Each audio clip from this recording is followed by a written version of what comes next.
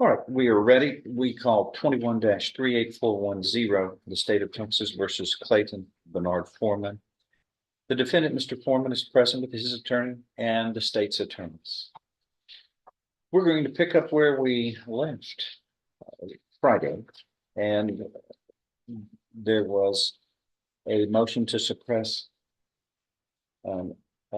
evidentiary matter, and I believe this was State's Exhibit 116. Is that right? The video of the defendant's statement? Yes, sir. Is it 116? Okay. Yes, sir. Okay. And that was tendered. The defense objected, had asserted a motion to suppress that evidence, which was a product of a interrogation of the defendant. And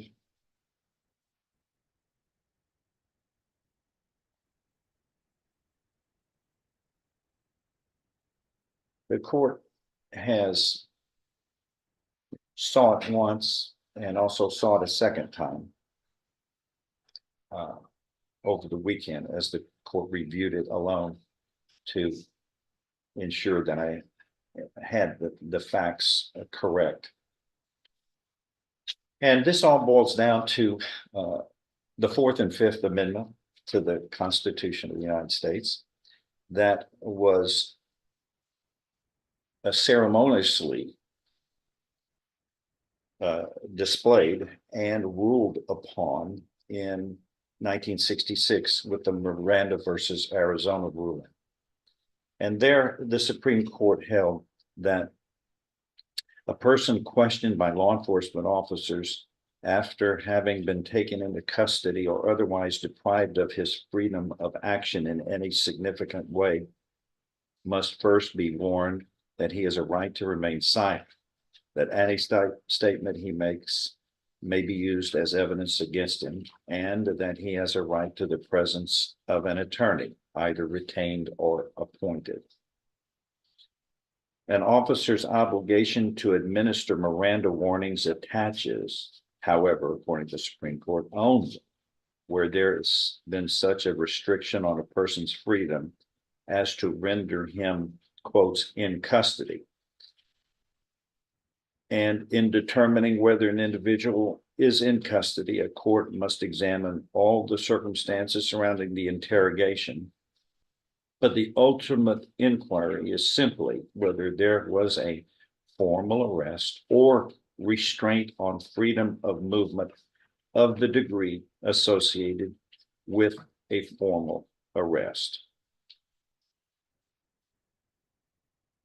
The Supreme Court has made it clear that the initial determination of custody depends on the objective circumstances of the interrogation, not on the subjective views harbored by either the interrogating officers or the person being questioned.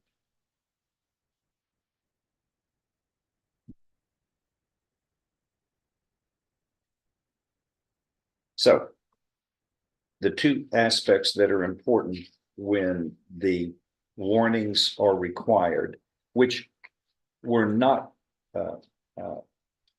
made in this case, because there was certainly interrogation. The question is whether the defendant was in custody, which would have required the warnings to be expressed to him.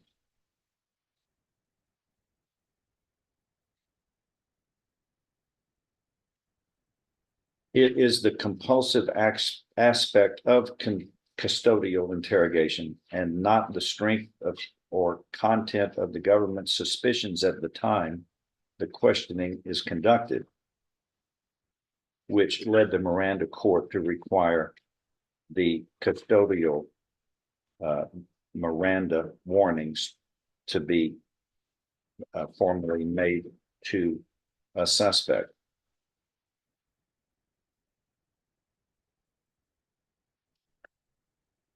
The mere fact that an investigation has focused on a suspect does not trigger the need for Miranda warnings in non-custodial settings. And it is well settled by law that a police officer's subjective view that the individual under questioning is a suspect, even if that is not disclosed to the suspect, does not bear upon the question of whether the individual is in custody for purposes of Miranda. One cannot expect the person under interrogation to probe the officer's innermost thoughts unless they are communicated or otherwise manifested to the person being questioned. And officers' evolving but unarticulated suspicions also do not affect the objective circumstances of an interrogation or interview, and thus cannot affect the Miranda custody inquiry. The threat to a citizen's Fifth Amendment rights that Miranda was designed to neutralize has little to do with the strength of an interrogating officer's suspicions. An officer's knowledge or beliefs may bear upon the custody issue if they are conveyed by word or deed to the individual being questioned. Those beliefs are relevant only to the extent that they would affect how a reasonable person in the position of the individual being questioned would gauge the breadth of his or her freedom of action. Even a clear statement from an officer that the person under interrogation is a prime suspect is not in itself dispositive of the custody issue, for some suspects are free to come and go until the police decide to make an arrest. An officer's views concerning the nature of an interrogation or beliefs concerning the potential culpability of the individual being questioned may be one among many factors that bear upon the assessment whether the individual was in custody, but only if the officer's views or beliefs are somehow manifested to the individual under interrogation and would have affected how a reasonable person in that position would perceive his or her freedom to leave.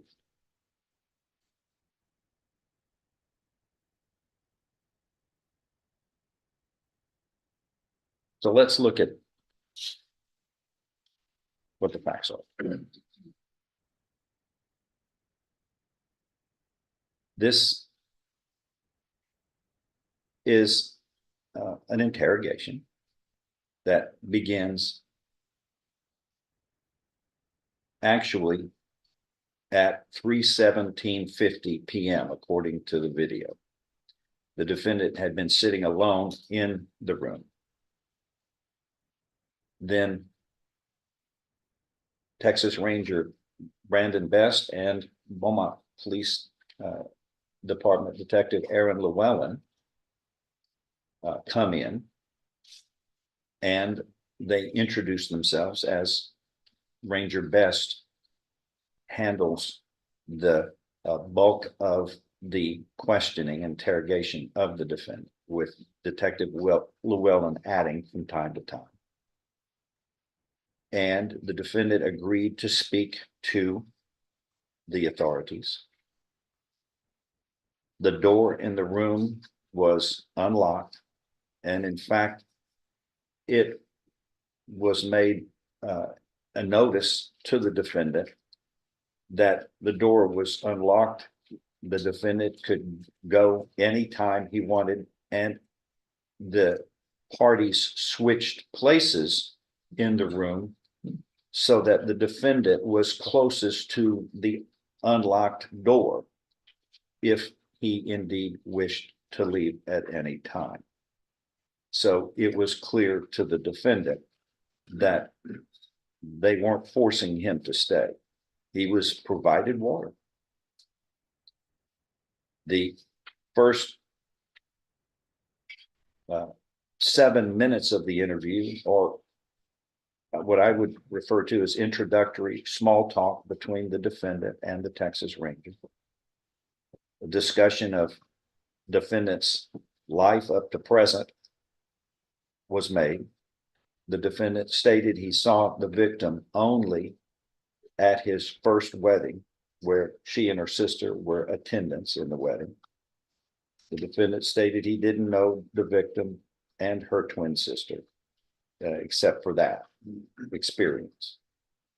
Denied knowing anything about the victim's homicide.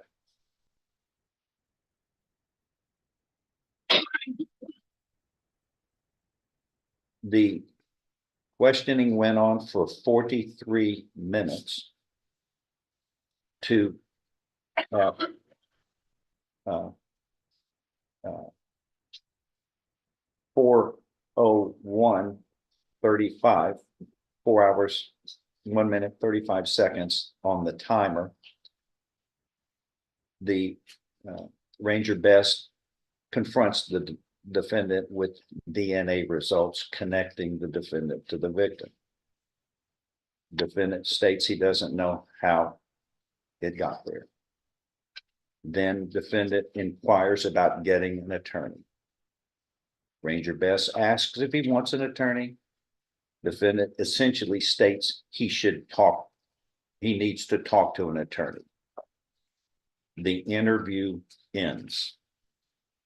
The interview is about 49 minutes long total. During this whole interview, the court would characterize the atmosphere up to a 4:01:35 when the ranger confronts the defendant with information they have regarding the DNA results connecting the defendant to the victim. The whole atmosphere would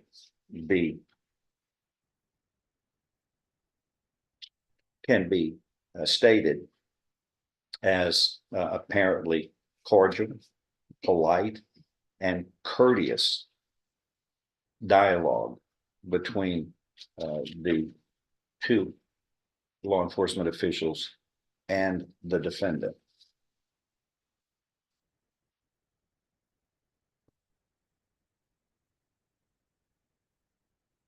So again, there is interrogation. It all boils down to, was the defendant in custody under the rule of law?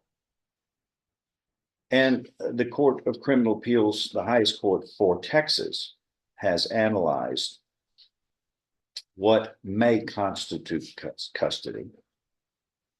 And they have ruled that custody may be understood to have occurred when the suspect is physically deprived of his freedom of action in any significant way. That did not occur in this case. 2, when a law enforcement officer tells the suspect he cannot leave.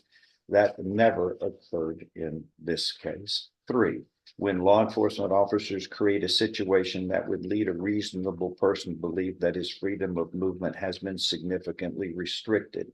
That did not occur in this case. And 4, when there is probable cause to arrest and law enforcement officers do not tell the suspect that he is free to leave. He was never told he was not free to leave. It was expressed clearly he was free to leave, and even shown how he was placed just a few feet from the unlocked door to leave at any time. That the court also went on to say that those first 3 categories require a restriction on a detainee's freedom of movement that is more than just significant. It must be to the degree associated with an arrest, which did not occur in these circumstances. And with regard to the 4th category, the court went on to explain that the officer's belief that probable cause exists must be manifested to the suspect. That is could arguably been manifested at the time when the ranger tells the defendant what DNA evidence they have at the end of the interview. However, the defendant never responds in an inculpatory way. So there are no statements that are inculpatory from that point in time if it is argued that that probable cause may have existed and was manifested some way. The full 95, 98% of the interview fits within the rule of law that has been clearly expressed by the Supreme Court and the Court of Appeals that show the defendant in this case under these circumstances was not in custody, and thus the Miranda warnings were not necessary under this set of facts in this situation.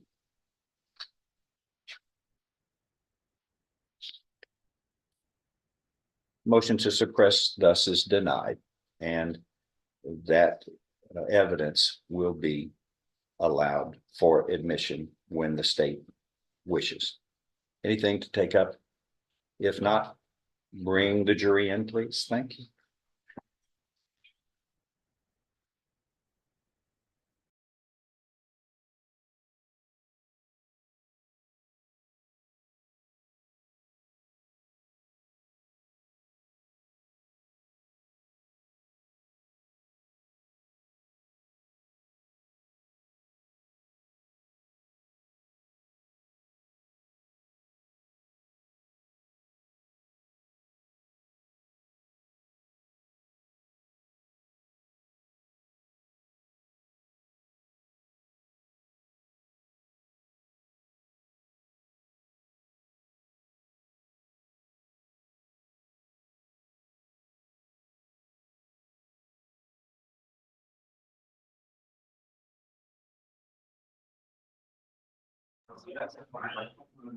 All right, we call court to order, and cause number 21-38410 is now called. The state of Texas versus Clayton Bernard Foreman. The defendant is present with his attorney in the state's. Are the parties ready, state? Yes, Your Honor. And defense. Defense is ready, Judge. And for the record, state's exhibit 114 was. It's 116. 116 was moved into evidence, and a portion was a small second or two was edited for some to edit out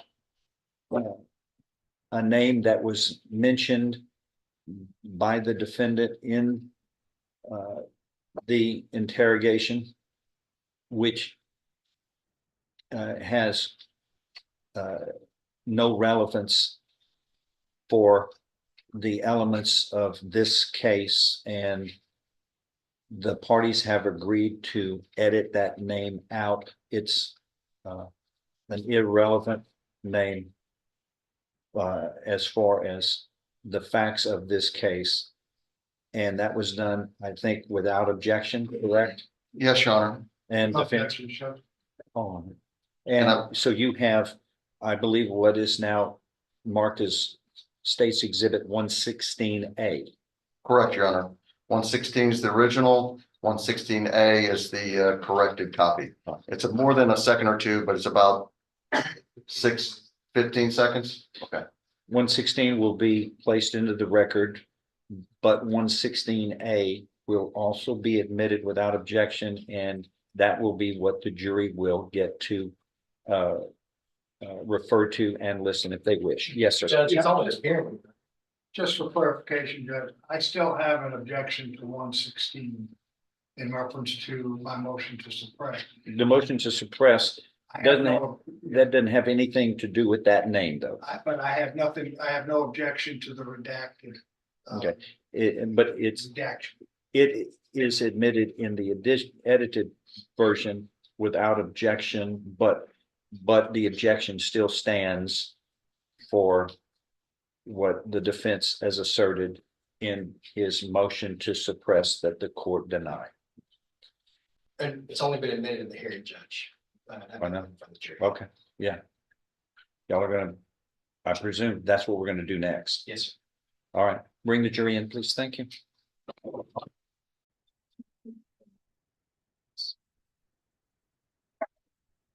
Records shall show that the jury is seated in the courtrooms. Thank you again, ladies and gentlemen, for bearing with us.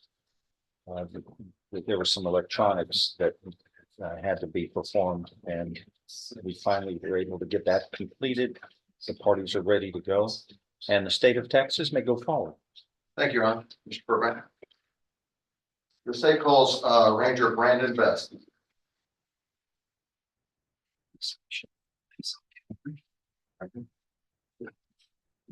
No, I don't have it.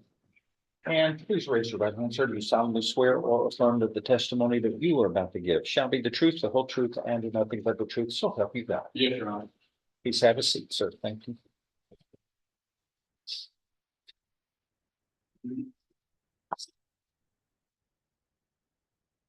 Go ahead. Thank you, Honor. Mr. Burbank. Could you tell the jury your name? Brandon Bess. And what do you do, or what did you do for a living?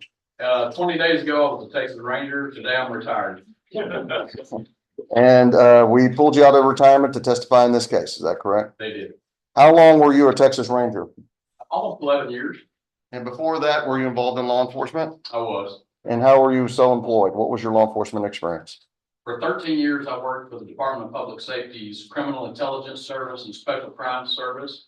Prior to that, for 10 years, I was a Texas Highway Patrol trooper. Prior to that, I was a deputy sheriff and city police officer for a year and 10 months, a long, long time. All right. 31 years-ish, 32 years total.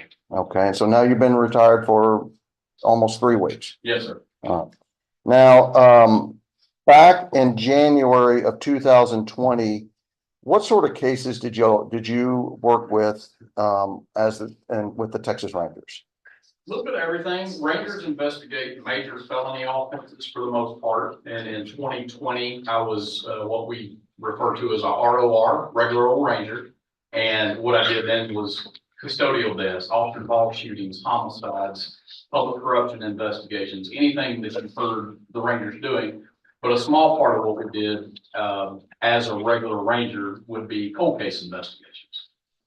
And back in January of 2020, were you requested to the Beaumont Police Department, specifically Detective Aaron Lewallen, regarding an investigation of a cold case capital murder involving a victim by the name of Catherine Edwards? I was. Okay, in what capacity was your assistance requested? It was a cold case murder, but Aaron and I, Detective Lewallen, and I worked it as a regular homicide. But Aaron requested that I come in. We had previously talked to Judge Wortham, District Attorney Wortham, about the case several years prior to that. But in 2020, Aaron and I picked it up full time and began working on it. As part of it, did you and Detective Lewallen go back through the case to try to develop or get familiarity with it and perhaps develop other leads? We did. Okay. And at some point, did you become aware that there was a possible method on expanding the circle of suspects through a process called genetic genealogy? We did. And how did you learn about that? The private lab, Optum, out of the Woodlands, had reached out to me because of my interest in cold cases. A couple of years prior to 2020, I don't remember what year they opened up, but they had a gentleman that worked for them that came into the field, that talked to Rangers, talked to homicide investigators, sexual assault investigators, anyone that would deal with DNA in their cases. And I kind of learned about what they did back then. It was new. I mean, this is just 2024, but it was a new thing in 2020, a very new thing in 2020. Okay. And did y'all incorporate Othram, but also Tina Lewallen and Shira LaPointe in trying to develop other leads in the murder of Catherine Edwards? We did. Okay. At some point, were you notified that the offspring of Mr. Foreman, Clayton Foreman's parents, were, let me rephrase that. How did you identify Clayton Foreman as a possible suspect in the murder of Catherine Edwards?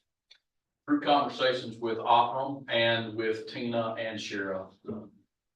Kind of a combination of all those folks, yes. Okay, and did they indicate to you that the suspect was going to be a child, one of the two children from the parents of Clayton Foreman? They did, Okay, and were there two sons to the parents of Clayton Foreman? yes. Mr. Foreman had a brother, And was that Michael Foreman? yes. And at some point, you and Detective Lewallen decided to, out of those two, y'all decided to first look at Clayton Foreman. Is that correct? That's correct. Did Mike Foreman have any prior criminal history? None to our knowledge. Okay. And so y'all identified Clayton Foreman as your first person to take a look at. Is that correct? That is correct. Did you locate where he was residing at the time when you decided to look at him? We did. And where was he located? In Ohio, Clarks County, Ohio, if I remember the county right. I don't exactly remember the city, but it was in Ohio. And did y'all identify that he is at that time residing with a woman who was his fiancee, Teresa Brewer? We did. Okay. Was there indications that they may be moving? There was. And so there was some urgency as to accomplishing what you wanted to accomplish. Is that correct? There was. All right. What was your plan to try to get more information from Clayton Foreman to determine whether he was the suspect or the person who murdered Catherine Edwards? Detective Lewallen, jumping back a little bit in Mr. Knapp's question there, Detective Lewallen also works for the FBI. He's a task force officer for the FBI. And then through my contacts with the Texas Rangers nationwide, we oftentimes reach out to other agencies and other jurisdictions that we may have contact with. Aaron happened to have some good contacts, made some good contacts there in the area, who were also, I believe, FBI task force officers, regular FBI special agents, as well as detectives at the Clark County Sheriff's Office. So it was our plan to reach out to them and ask them to do some surveillance for us, to look at the house that Clayton Foreman lived in, to see what was going on there. Obviously, that's a long way away. We couldn't see what was going on there. So using our law enforcement partners in that area to give us a first look, for lack of a better term, of what's going on in Clayton's house at the time. And that was at the residence at 1572 Southwood Avenue in Reynoldsburg, Ohio. Yes. And at some point, did you and Detective Lewallen decide y'all wanted to do a trash pull from that particular residence? We did. Had y'all received information that there were only two people residing at that residence? According to our surveillance team, the task force officers, the FBI agents, and Your Honor, I'm going to have to object to you. So It doesn't go to the truth of the matter asserted, Your Honor. It goes to why they did what they did next. Your objection to hearsay, it is hearsay. He would be giving an answer about what he had heard from someone else. However, hearsay is not always inadmissible. In this case, the court is going to overrule the objection, but limit the hearsay. It is admitted only for the purposes of explaining to the jury and informing the jury of why this witness took the next steps he took, and for no other purpose. You may answer the question, or if you need me to rephrase it, I'll rephrase it. Please do. Okay. Had you received information that there was only two people residing at that residence, a male and a female? Yes. One being Teresa Brewer and the other being Clayton Foreman. Yes. And did you and Detective Lewallen request the FBI and the Reynoldsburg Police Department to do what's called a trash pull? We did. Could you tell the jury your perception of what a trash pull is? So trash pull is, if you're at your house, if you live in the city, you probably have garbage service. You put your bags in a can, that can goes to the curb. If you live in the country, sometimes you take it to a dump and you dump it there.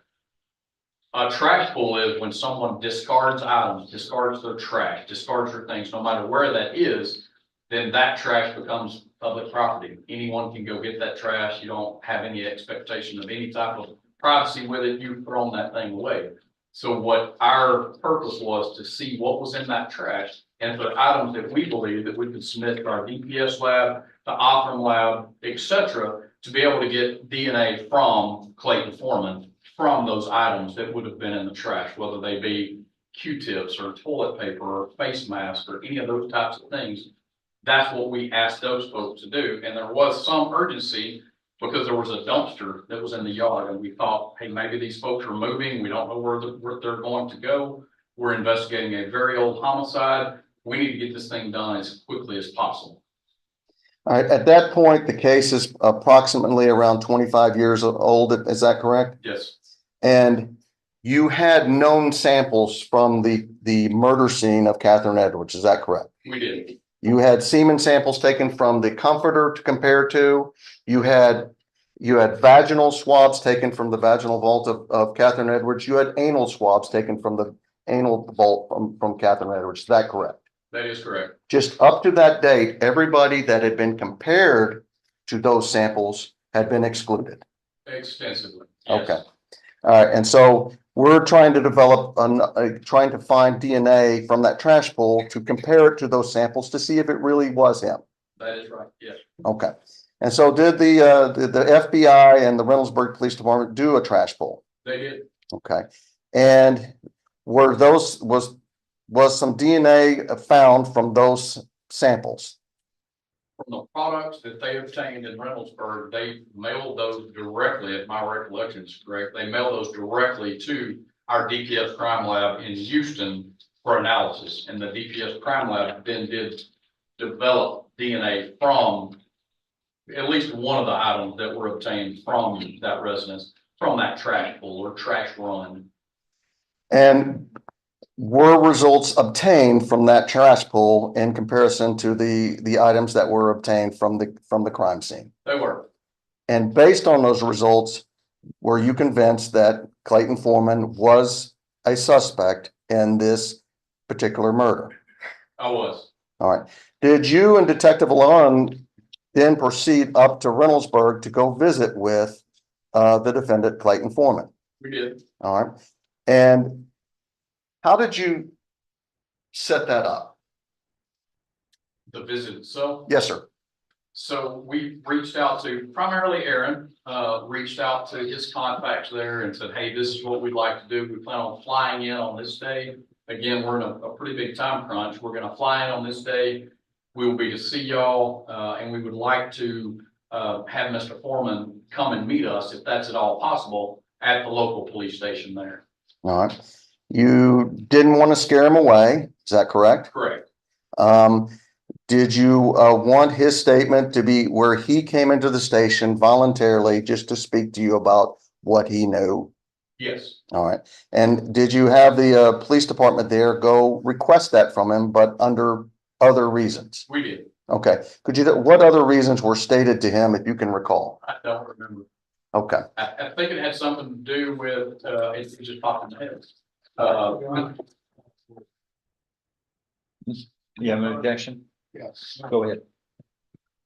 You want to come up here? Come on.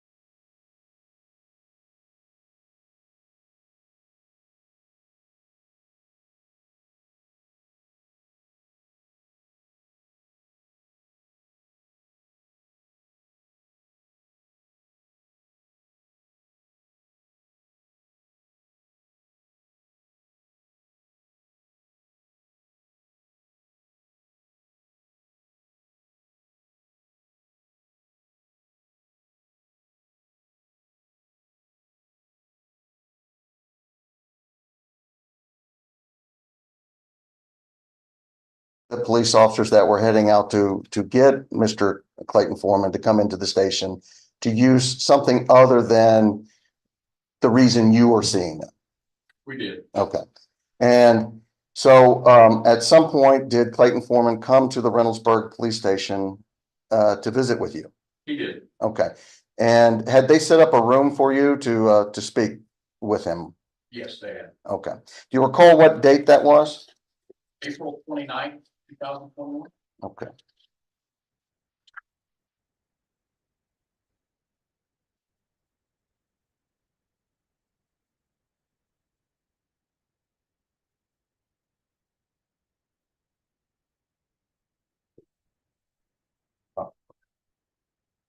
Mayor Brooks, the witness, Your Honor. Yes.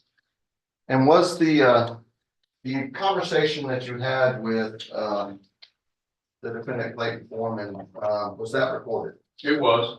And was Clayton Foreman and also Detective Lewallen and yourself present? We were. Okay. Did you see, Clayton, the person you spoke to that day, Clayton Foreman in the courtroom here? I do. Could you please point to him and identify what he's wearing? Clayton's wearing a blue collared style shirt, khaki pants, sitting there. All right. Your Honor, please let the record reflect that the witnesses identified the defendant Clayton Foreman. Yes, it will. You previously viewed this video that's marked as State's Exhibit number 116. You recognize that? Yes, sir. Okay. And is that a fair and accurate copy of the video that and the conversation that you had with the defendant Clayton Foreman on April 29, 2021? Yes, sir. Your Honor, for purpose of the record, I'm going to tender State's 116, but for purpose of the jury, I'm going to tender State's 116A, which is the previously agreed redacted copy. All right. So to previous issues, Judge, okay. Okay. Objection is overruled. State's Exhibit 116 will be admitted and will be in the record for the purposes of this case. State's Exhibit 116A, though, is a slight edit of a few seconds concerning what the court deemed is an irrelevant matter to this case. Is part of what is referred to as State's Exhibit 116A. That is admitted and that will be allowed to be presented for the jury to listen and in its determinations in this case and for all purposes. Go ahead. Yes, Your Honor. Permission to publish it, and just to remind everybody, it's 40 some odd minutes. Sure. Okay. May I, did you say yes? Yes, go ahead.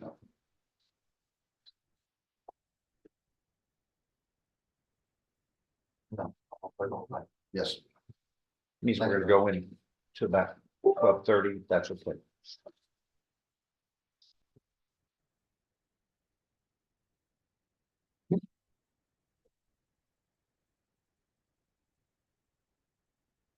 Dennis. Thank you.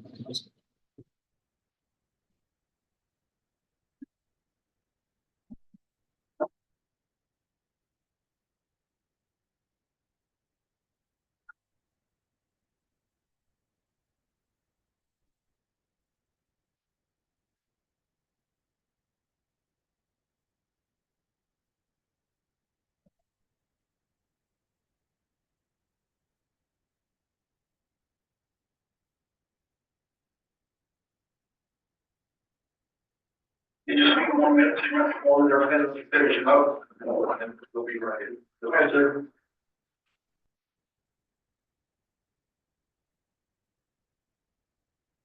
Was it? At that stage, Clayton Foreman had been asked just to come in to talk about some case. He wasn't in custody, is that correct? That is correct. He wasn't in handcuffs and y'all had given him a bottle of water, is that correct? Yes, and allowed him access to his telephone also. All right, he has his phone, he has all his normal stuff that he would have had anyway. Yes, sir. Okay, none of that had been taken, and I noticed the door is open as well, so he could have walked out at any time. Yeah. All right, proceed.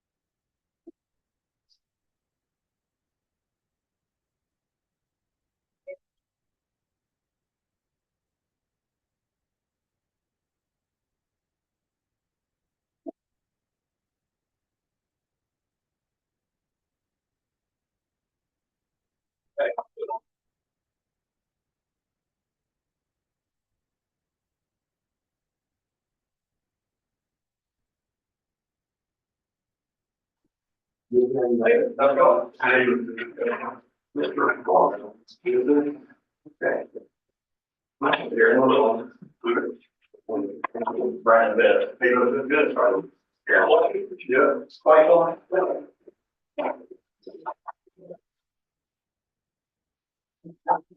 I know, in particular, it's all, Detective Aaron Lewallen with the Beaumont Police Department, Brian Bess with the Texas Rangers out of Liberty. Officer whole name and date of birth, Clayton Bernard Foreman, 4/22/19. Okay, and what is your address, Mr. Plum? 1572 Southwood Avenue. Okay. Middlelan, Ohio. Okay, and do you have a driver's license? Yep. You don't have to pull it out, you know the number? My driver's license? Yeah, what else was going on?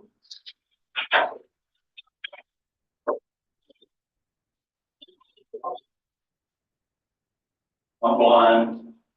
Sorry.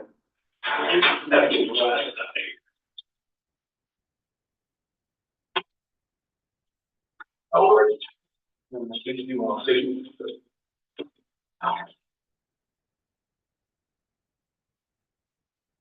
Bernard Foreman, like I said, 1572 Southwood Avenue, Reynoldsburg, Ohio, zip code 43068. You're only 5'11". You look taller than that. Your driver's license number looks like PT 569585, an Ohio driver's license, or it's B 25089. That's the TT. It's the TT number. Okay. And we wear glasses, Class D license. What's your total number? 454-29-8033. You must have been born in the South. Louisiana. Okay. So it is 3:19 p.m. Today is April the 29th, 2021. Now the policeman that asked you to come up here, the two guys who were out there wanting some both from the other, just told me they were investigating a crime and they asked you if you would come up here. And you said absolutely you would, no problem. I'm not putting words in your mouth. That's great. You said you would come up here and talk to them. So the deal is this. They didn't want to like scare you or freak you out. There were two guys from Texas that were here. We're here about a crime. We'll get into that. We'll talk to you about that and what we're here for. But we want you to know that, as a matter of fact, why don't we trade cities right here? Good deal. Grab that door. Open it. Grab that door. Okay. Okay. Close it. So you see the door's not locked. So the door's not locked. Could you pause it? What was the reason for you changing spots and showing him the door? Just to ensure that he knew, continued to know, I should say, that he was free to leave at any time. We weren't holding him there. He had access to the door, that the door opened and closed, that I wasn't blocking the door as I might have been sitting in that seat. So just continuing that expression to him that he was free to go. He was there of his own free will and accord, and he could get up and leave at any time. Okay, proceed. We're doing the same thing. We're asking you to visit with us about a crime we're investigating. Okay? You don't have to talk to us at all. You can leave at any time. I know we're inside kind of a weird complex here, but that door is open. You don't have to talk to us at any time. You're not under arrest. You're not in trouble. Nothing. Okay? Would you like to stay and talk to us? I understand you don't know what it's about, but are you okay with us talking to you at least for that? You can talk to us. Great, great. Okay. So what we're here about is we're cold case investigators. Aaron is a task force officer with the FBI. I'm a Texas Ranger. Have you ever met a Ranger before? No. How long have you been gone from Texas? 14 plus years. Okay. So you left in 2007, I guess it was. Did you work while you were in Texas? Yes. What did you do there? In my last 21 years, I'm a bill collector. Okay. Telephone stuff. Yes. All right. Different companies. I work for a company I work for Cons Appliances in Beaumont. Cons, okay. And then I work for a company in Houston called, Universal Fidelity. Okay, and here do you work? No, I'm an Uber driver. Oh, okay. So there was a black car at your house. We were there with you guys. It was a nice black car. Just great. That's your car. Just registered in your name. Just, who do you live with there? My fiance, Teresa Brewer. Okay. Whose house is it? That's hers. Y'all remodeling? No. Okay. The signs are out front. That's usually kind of a sign for remodel. No, we're just getting rid of what's it done. Okay, I got you. Does she work? Yeah. Okay. What does she do? She works for Chase Bank. Teresa Brewer? Yep. All right. BREWER. TERESA. Okay. I didn't ask you this. Do you have a telephone? Yes. What, do you know your number? 614-571-5721. And that's a cell phone? Yes. What carrier do you use? Verizon. And we got Verizon. That's why I asked you over here. It seems to be working pretty good over here. Is that the only phone that you have? Yes, sir. One telephone? Do you have a landline? No. A landline. Okay. So what we do is we look at old cases, obviously cold case. Do you watch any cold case TV shows? Okay. 48 hours, blah, blah, all that kind of stuff. So you probably understand a little bit about what we do. So we look at cold cases. We look at what detectives and officers did back in the day on cold cases.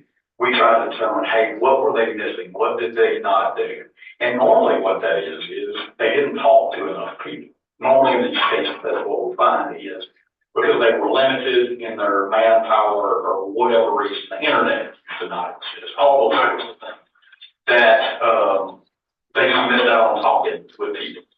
So what we do is we look at these cases, I hate that we reopen them, because the cases don't really get closed, just shut down until they're solved. Well, what we do is we look back and we say, okay, where did this crime occur? From where that crime occurred, who all got talked to? How far out did they go around the crime scene, the victim's house? What family members did they talk to? What friends did they talk to? How far did they go back? Did they go into college? Did they go back to high school? Did they go back to these people's elementary school? Whatever that crime is, we look at, and we look at a variety of different crimes. Well, how far did they go back? So the crime that we're looking at is the murder of Mary Catherine Edwards. And we found that she and her sister, I think it was, and she was murdered in 1995. So we look back, hey, who were their friends? Who were they? Whatever. And we found a picture of a wedding picture that she and her sister, Allison, were actually in your wedding. And 1982. 82, okay. Did anybody ever talk to you? We couldn't find any interviews of you. We couldn't find any interviews of your I'm assuming that's your ex-wife, right? You're not married to her. You got a girlfriend here, so. Right. That was Diana. Diana, well, her name was Diana. Diana, okay. So we couldn't find that even Diana got talked to. Do you ever remember anyone ever coming to you or to Diana about that crime? Were you aware of the crime? No. You didn't know that the crime occurred? No, sir. Okay. You didn't know that Catherine Edwards was murdered? No, sir, did not. So what year did you leave? Well, I left Houston in 2007. You left Beaumont? I was in Beaumont. Could you pause it? At that particular stage, what the defendant was telling you is that he denied knowing that Catherine Edwards had even been murdered or killed. That is correct. Any knowledge at all of her death? Did you, during your investigation, did you develop other evidence which suggested otherwise? Yes. Okay. All right, proceed. 99, I guess it was. Okay. Well, you were living there when the crime occurred. So it happened in 95. And yeah, you do remember what I'm talking about though, right? Your twins, Catherine and Alice, they were bridesmaids from life like that. That's right. They were friends with her. I lived in Port Arthur. Left Port Arthur, went to Baytown. Then I came back to Beaumont. I guess in 98. Moved back to Houston in 2000. Then moved up here in 2007. Okay. So your ex-wife, Miss Dalio. I don't know her last name. Okay. When you were married to her, did y'all have much acquaintance with them, or was it just like a high school friend thing where, hey, when young girls get married, they invite all their old friends to be bridesmaids? That was, yeah, I think that's what happened. Okay. So you didn't know these girls? Not really. I knew their brother, Lum. Okay. Okay. But that's about it. Lum actually passed away. About 6 months ago. I read that earlier. It's still back and will be free. Okay. Yeah. Somebody had posted that yet. Yeah. I think it's a pretty unexpected deal too. I think he's fairly healthy, just unexpected. He was younger than I was. Cause I graduated in 78. I just graduated in 79 or 80. Okay. And my brother graduated in 85. Were you friends with him? No, not really. Not with Long? Okay. Do you have any kids? I had a son. Okay. But he passed away. 2005.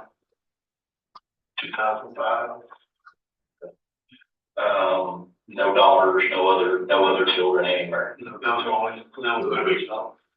Let's go back to the Edwards family. You knew Long. Were y'all in classes together?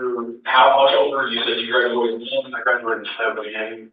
Okay. And he might have graduated in 79 or 80. Okay. My brother graduated in 1980. So he and your brother would have been probably in the same grade. I don't know what year Long graduated. Okay. I think the girls graduated with next like in 81. Okay. Plus them being in your wedding. How long did you stay married to her? Miss Dalio. 11. We were together for 14, but we were married for 11 years. Okay. Y'all were together before or after divorce? It's kind of a weird question, but y'all dated and then you got married? That's correct. Okay. So we got together. I was in freshman in college. She was still in high school. Where did you live in 95? Do you think you were living in Beaumont, or do you think you were living in Fort Arthur? No, I think I was living on the west side of Houston. Okay. In 1995. Total Creek Place Drive, something like that. Total?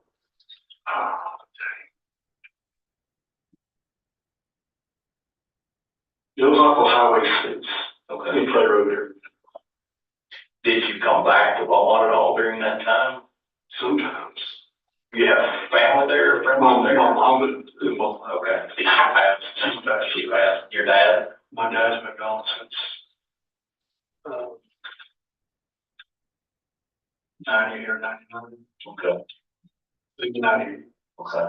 He's been gone a while. And your mom passed when? About 10 or 11 years ago. So 2000-ish. Yeah. 2010-ish, I'm sorry, this is 20. Yeah, I think 2010 or 2000. Okay. In Beaumont? In Beaumont. January 1st. So you're living out on the west side of Houston, but you come back to Beaumont to just follow any other friends? Well, sometimes. I mean, other friends. Who else would you come to Beaumont to visit? Beverly, Pat and Early. Who were they? Rick and Julie. They were high school friends. Okay. They still live there? You have any contact with anybody in Beaumont? Yeah. We probably need to trust the library. Alan's last name is Alan Chestnut. They live in Tyler, Texas. Okay. And Pat and Darlene O'Neill. He's a CPA in Beaumont. And there's Rick and Julie, Rick Laughlin, L-A-U-G-H-L-I-N, I think it is. And these are pharmacists at the PA.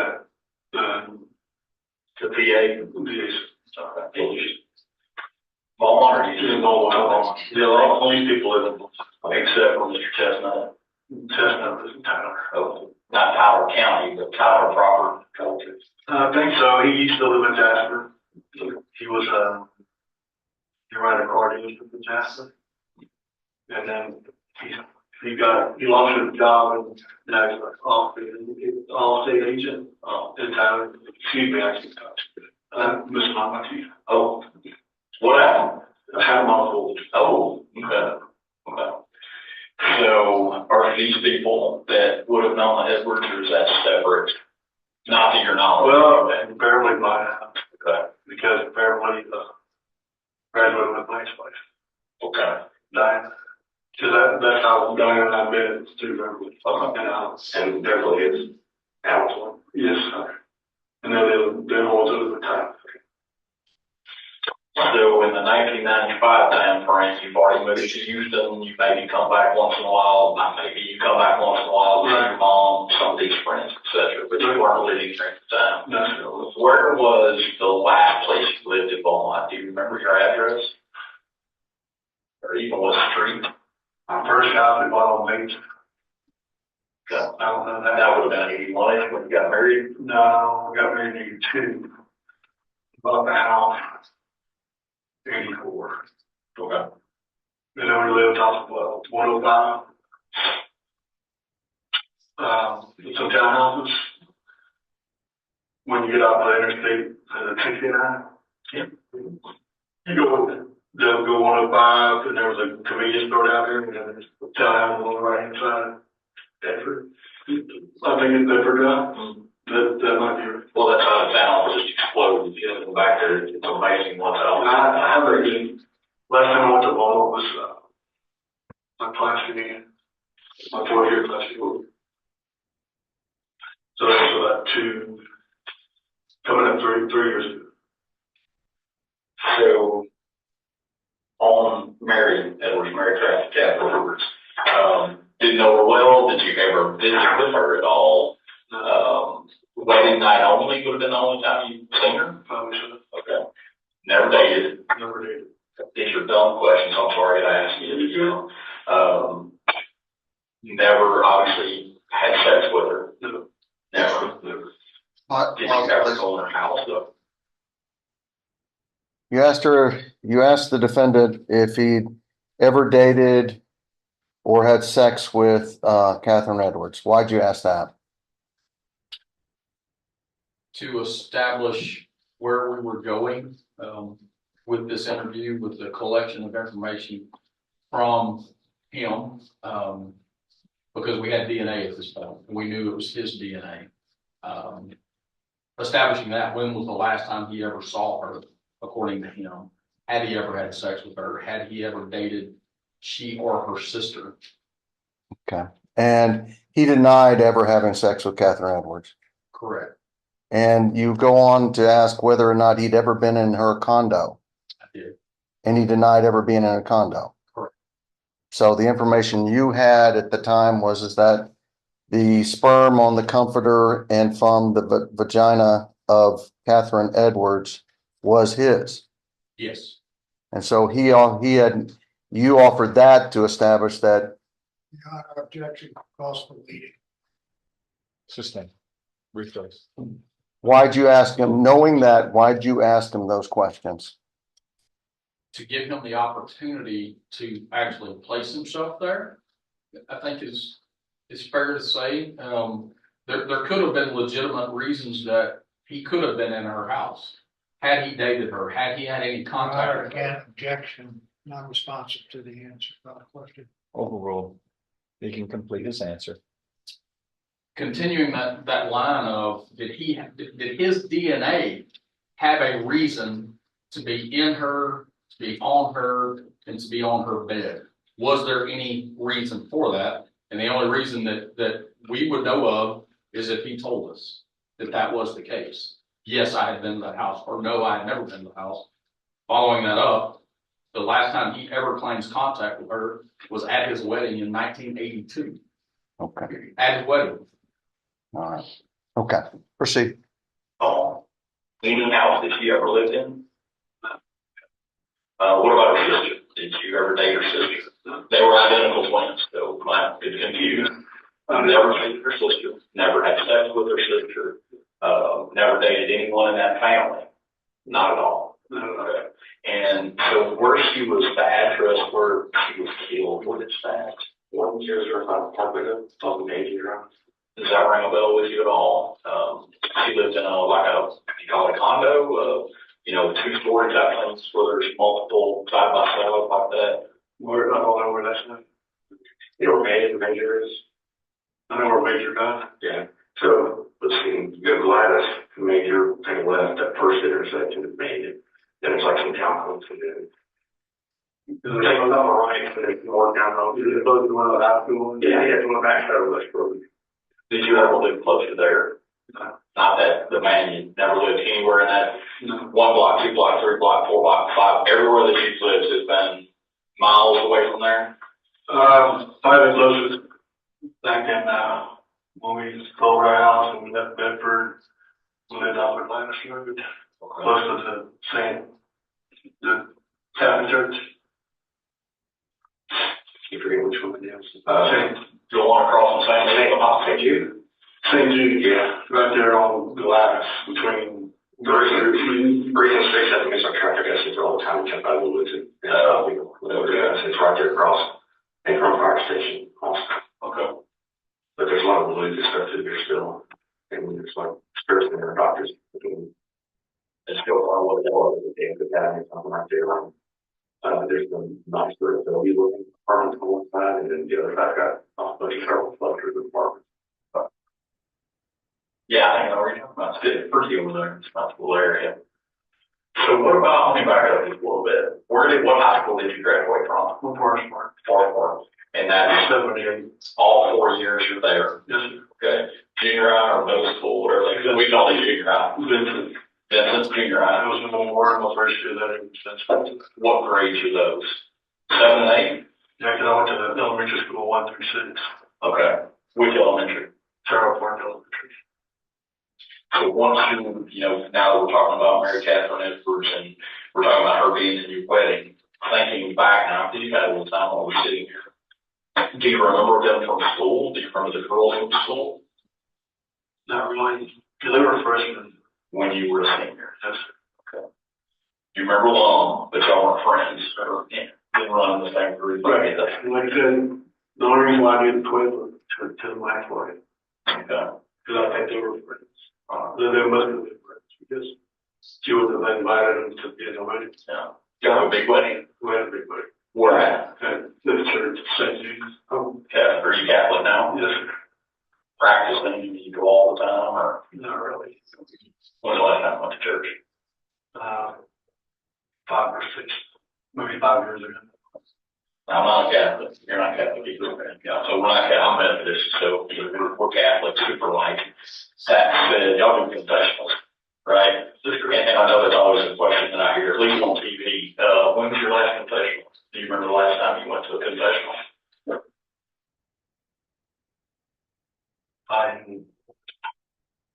In 93, 94. Back in Beaumont, then I guess, right? Right, with Fidelity. Oh, okay. Is he your ex-wife's Jen, or is that the name over there? So you're talking to the defendant and you ask him when was the last time he went to confessional, Yes. and he told you that the last time he went to confessional was in 93 or 94. Yes, sir. And Catherine Edwards was murdered in 95. Yes. Proceed. Oh, okay. Okay. So he's a Catholic priest. That's correct. Gotcha. And I think he's in Orange, Texas now. Name sounds very familiar. Yeah. Would he be pretty old, or was he a young priest? I don't know how old he is. The last time I saw him, we did my mom's funeral. Okay. And that was 2000. And then my son's funeral. Okay. Okay. So, we're looking for connections. We're looking for how you would have known Catherine. The wedding. Just the way. So, what I thought is the detectives back in the day, they focused on people who were in her immediate life. People that she was dating. She was a teacher, so focused on a lot of teachers. Interviewed a whole bunch of people and boyfriends, ex-boyfriends, things like that. But they really just kind of stayed focused, I guess, around those people that were close in life, almost like the first generation. They didn't really go back into their college years or high school years. You know, kind of stumbled across you in your life. We were going through the funeral registry, we decided at the funeral. And, we stumbled across your wife's name and started digging around because the family actually sat down years ago. And, you know, this person works with dad, this person with the high school, that kind of stuff. And started deep diving into those things, trying to find people that can see that anything that would lead us. Right. You can go to the funeral. No, That's right. I didn't even notice. Right. I think you're living used to it. Just, And that's just how we stumbled into where we're at. And fortunately, people would work for us and trying to talk to people, trying to find us. understand. Not knowing, I mean, not even knowing that she died, my next question to you would be, like, who do you think would do something like this? Who would have killed her? But you didn't even know, until we told you today that she was not with us anymore. Right. I have no idea. Because your only contact was at the wedding. Y'all never went to, like, dinner with your wife and her, you know. Was she married? No, not that I remember. She wasn't married, okay. So no, like, dinner parties at your house that she would have came to. Not that I can recall. So Allison got married years after that. Did you go to Allison's wedding? Diana's true. Actually, So what year did you and Diana split up? we got married 82, so we 93. We split up. I'm sorry, I think that Allison may have been married after that. So we split up, student both Sunday. Oh, okay. Tell us about that. That's pretty, you remember that pretty well. Well, it was Dallas Cowboys were playing. In 1993. Yes. Yeah. I remember. Yeah, they, I had cheated on my wife. Oh, and she called you or whatever it came to.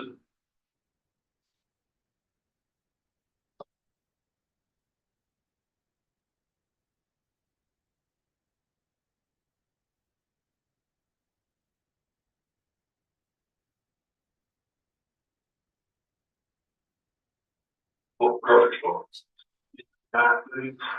On Gilm Circle. Way down for We did. yeah. There's like a field trip. There's a longer. There's a park across the street from the store.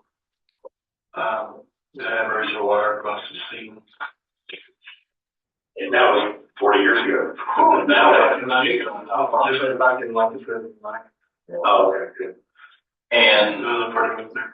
you were talking about college. Where'd you go to college? My first year at McNeese. Oh, okay.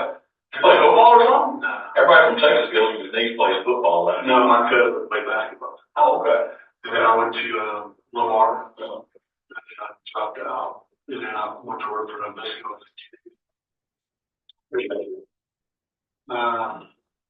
Business. I've got $87. I went back to school in 2013 or 14. I take all our classes at Penn State University. Okay. I feel like an associate's degree and have more hours than associates. I've got $87 right now. Okay. You still attending now? No, I haven't been in the last 4 or 5 years. Okay. Still business, or you were still majoring in business? Psychology. Okay. Okay. So college, remember where Catherine went to college, but she didn't go to college with you. Okay. Yeah, I went to Lamar, my first from going from McNeese to those things. I got the Canes.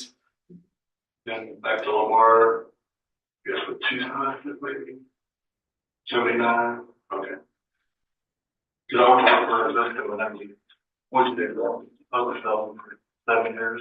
Like more around the stores, stocking, or not stocking, but No, you thought, okay. All right. So you didn't go to college with Catherine or with Alice? And they were, well, there were 2 behind me. Okay. Gotcha. And, I went to work for Invesco November 1980. okay. So no, again, I know I'm just beating this dead. I'm sorry about that, but you understand, it's 26 years ago, we try to find just any connection, anything like that we can lead us leave it somewhere else, you know what I mean? Like, hey, wait, I remember something. I did, happened to be at Smart the other one time. She was dating so-and-so back then. You know what? I remember that. So nothing like that has kicked into your head as we're talking about college. No, we can say, I left college in '80, Okay. and I think I graduated in '81 from high school. No, no memories that I've kicked up on high school, junior high, elementary, the wedding. I think they might have been in the girl team again. Okay. Okay. Drill team. Maybe, I'm not sure. There's a lot of folks to talk to. Yeah, I know. So you're getting our net bigger here. That's over it, guys. That's what we're here for. Never had dinner parties at your house that she came to. I can't remember. Never went to a dinner party at her house. No. For sure on that. You never went into her house, for sure on that. As far as you remember, you don't even remember the house or seeing the house or anything like that. I don't even know where the other one. Okay. After parents described it to you, that didn't do anything for, oh yeah, I remember that area of Beaumont, not even that much. Well, I mean, I know where the high school is. Okay. But I don't know anything other than that. Then, where else would you maybe have bumped into her at work? You know, as you're selling for Nabisco, you never have to see her come in the store during those years that you were working there, stocking and store to store. Was she volunteer at St. Elizabeth too? Did you ever do any work there or get deliveries there for? My mom worked there for 25 years, but I don't know What she did there? she was, she ran an apartment, in outpatient apartment, whenever you go in and check in. She ran that apartment. So like right there, like that main entrance. Right. Yeah, they Oh, call she that. first started out in ER. She ran that department when people would check in for the emergency room. Yeah. She would do all that, checking insurance and stuff like that. When did she retire? My mom, she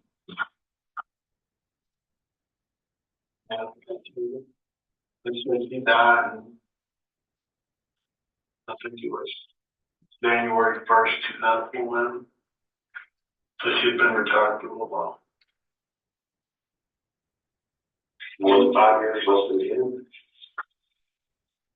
See, my mom was 69 when she died. And I think she retired when she was 63. She might have retired 63. Probably retired when she started on Social Security. I think so. I think so. Was there anything that you had, thing you could show that could jog his memory? If there's anything there?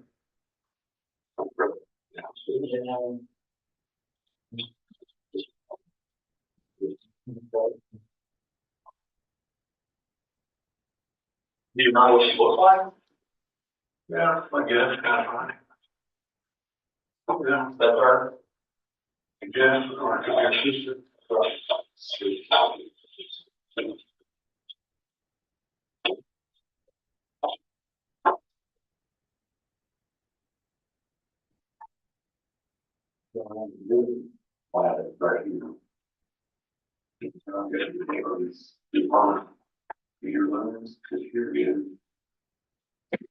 Well, there's a church that does And, okay, so that's quite a major, but like I said, it was like in 80. When we lived over there, it was 84 to 87. So this is major driveway, you're saying, no, alright, there would be no.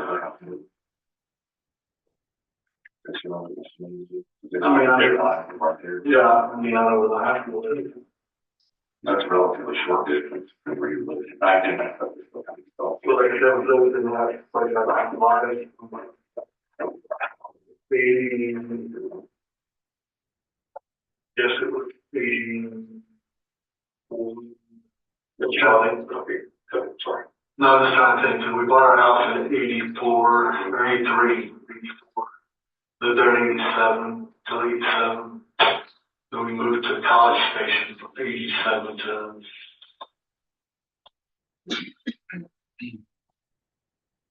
It's about 89, 90. And that's where we moved back in 1990. That's where we moved to those apartments and like the same sheets. Okay. So that was 90. I think so. And how long? That's a long time ago. I get it. And how long did you live there?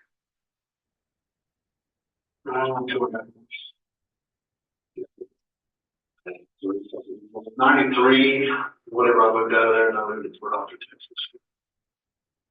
How years out, or that was you and your wife, your son?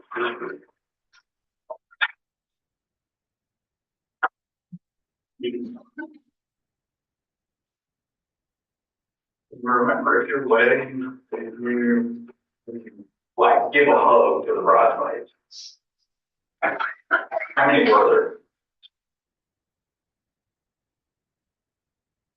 I have a brother, Larry, friend.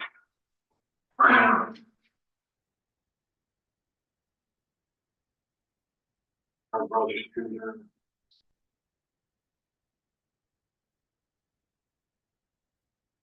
Might have been 6 of us. No. So 6 for me. And it would have been 6 for that audience. Do you remember who the others were? Maybe with 2 sisters. Maybe Beverly. Probably. Beverly. So that's 4 or 5. You know, who was a right on? Her sister, you said? It might have been Anne's. She had 2 sisters, Dave and Kathy. I'm sorry, the Kathy. Her last name is now I guess. Well, Anne is now Anne or something. She lives in Houston. They don't remember doing one of those. That was 1981. It was 1982. 1981, January 10th. And never went to the house. Never allowed to get that on the map here. Never had dinner parties. Did y'all go out and dance or anything? Not you and Catherine, but you and your wife, or y'all dancers or partiers? What was the club back in the bars back then? Don't even remember what they were. The Palace. Yeah, they had the Palace and the Keg. I heard that one. The Keg was over on a little more different scale. Okay. When I was in college, we used to go to the Cactus Lounge or Stone Railroad, Railroad Avenue, close to where the old line guards used to be. I'll let me before your time lady. The Palace was there forever. I do remember the Palace. It was open for. Yeah, I remember your time before. But yeah, that's that Corey's or whatever. Lady Longlegs. Lady Longlegs. I remember seeing T-shirts from there, but that was before. But after Lady Longlegs closed, they had Corey's. My mom would have.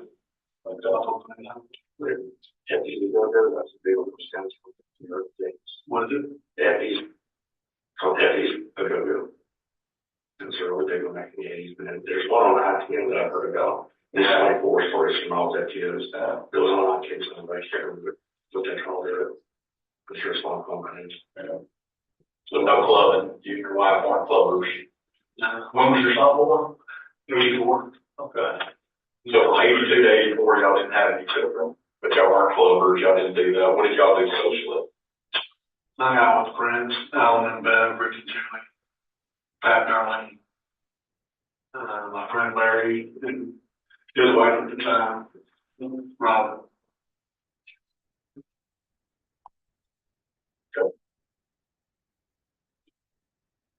They grew up in Beaumont.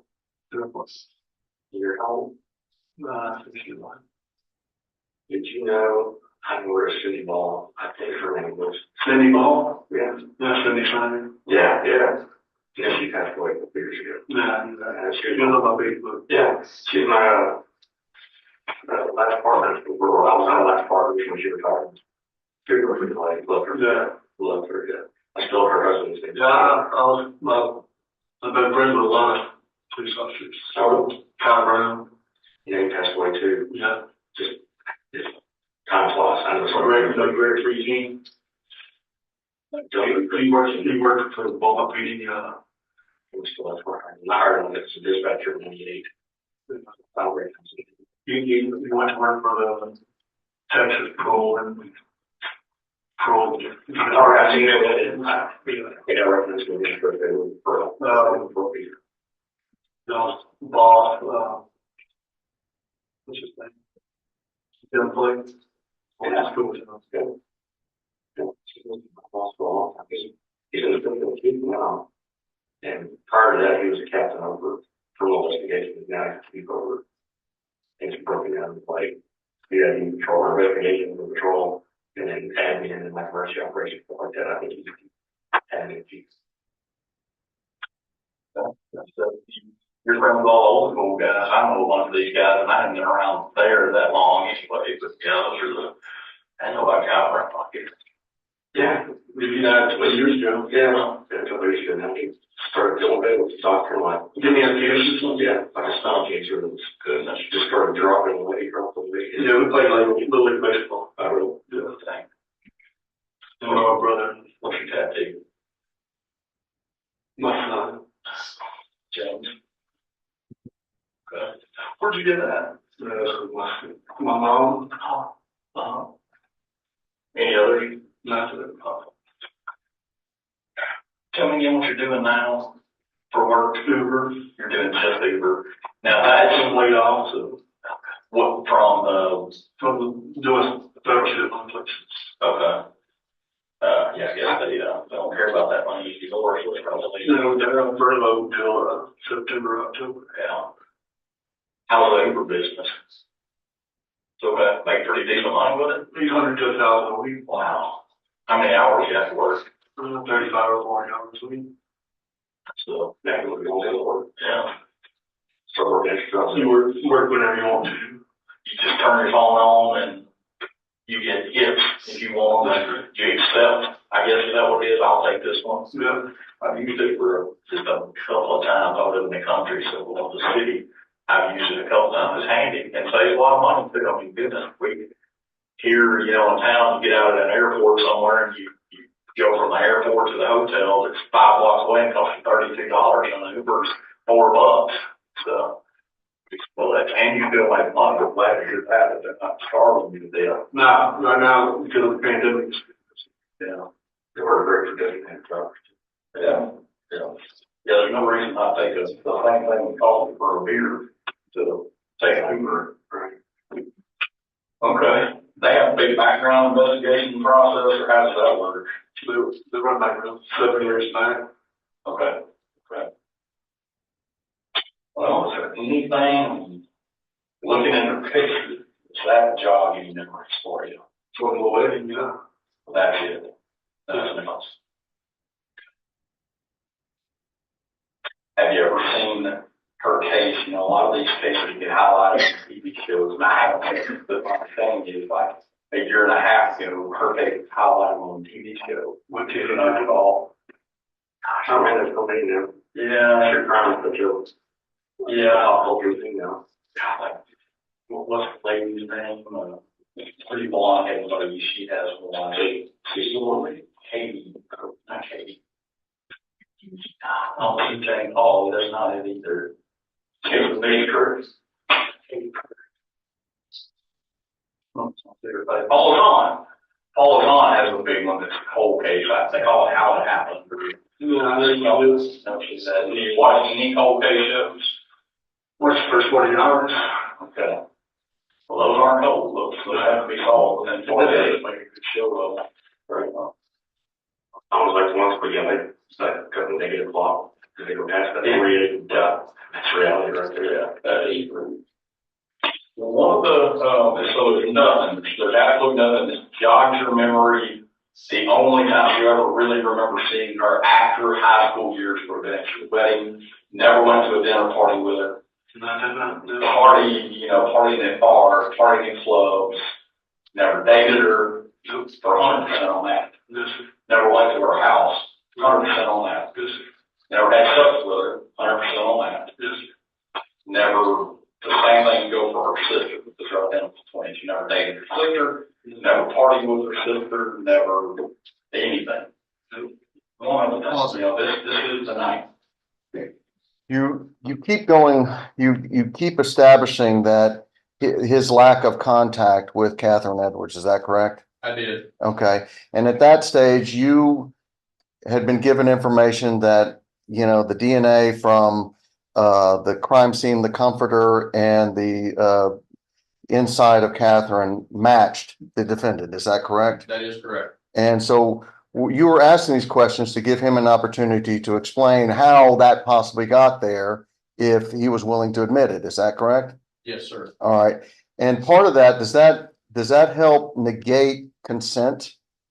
Yes. Okay, because he did not offer any sort of prior relationship, dating relationship, social connection, and no sexual connection with Catherine Edwards at all, did he? None whatsoever. Okay, proceed. Or her sister. Or her sister. And that's important because they're identical twins, and you could make the claim that maybe I accidentally dated her or something like that, but That was my thought in this line of questioning. you were negating that as well. Yes, sir. Okay, Pat, proceed. That was the night, okay, drugs, big deal. 80s, you're a product of the 80s coming into the 90s. You're divorced, I'm guessing you're probably single at the time, 95-ish. I've been for a long time. Okay. Drug use, we don't care, just ask it. Never been a weed smoker, coke user. I might have smoked marijuana 8 or 10 times back in the high school days. Okay.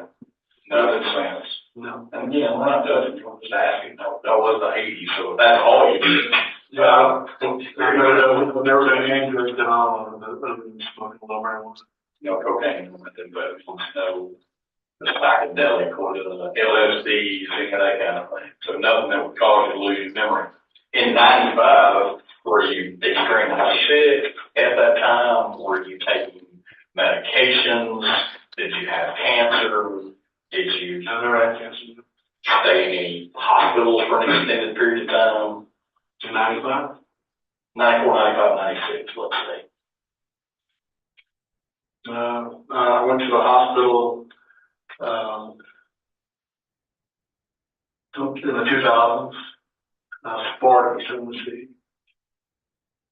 Yeah, I was 40 years old the first time I was in the hospital. I had cellulitis. Okay. I've been talking a lot, I've been asking a lot of questions. Aaron has filled in, taking notes, etc. We're going to give you a chance to say anything that you might want to say or tell us, hey, have you thought of this? So we'll give you the floor. I don't know anything. Okay. No. Not at all. No, nothing you would lead us to, no, people to look at. I mean, I haven't lived in Texas for 14 years. Well, that happened 26 years ago. I said, I think I live on the eastern.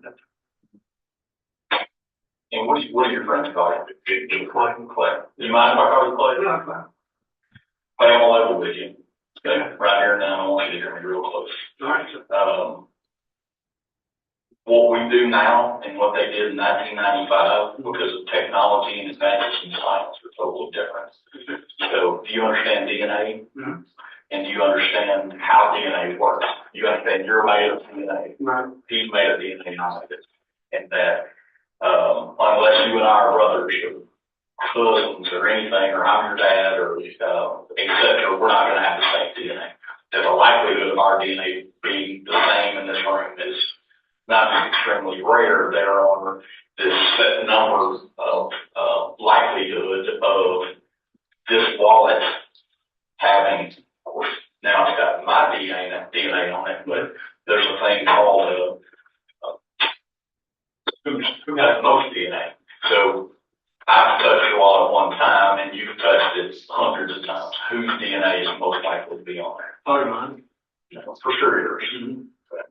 So what I'm going to tell you is that crime scene was processed really well. But in 1995, as we like to say in police work, we hadn't invented DNA yet.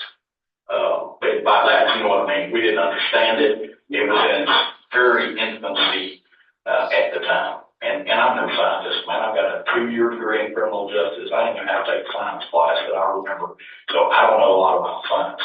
But what I do know is about DNA and about how DNA works in placing someone in a crime scene. And what I'm gonna tell you right now is your DNA was on Catherine's bed and was inside Catherine. Okay, I mean, I don't know how I got there, but Chris A was there. There's only one way for it to get there. Okay. And that's by you putting it there. And it's seen.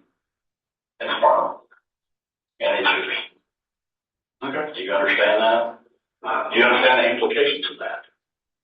The day that she died, the night that she died, your DNA is in her and your DNA is on her bedspread. Your DNA is in her vagina and your DNA is in her rectum and her blood. And you're sitting here telling me, you understand DNA. You understand that? Yeah. And you understand your DNA is all over that wallet. And my DNA is on that wallet a little bit. There's nobody else's DNA that was inside her. And there's nobody else's DNA that was on that comforter on that bed. And the only way for that to have gotten there would have been for you putting it there. Now, I don't want you to say anything right this second. I want you to think about the next words that come out of your mouth. I want you to think very hard about that. You're a smart guy. There's no doubt about it. You have a great vocabulary. You are articulate. You have college. You have high school. You live life. You're 61 years old. You live in a nice home. Okay? Your DNA is in her. Your DNA is on her. They got there one way. We know how it got there, as in who put it there, and that's you. But we don't know the story behind how it got there. There's two people that know that story. You're one of them, and she's the other, and she can't fall. What I ask you is, now, to be honest with us completely, and tell us, how did that happen? I'm not gonna say anything. I might need an attorney now. Probably need one, or you do need one. But if you're saying I did that, then I might need an attorney to talk to. That's up to you. If you want an attorney, you can get an attorney. That's absolutely fine. It is. We don't hold that against you, anything like that. You're here voluntarily. You get to walk out of that door right now. You do. Or whenever you want to, you can walk out there right now. We're giving you that shot to tell us your side. But if you want to not talk, if you want an attorney, we're good with that too. And that's up to you though. I understand. That's the route I take. You have to tell me completely what route you're gonna take. I'll be an attorney. You want an attorney? Yes. Okay. Well, that's all we got then. We're gonna let you walk out of the door just like we told them. I'll help you get you back to these guys and get you going. Do you have any questions for us? No, sir. You sure? Yeah. Okay. We'll I'll watch this work the other one.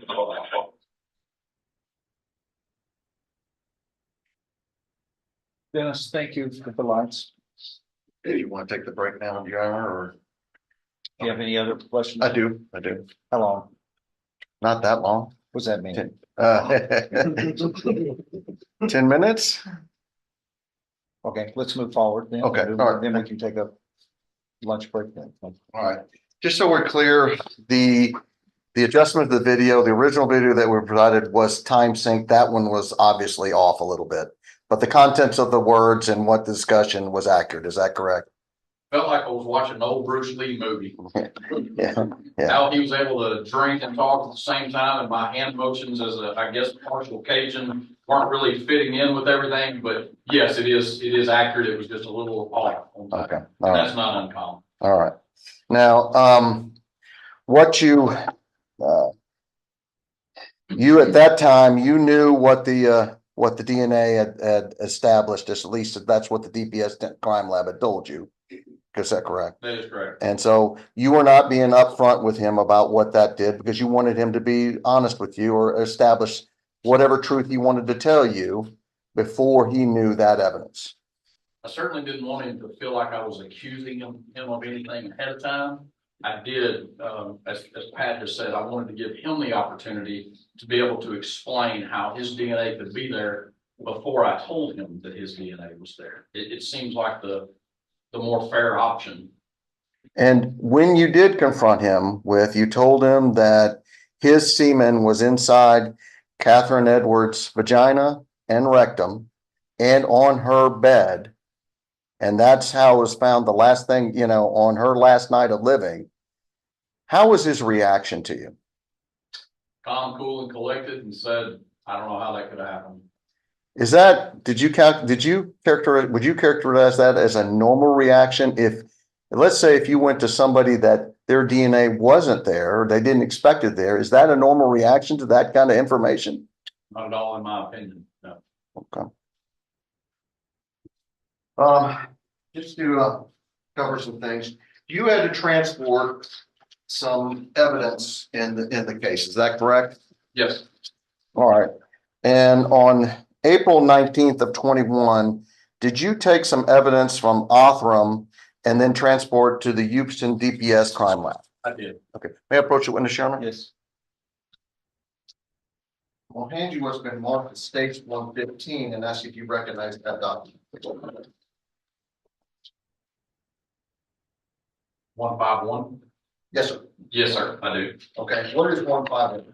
It is a lab submission form from my picking up items at Auburn Labs in the Woodlands and delivering those over to the Houston DPS lab for further testing or processing or whatever those two labs are doing with one another. Okay, and what did you deliver on that day to the Houston DPS crime? 2 items specifically. One was a cutting from the comforter from the crime scene that Beaumont police had collected. And the second was possible swabs from the sexual assault kit that was obtained by the medical examiner from Catherine in 1995. I'm gonna show you what's been marked as stage 109A and ask if you recognize that envelope. Yes, sir, I do. Okay, what is 109A? 109A would be, it's 2 items. DPS, pardon me, requires that we submit things just for their safekeeping and their cataloging, I guess, for lack of a better term. They wouldn't just allow me to submit like a clear plastic baggie for the most part. They would require that we put the evidence in so this could fit in a certain space. So this whatever size envelope this is, so would have contained that. So I obtained this, then at the DPS lab, we would have placed it inside this envelope. Okay, and by this, you're referring to stage 109, which is a clear plastic baggie, which also contains what we've labeled as 109C1, 109B1, and what looks like 109B inside. Is that correct? That is correct. Okay, and you initially brought what contained within 109 to the crime lab on April 19th of 21 from Othram, and they required you to put it in the envelope that is labeled 109A. Is that correct? That is correct. And on the outside of the envelope, you put your initials at the top. Is that, Yes. what does that say? RBB, Robert Brandon Bess, And that's, April 19th, 2021, as well as the red tape. okay, yes. And then subsequently, 2 years later, were you asked to take some evidence, which would have been the anal swabs from the Austin crime lab to the Houston crime lab? I was. Okay, I'm gonna hand you what's been marked as states 155 and ask if you recognize that. I do. Okay, what is states 155? It would have contained item number 31, which was a 4x6 Ziploc bag containing anal swabs marked quote 23.9 from the Austin lab with the Austin lab number L as in Lincoln 278066. It was one from the victim, and we were requesting DNA analysis of that, with the suspect individual being Clayton Bernard Foreman. Okay, and states 110B, did that contain those items? It did. Okay, and you recognize that those items because it has the same lab number that you submitted it under? Yes, sir. And contained within 110B is 110A, and that was contained within the envelope of 110B, is that correct? Yes, sir. All right, and you delivered that, you took that from the Austin Crime Lab and delivered it to the Houston Crime Lab on June 16th of 23. Yes. You know, at this time, I'm will tender states. On that? Okay, all right. Going 155 and 151, which are the documentation of what they took. And then the envelopes.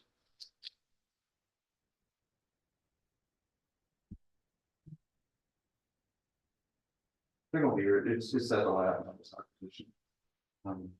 110, 110A, 110B.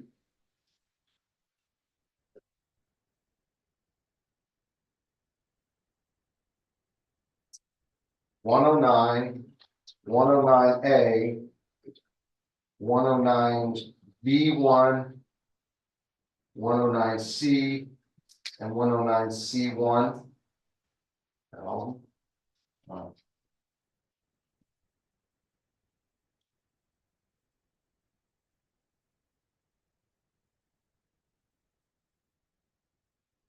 And I'm gonna object to those. I believe that there's been another person that has opened up those envelopes prior to final examination.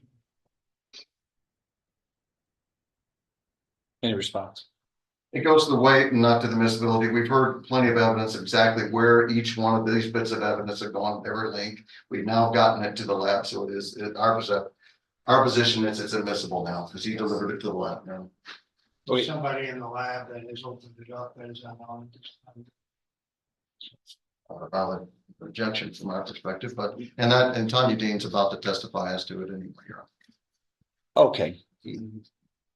You were gonna clear up that issue. Okay. All right. You want me to withhold it and then until. Yes, it'll be held in abeyance up to that point. All right. The information and evidence is before the jury and the court. The objection is made. I'm going to sustain the objection at this time until that portion of the objection, that is, who and why was that the item or items moved into evidence.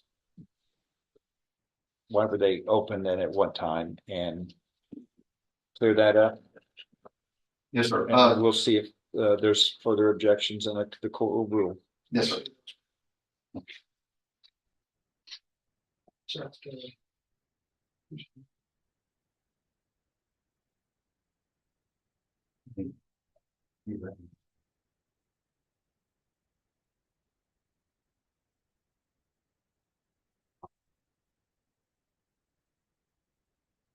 On states 151 and 155, are those your signatures on those? Yes, sir. Okay, tender again, 151 and 155. Clear it up. No objections to those forms. Those are admitted. Pass the winner, Sharon.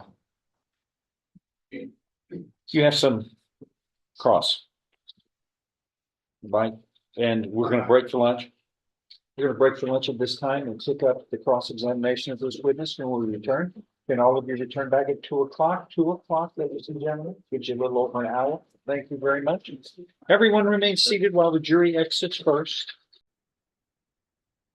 The record shall show that the jury is seated in the courtroom. All parties are present. We are ready to proceed. I believe when we broke, you had rested, or did you have more questions? We did, but I've talked to Ms. Burbank before. I had a couple more points I wanted to make before I passed, if that's all right with the board. You may.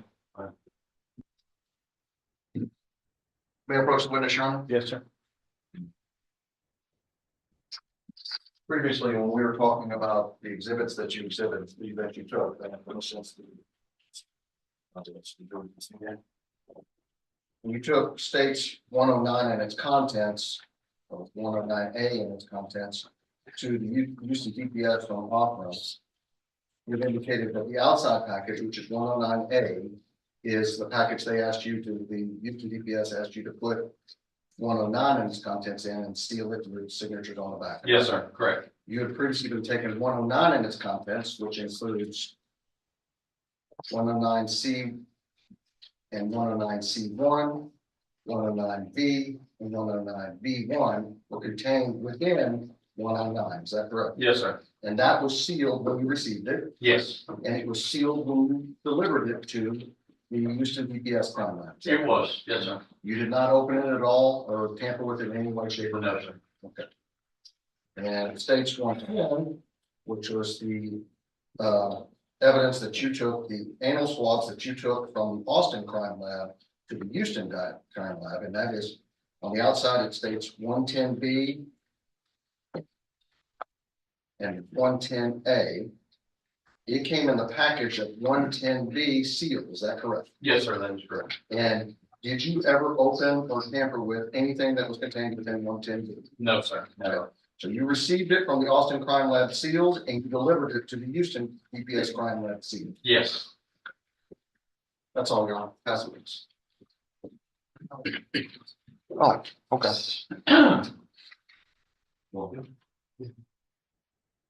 After you talk to you, I got questions now. Yes.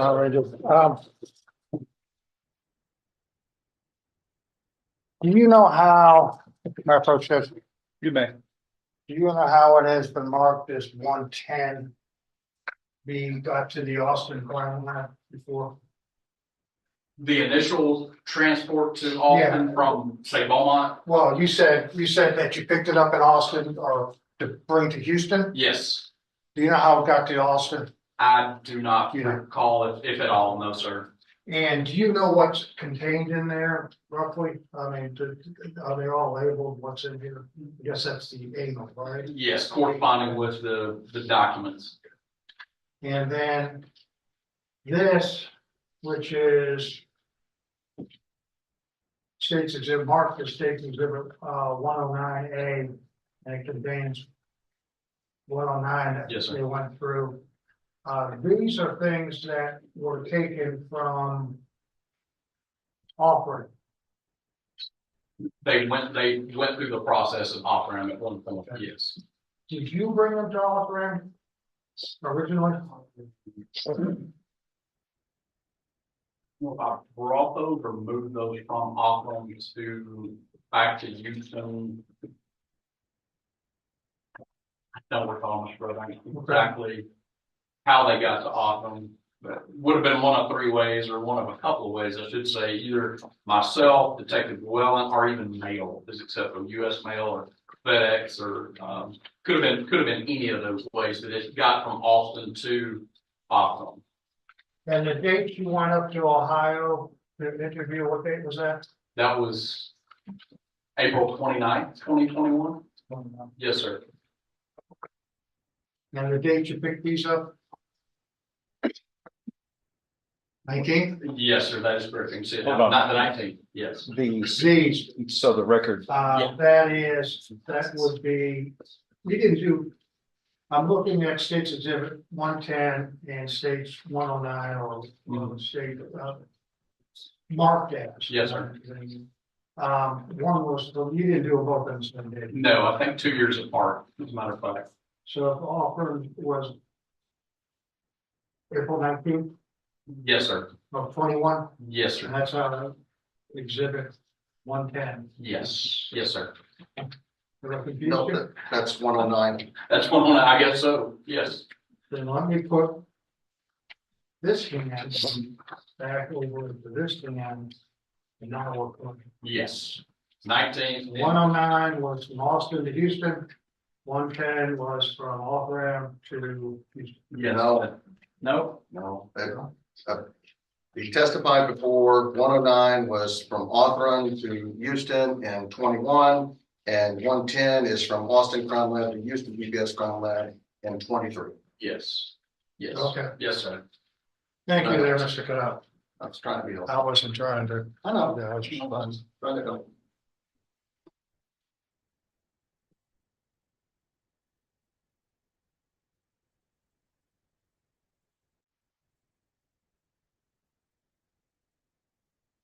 That's with him. Thank you. anything else? No, Your Honor, may this witness be excused. You are excused, sir. Thank you, Judge. Thank you, jury, very much for your service. Next witness, please. Detective Aaron Lewallen.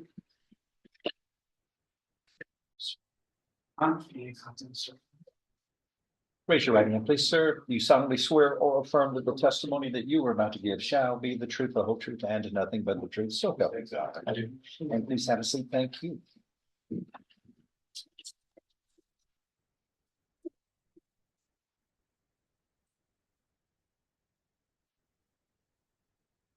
You state your name for the jury, please. Aaron, hello. And how are you employed? I'm detective with the city of Beaumont, How long have you worked for them? 26 years. And right now, what are your current duties with Beaumont Police Department? I'm a detective assigned to the Crimes Against Persons Unit. And for the past 4 years, I've been assigned to our Sixth Street Task Force as a task force officer with the local FBI office. Back on April of 2020, were you a detective with the Beaumont Police Department? Was Now, let's kind of give the jury a little background. When you were working for the Beaumont Police Department, you always weren't in crimes against persons, were you? yes, sir. Before that, what were you in? I was in Crimes Against Property. And while you were in crimes against property, did you have some downtime? I did. And what did you do in your downtime? So back when I worked at Crimes Against Property, like I said, I had a lot of downtime. So I researched every homicide that Beaumont PD had. And from that list, or from that information, I created a list of cold cases. What was the purpose of looking at the cold cases? I don't see if there's anything else that we can do to bring justice to the family. Was one of those involving a victim with the name of Mary Catherine Edwards? It was. Now, when you first saw that case, did you want to get involved in it? At the time, no. It was rather extensive. My duties, maybe work different cases, and it wasn't necessarily my purview to get involved in that. But from that information, I was able to create that list and give it to the person who did it at the time, so they could delve into those cases. So then you got into persons, is that correct? I did.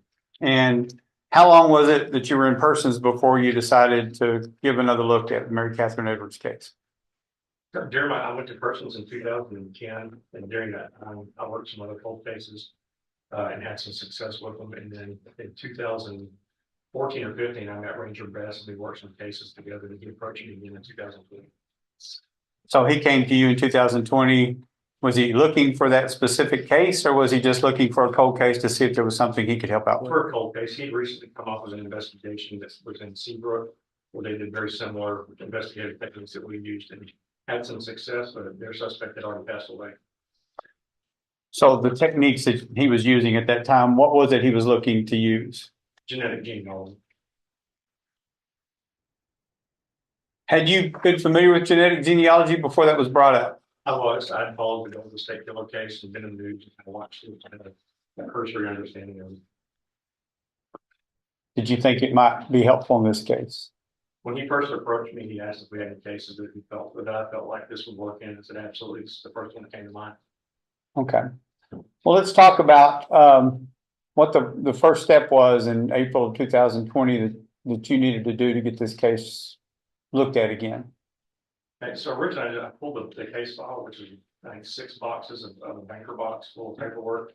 Started going through that. It had the misfortune of crossing 3 different record keeping systems, from the old analog carbon copies to more computerized stuff these days, and organizing and learning the case.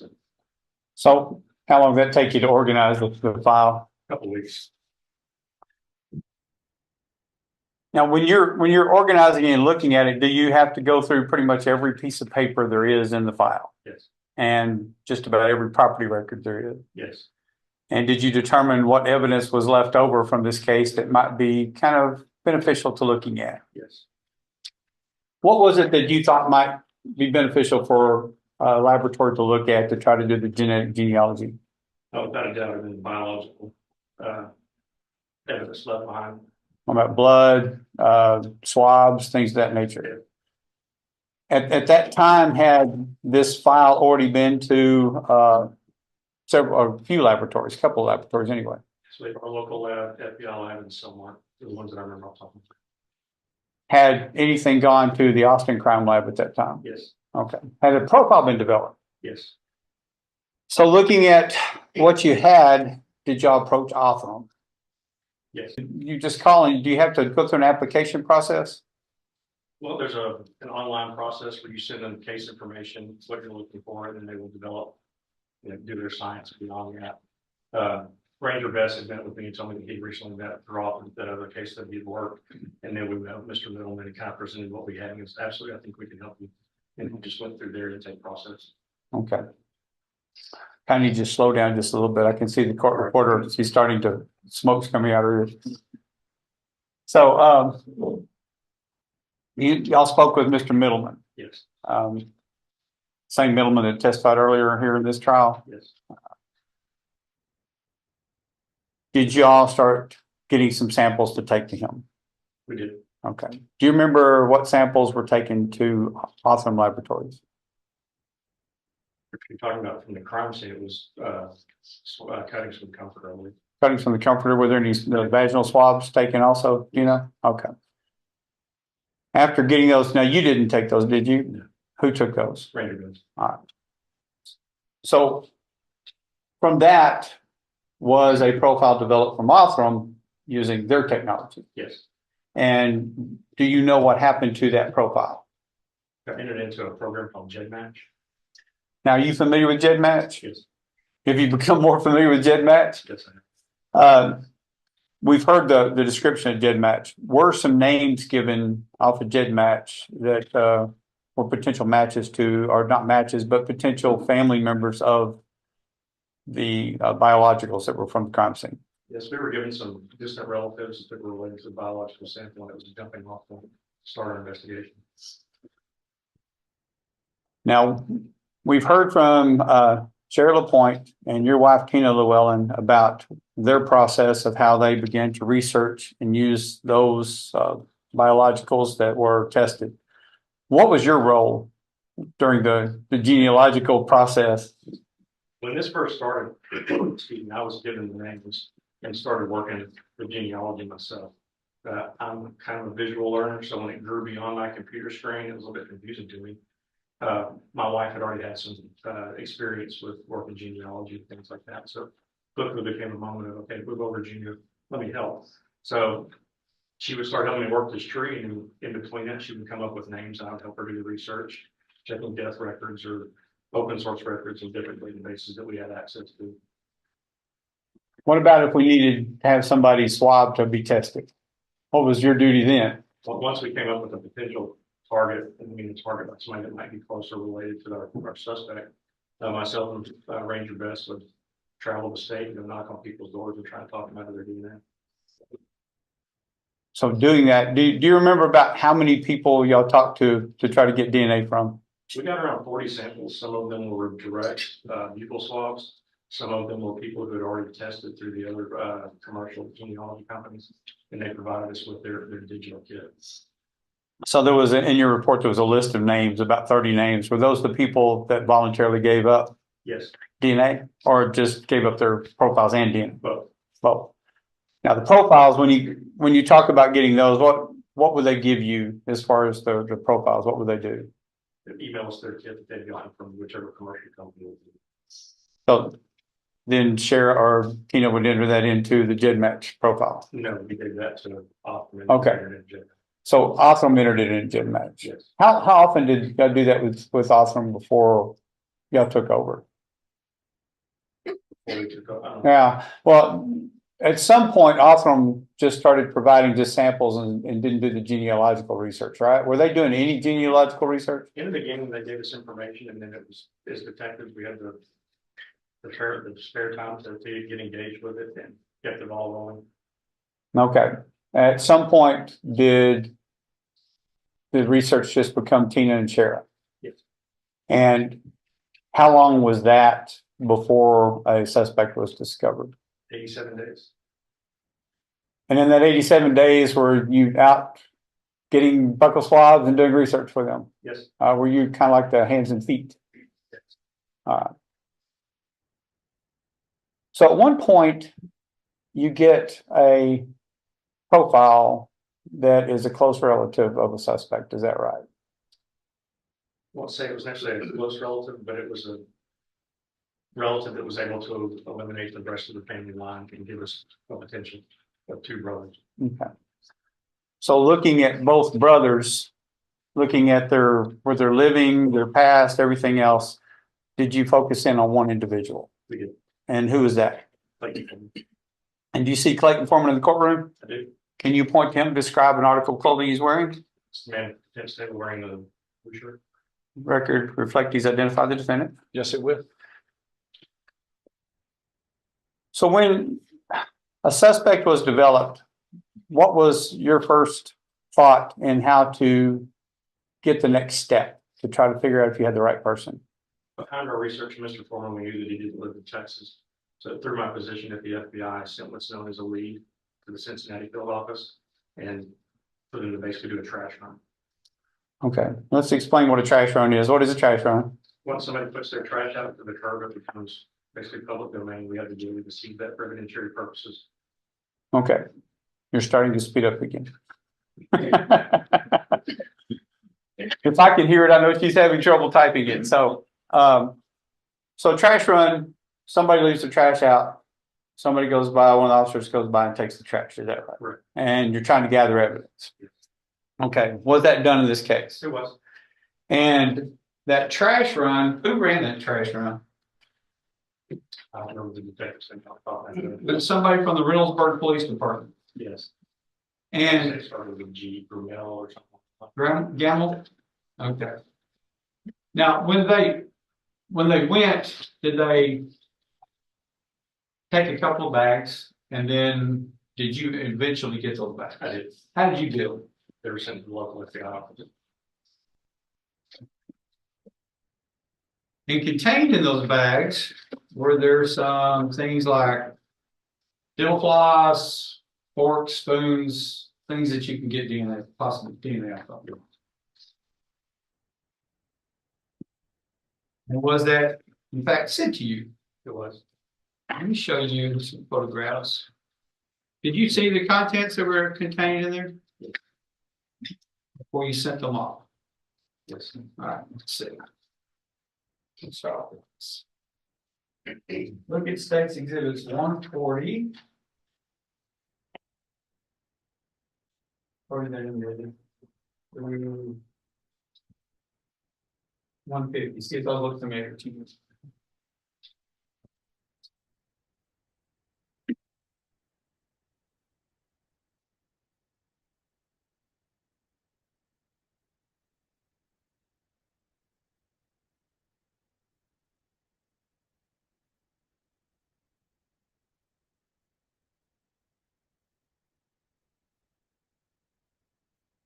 Those look familiar? Yes, sir.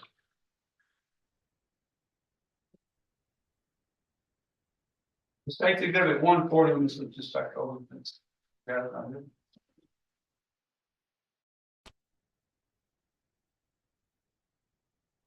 How did you receive this trash pull? Do you remember?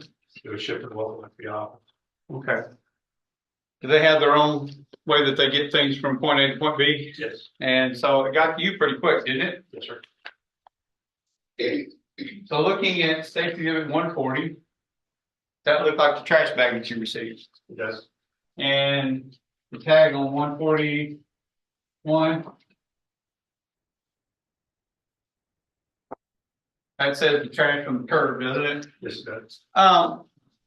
When you open this, let's do 142. When you open these up and you got the items out, how could you decide what you needed to take to the lab? Did you talk to the lab or did you just decide? I talked to Tanya and gave her a rundown of the things that we found, and she suggested the best items to test. And do you remember what you took to Tanya Dean at the laboratory? It's okay if you don't. I think I have a form. I don't recall all of them. I remember we sent the plastic there. Let me show you. Where's it?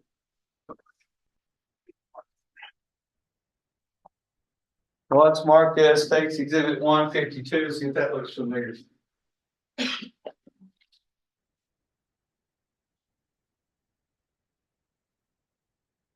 Okay. And what is that? It's the lab submittal report that I filled out and I turned in evidence to. Okay, so you filled it out and you signed it, is that correct? Yes. And what date was that you turned it in? April 21st and 21st. When was the trash run? Do you remember? Let me tell you State's a good one.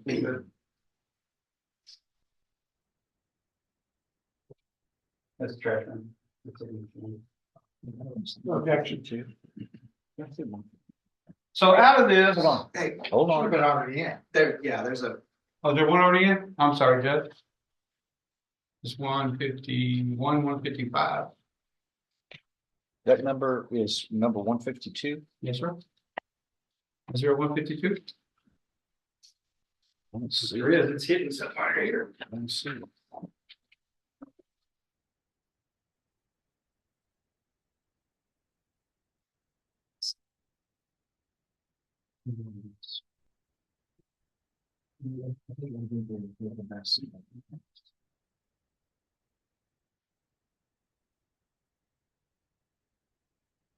This is Bess. This is Bess. I don't think he said he called it 150.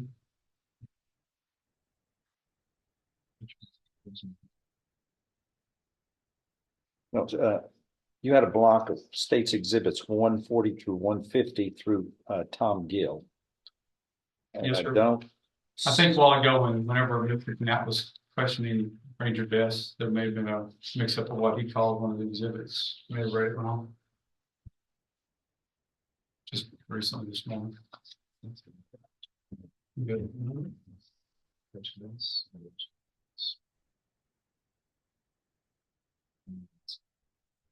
Mhm.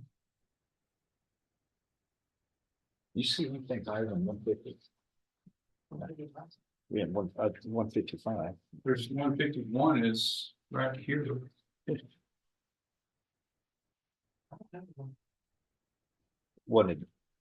It wasn't admitted, I don't think. I'm pretty good about writing this down. I know she is. Okay. But So there's no 152?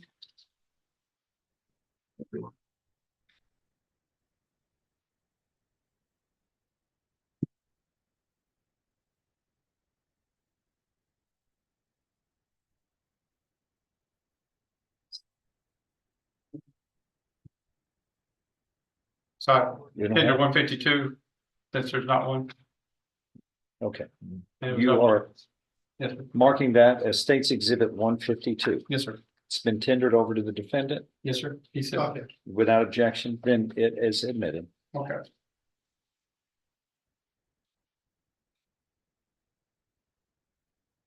So let's look at States Exhibit 152 and see what it is that you took in for.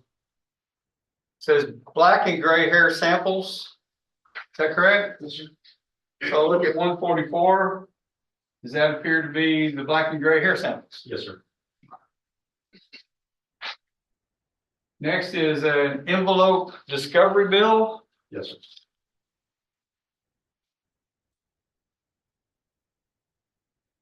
You get 150. That appeared to be the discovery bill for Foreman. Yes.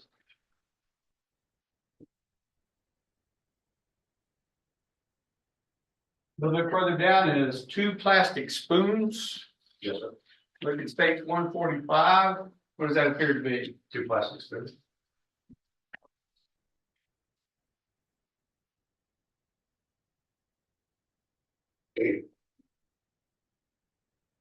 On the second page, you've got a string of dental floss. Is that correct? Yes, sir.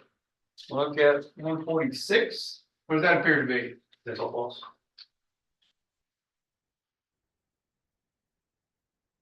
Next is 1 plastic fork. Is that correct? Yes, sir. Look at stage 147. What does that appear to be? Plastic fork. And then last but not least, what is the last one? 5 prescription bottles. And looking at stakes 148, does that appear to be 5 plastic prescription bottles? Yes, sir. So these are the items that were taken to Tanya Dean at the Houston Crime Lab. Is that correct?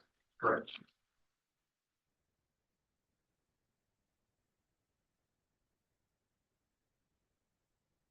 And if I were to tell you that all those items have been admitted into evidence, would you agree with me that everything in those pictures would be contained in these exhibits? Yes, sir. That they have not been opened. Let's start off with it. 113A. What does 113A say it is? Hair trash bowl. Okay, so that's that black and gray hair, is that correct? Yes, sir. And 113B, what is that? Or trash bowl. Okay.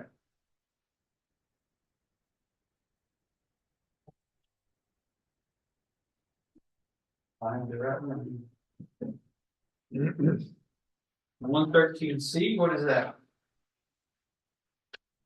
This involves trash bowl.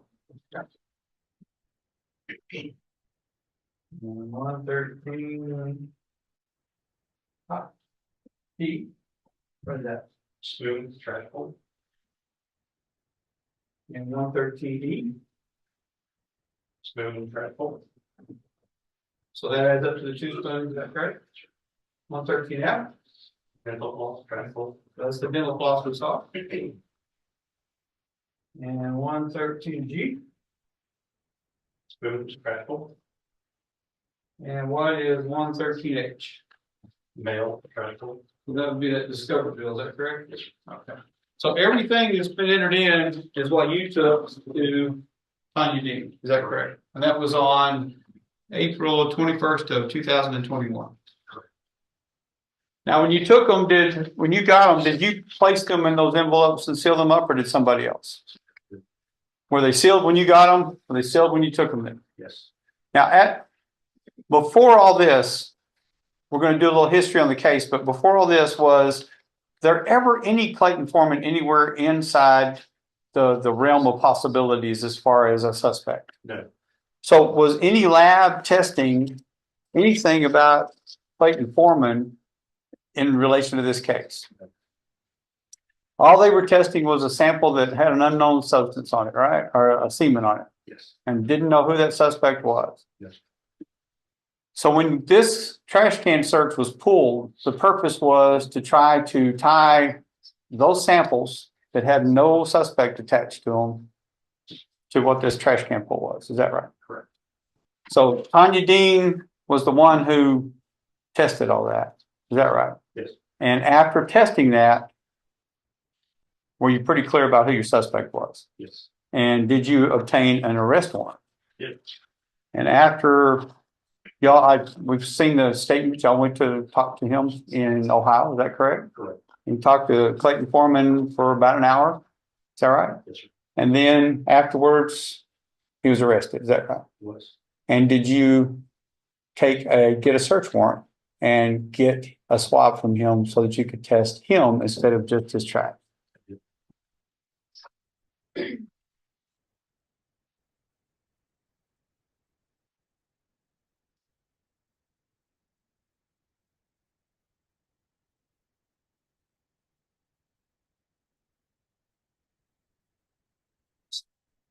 Move. Let me show you what's marked as State's Exhibit 118A. See if you recognize that. Put the tag on it. Yes, sir. And the contents, you look inside and see if you recognize it. Those are the buccal swabs that I took from Clayton Foreman. And when did you take those? You remember? Does it have a date on it that you took those swabs? Look inside it. June 28th, 21. And you take those personally from him? I did. And what did you do with them once that you took those swabs? To the ground. Did you place them back in the box Yes. and put your initials on them? Yes, sir. And did you seal them up I did. in this envelope, or did somebody else seal it in this envelope? Excellent. It's been- You took the boxes, Yes. and so with the boxes closed, you drove them straight to the Houston Crime Lab. Yes. Is that correct? And did you turn them into Tanya Dean? I turned them into the insect DPS lab. Okay. So when you took those, did you also take some blood from the victim with you? Yes. Let me show you what's marked 34C. That appears to be the victim's blood that you took with you to the crime lab. Yes. And looking at State's Exhibit 153, you recognize that document. I do. What is that document? It's the labs and the GPS used in the lab to the response and different lab. Okay. And that's the same that you just identified in states exhibits, 34C and the contents of 118A. Is that right? Correct. You took those to the crime lab, and is this your handwriting that filled this form out? Yes, sir. And your signature on it? Yes, sir. And the date you took it? Correct. Finger states 153. No objection, states conflict. It's admitted. Now, this blood that you got is, did you get it from the Beaumont Police Department Detective History Crime Lab?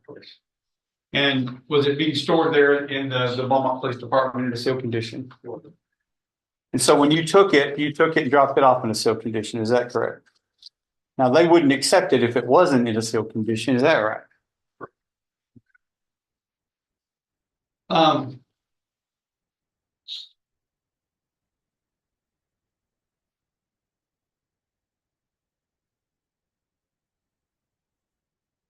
Trying to get all the bad stuff out of the way real fast. Later on, let's just go back and do a little history first. Then we'll get to present day. When you first picked this up and started looking at it, did you go through the investigation that was conducted? I did. And I think you put in your paperwork that it was an exhaustive investigation, right? So, what do you mean by exhaustive investigation?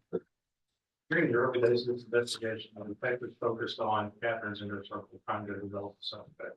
As time passed and those leads ran out, they started kind of expanding their net, trying to find other people to develop other suspects or leads to help solve this case.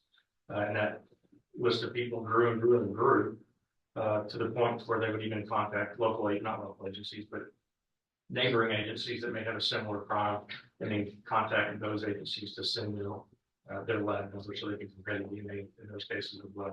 Well, you're working in your experience as a detective when you have a murder and sexual assault such as this. Is it normal to focus on people close to her first? Just kind of see who's close and who has access to her, right? Correct.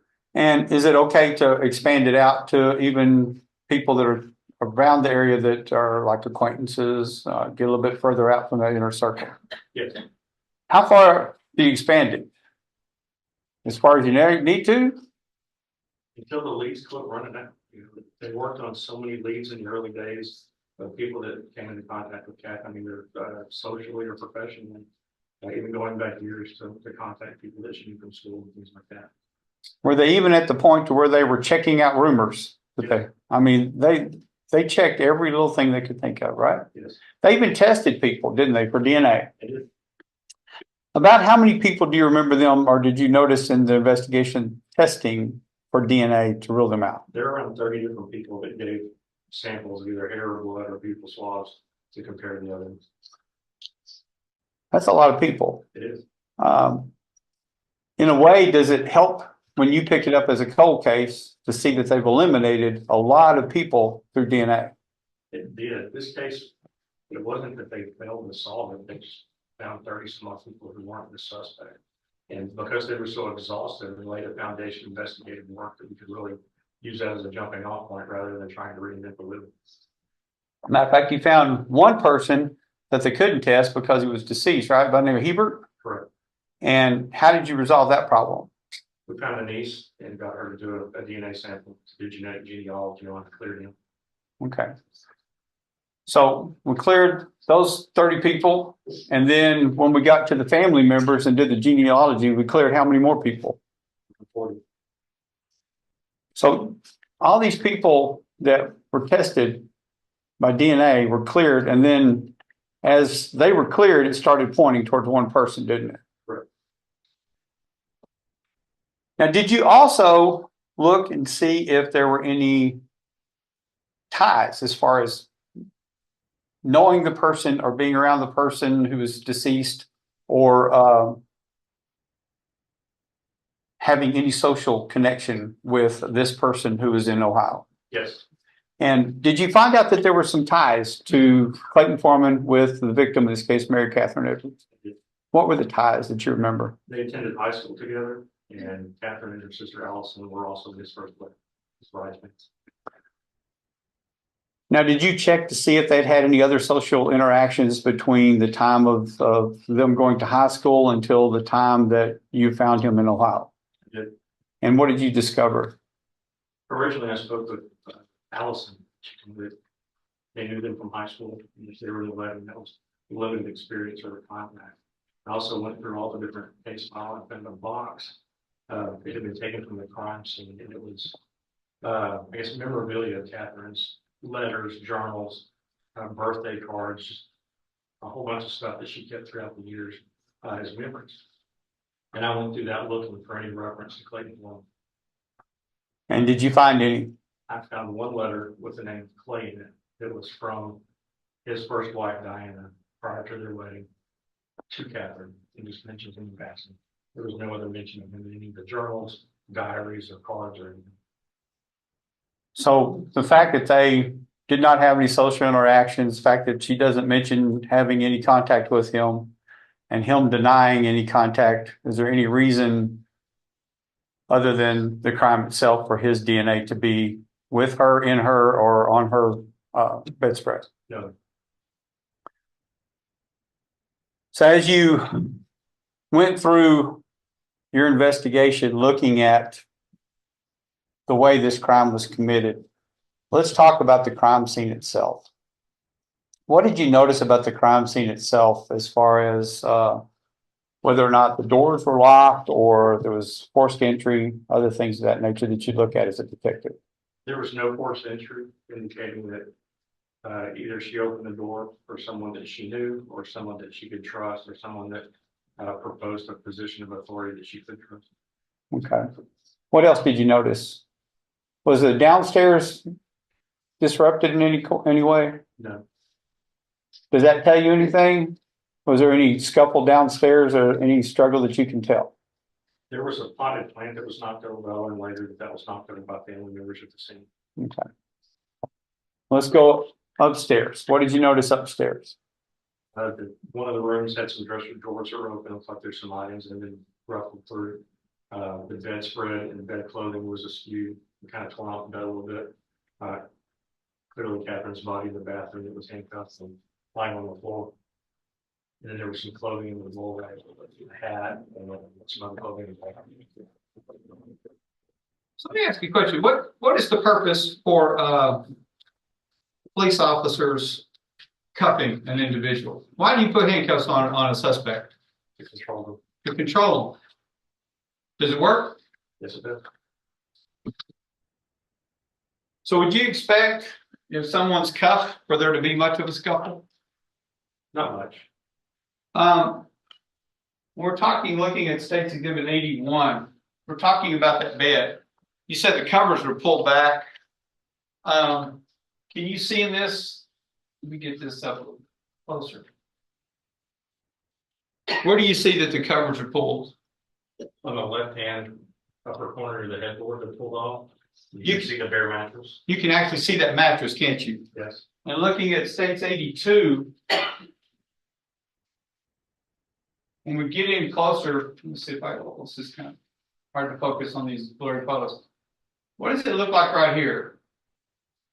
The covers are pulled off. So they're pulled back, aren't they? Yes. Does that appear like somebody being dragged back towards the other edge of the bed because those covers are being yanked that way? Yes.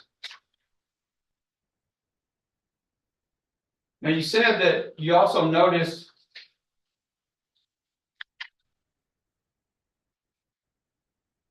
besides that, was there anything on the dresser or nightstand or anything of that nature that gave you the hint that there might have been a scuffle? There was a part of the bedpost that had been knocked off. In 83, but did anybody ever find that bedpost that you noticed? I believe that's it on the front of the dresser, isn't it? I'm pixelated there, but I thought that's what that was. Where at? Right here? Yes, sir. You think that might be it? Yes, sir. Yeah, it's kind of hard to see, isn't it, with it, but it's pixelated. Does that look like the same shape and size as these over here? Yes, sir.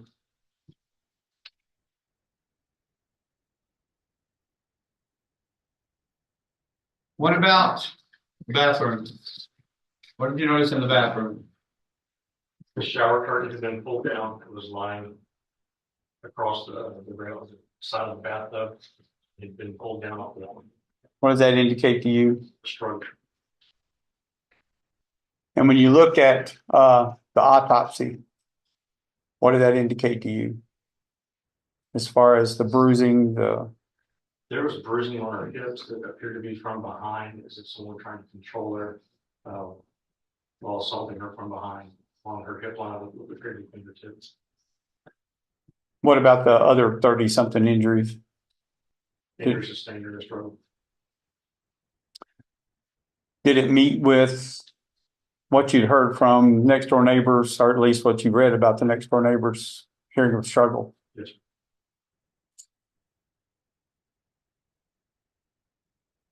With the fact that there was semen inside of her at the time of her death, what did that indicate to you as far as a detective? That she was sexually assaulted just prior to that.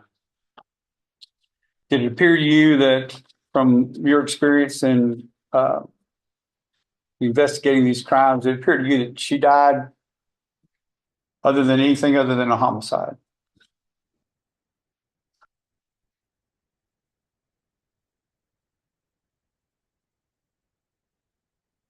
With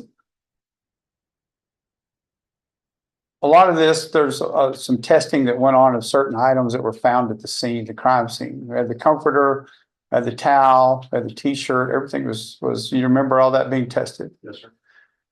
Now, there came up a question about a blue ball cap that was tested. Do you remember that blue ball cap? Yes, sir. Do you remember where that blue ball cap was? Did you see the pictures of it? In the door frame of his bedroom, lying with some pillow clothes. Was it right just between the bathroom and the bedroom? It was.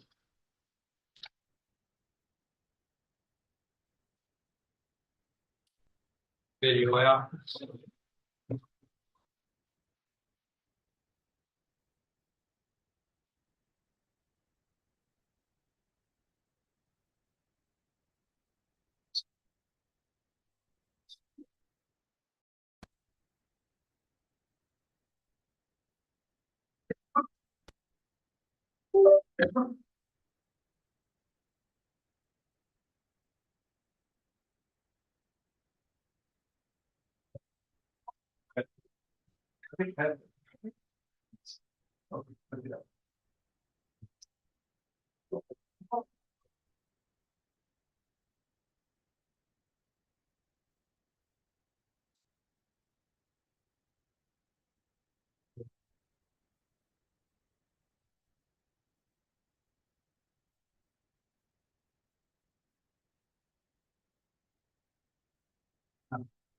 Right, just leave it right there.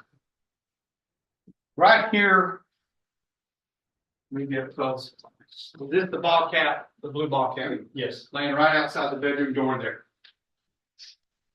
Now, looking through all the investigation and all the things that you read through, statements, everything else, did you determine where that blue ball cap, who that blue ball cap belonged to? I did. Who did it belong to? Mr. Edwards, Catherine's father. In matter of fact, in his statement to the police, did he tell them that he left his blue ball cap in there? Yes. Okay. And so that belonged to Mary Catherine Edwards' father, is that right? Correct. And that's the blue ball cap that the detectives are going to shut off. That's the blue ball cap the detectives had tested to see who it belonged to. Now, at that point, had Mary Catherine's father passed away? Yes. Okay. So. The search warrant that you had To get the buccal swab. Later on, after things were being tested, did my office ask you to pick up some anal swabs from the lab and take them from the crime lab and take them to the Houston laboratories? And also some fingernail cuttings. Right. Let me show you what's marked as State's Exhibit 154. Do you recognize that? Yes. And what is that? Labs and anal swabs and finger scrapings. Okay. And looking at State's Exhibit 33A, would that have been the anal swabs that were taken? Yes, sir. Okay. And looking at State's Exhibit 35, inside of 35, what do you find? Fingernail scrapings. And are those the fingernail scrapings that you took to the Houston Crime Laboratory? And what date did you take those? They are in a ticket line. May 11th of 23. And did you personally deliver those? I do. And when you did, were they in a sealed condition? Yes, sir. Did you pick them up in a sealed condition and take them in a sealed condition? I do. Interstate's 154. Oh, is this your signature on State's Exhibit 154? Yes, sir. And that's not your handwriting because it's typed, but that is your signature. Yes. Interstate's 154. No objection, no. One State's Exhibit 154 is admitted.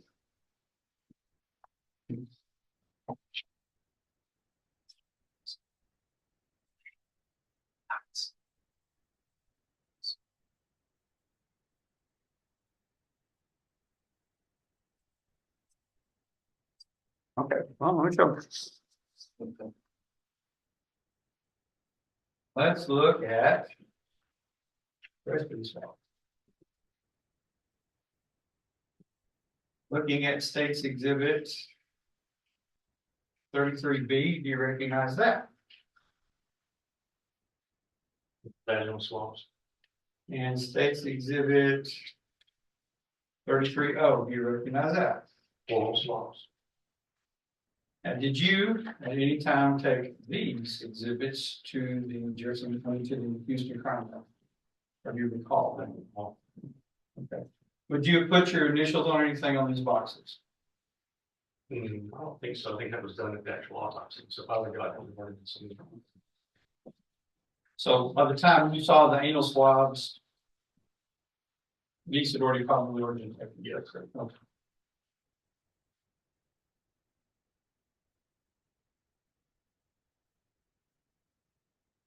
Now, after the genealogical search, after your exhaustive investigation of what had already been taken care of, you traveled, y'all talked to Clayton Foreman, is that correct? Right. And then afterwards, y'all arrested him? Correct. Arrested him out in the hallway there after he gave his statement, is that correct? Yes. And then you got the search warrant for the buccal swabs, is that correct? Correct. And you took those buccal swabs yourself? And just, I don't know if everybody knows what a buccal swab is, so let's talk about a buccal swab. How do you take a buccal swab from someone? It's a big giant Q-tip. You swab the inside of somebody's mouth and it collects cells from inside their mouth that gets packaged up in the boxes and sent to the lab. It's a big Q-tip. You swab the inside of somebody's mouth. You do 2 Q-tips and then seal them inside of a box that comes with the packet. We can send it to the lab for testing. Okay, so those buccal swabs I showed you earlier, that's what you did with Clayton Foreman. Yeah. And when you swab them, you place them in the box immediately, is that correct? Correct. And bring them to the laboratory. Correct. I'll pass one, Judge.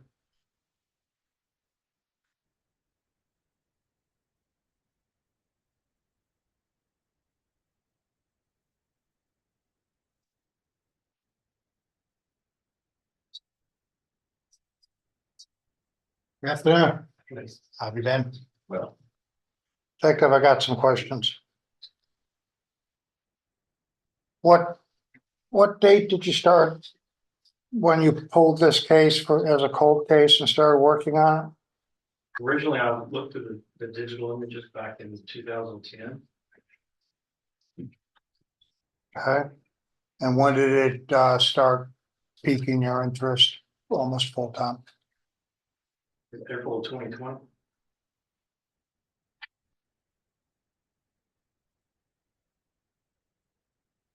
You testified that and you looked at the crime scenes photos and looked at the investigations.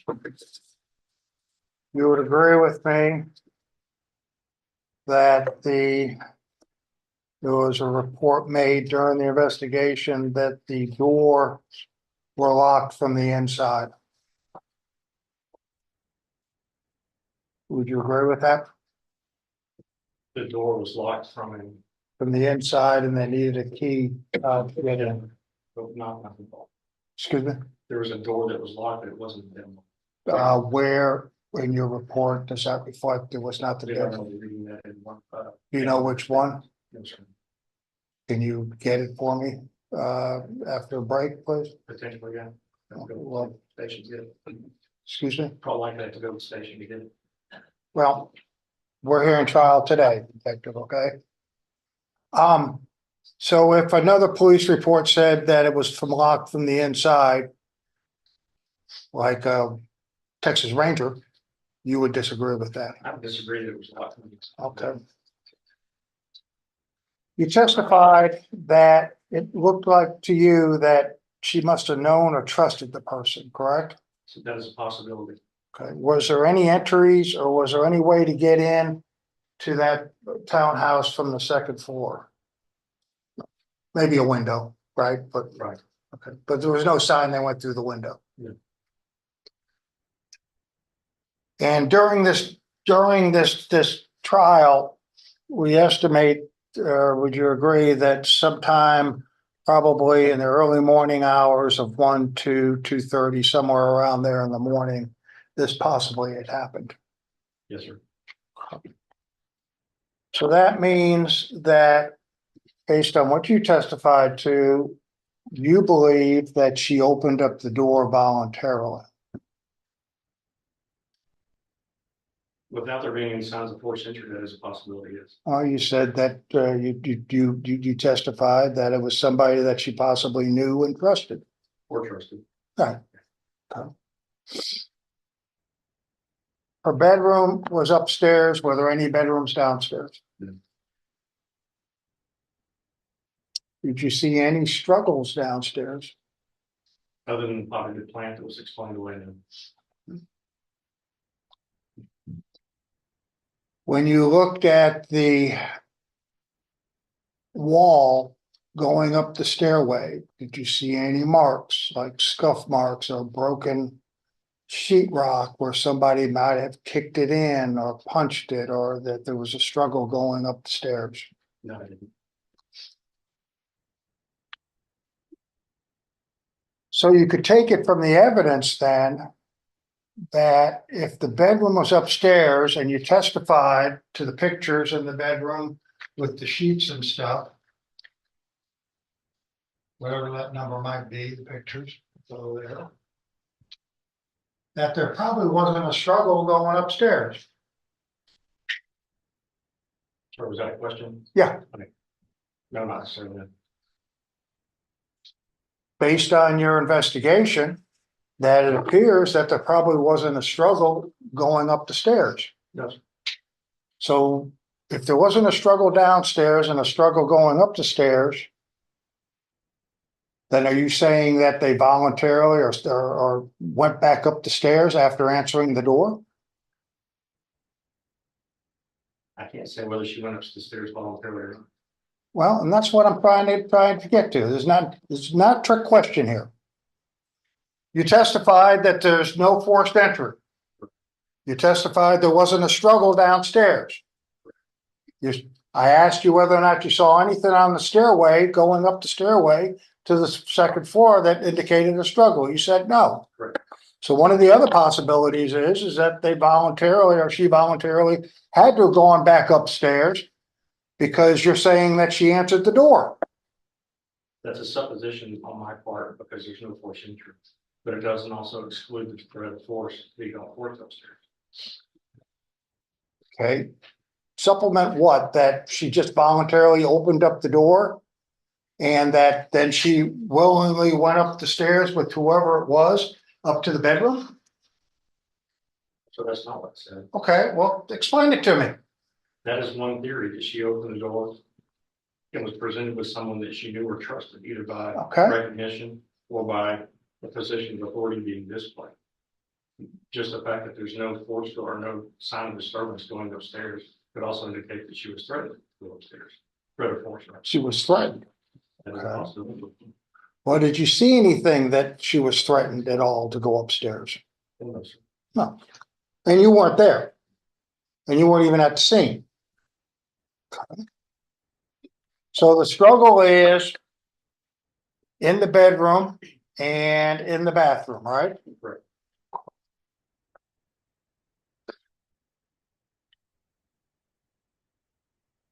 And you testified that the bed and the sheets, it looks like it had been dragged off the bed, left-hand corner, I think you said, right?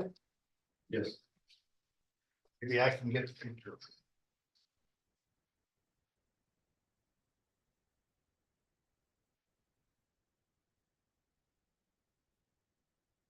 What'd you do with the photographs, Michael? I didn't. What I figured. Let me put that in here.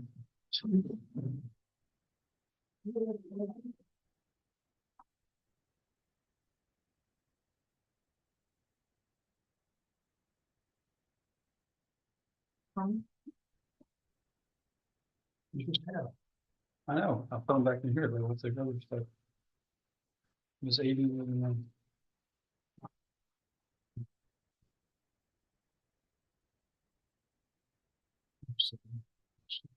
You can go ahead and talk to me.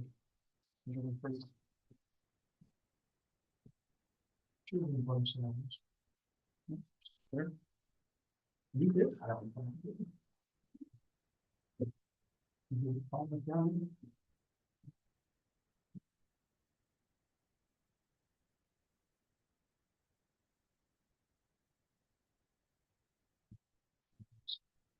You put it back in.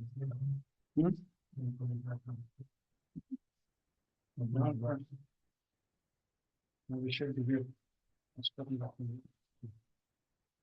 This one, sir. 81 to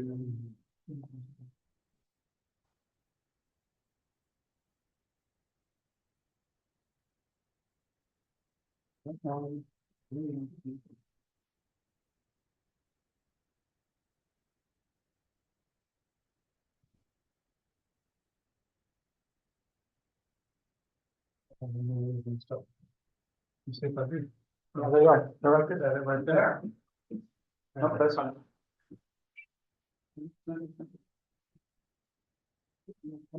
As he's looking for, did you take them? Okay. The picture was of the bed. You remember that? Yes, sir. And it looked like someone had been sleeping on the right-hand side of the bed. Pillow was up, the sheets were down. But on the left-hand side, it showed the bare mattress. Yes. Correct?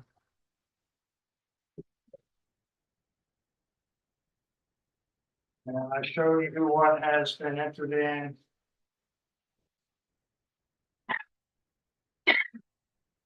There's another one out there, but this means State's Exhibit 81.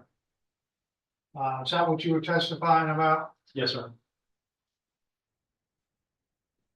Would it appear to you at that time that whoever pulled those off, and it looks like they got pulled off, right?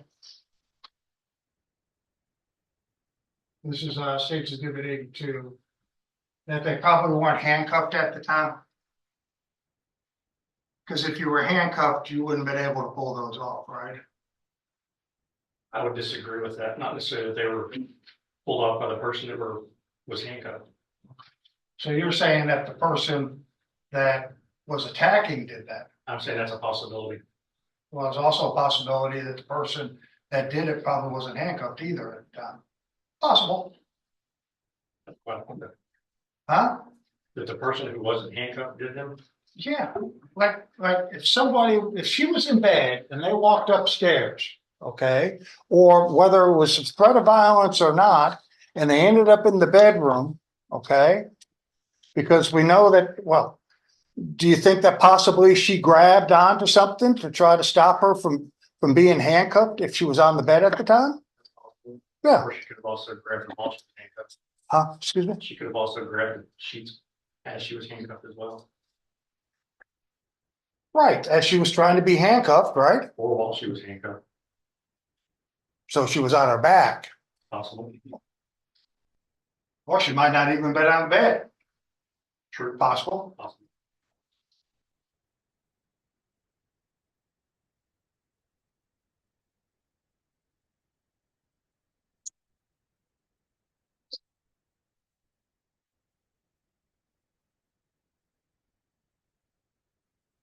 When you got it, you testify, and I'm gonna move on to something else for a second.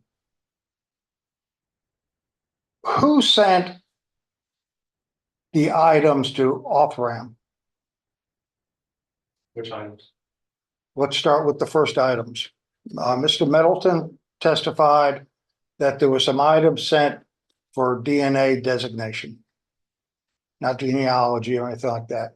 Do you know what items were sent there? I believe it was cuttings from this comforter and vaginal swabs. Okay. And that's it. That, I think so, yes. okay. And after that, was there anything else sent back to them? Not to my knowledge, other than when we would bring them DNA test kits for potential relatives. Okay, so what else did you bring to off-ramp in reference to samples to be tested? Just buccal swabs that we got from potential family members. Okay, and how many swabs do you think that you, just offhand? I don't remember how many, I want to say we had roughly 39 or 40 people that volunteered. Okay. A vast majority of those were already people that tested commercially. So we didn't have to get buccal swabs from them, so maybe half of them. And then in addition to that, you had about another 40 other people that were possible suspects that you had to eliminate. There were 30 other samples taken early on in the investigation.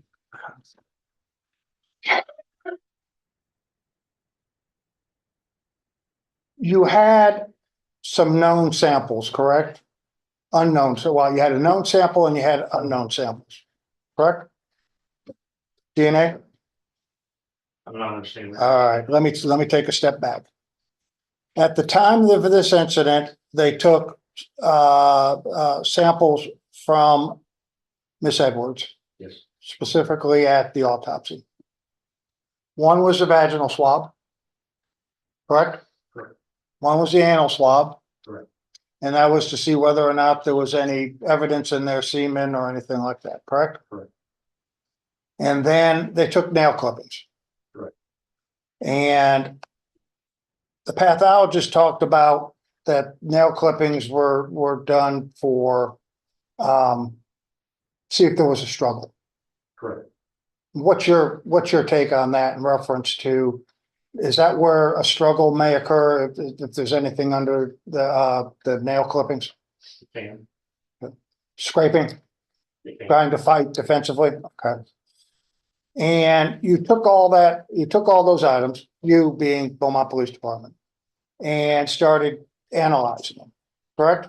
From the lab, yes. Yeah. Through Beaumont PD. You got an unknown sample on the vaginal. This is the early infancy stage, right? Of sperm. Okay. Well, is that right? An unknown sample? Right. An unknown suspects, yes. And then same on the anal swabs, right? Correct. And then how about the nail clippings? Those were tested later, And do you know what the results were? you know, Did it lead to any suspects or anything? you know. Nothing at all. No leads at all.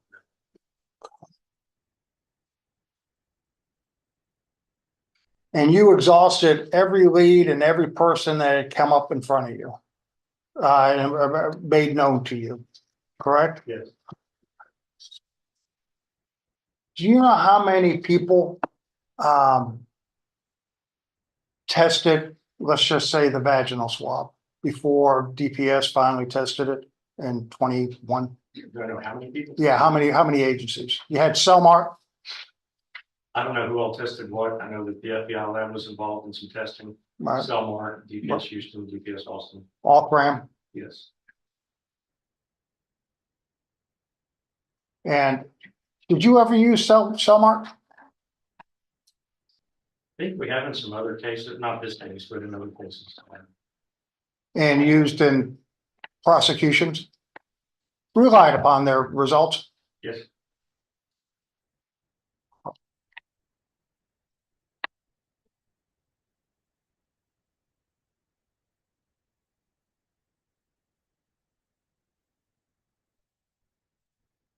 And when you got down to April of 2021, it all pointed to one suspect, right? In the end, yes, And everybody else was ruled out. yes, And all the DNA, whether it was known or not known, was exhausted. yes.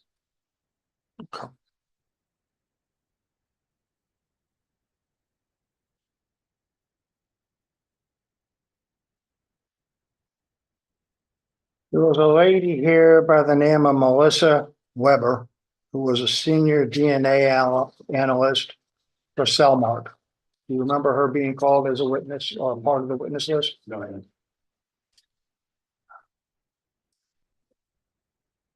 If she was called, would you be surprised? No. And she testified that she did some analysis back sometime in 1997, but specifically there was testing December 31st of 1997. You as the lead investigator for Beaumont PD, did you have a chance to take a look at all the investigative reports, especially with DNA? I'm sure that I have. Approach Judge. All right.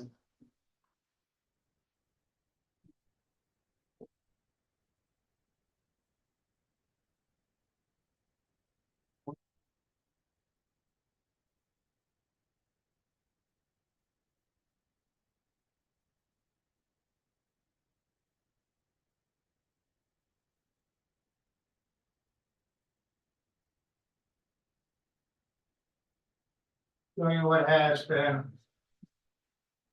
marked for identification purposes as defendants number 4. I will submit to you that this was given to me during discovery. Does that look familiar to you?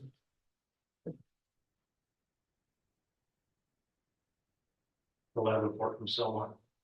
And those one of the reports that you reviewed, probably in your investigation? Yes, sir.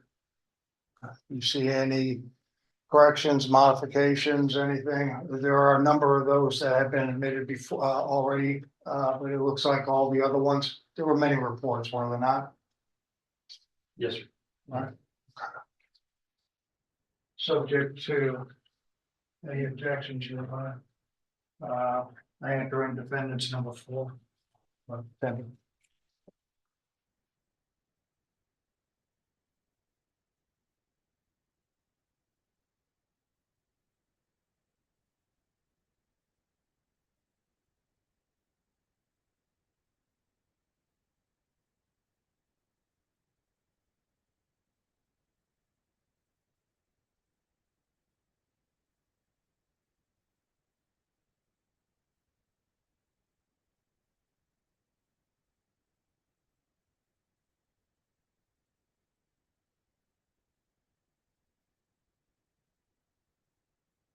I have no objection, Judge. Mr. Burbank, why don't you get that stapled so it doesn't, you've got 3 different pages there, please. Here. Yeah. So it doesn't. I can't. This. Start disconnecting. All right, without objection, defendants exhibit 4 admitted. Go ahead. This has to do, does it not, detective, with some blood that you sent to Cellmark?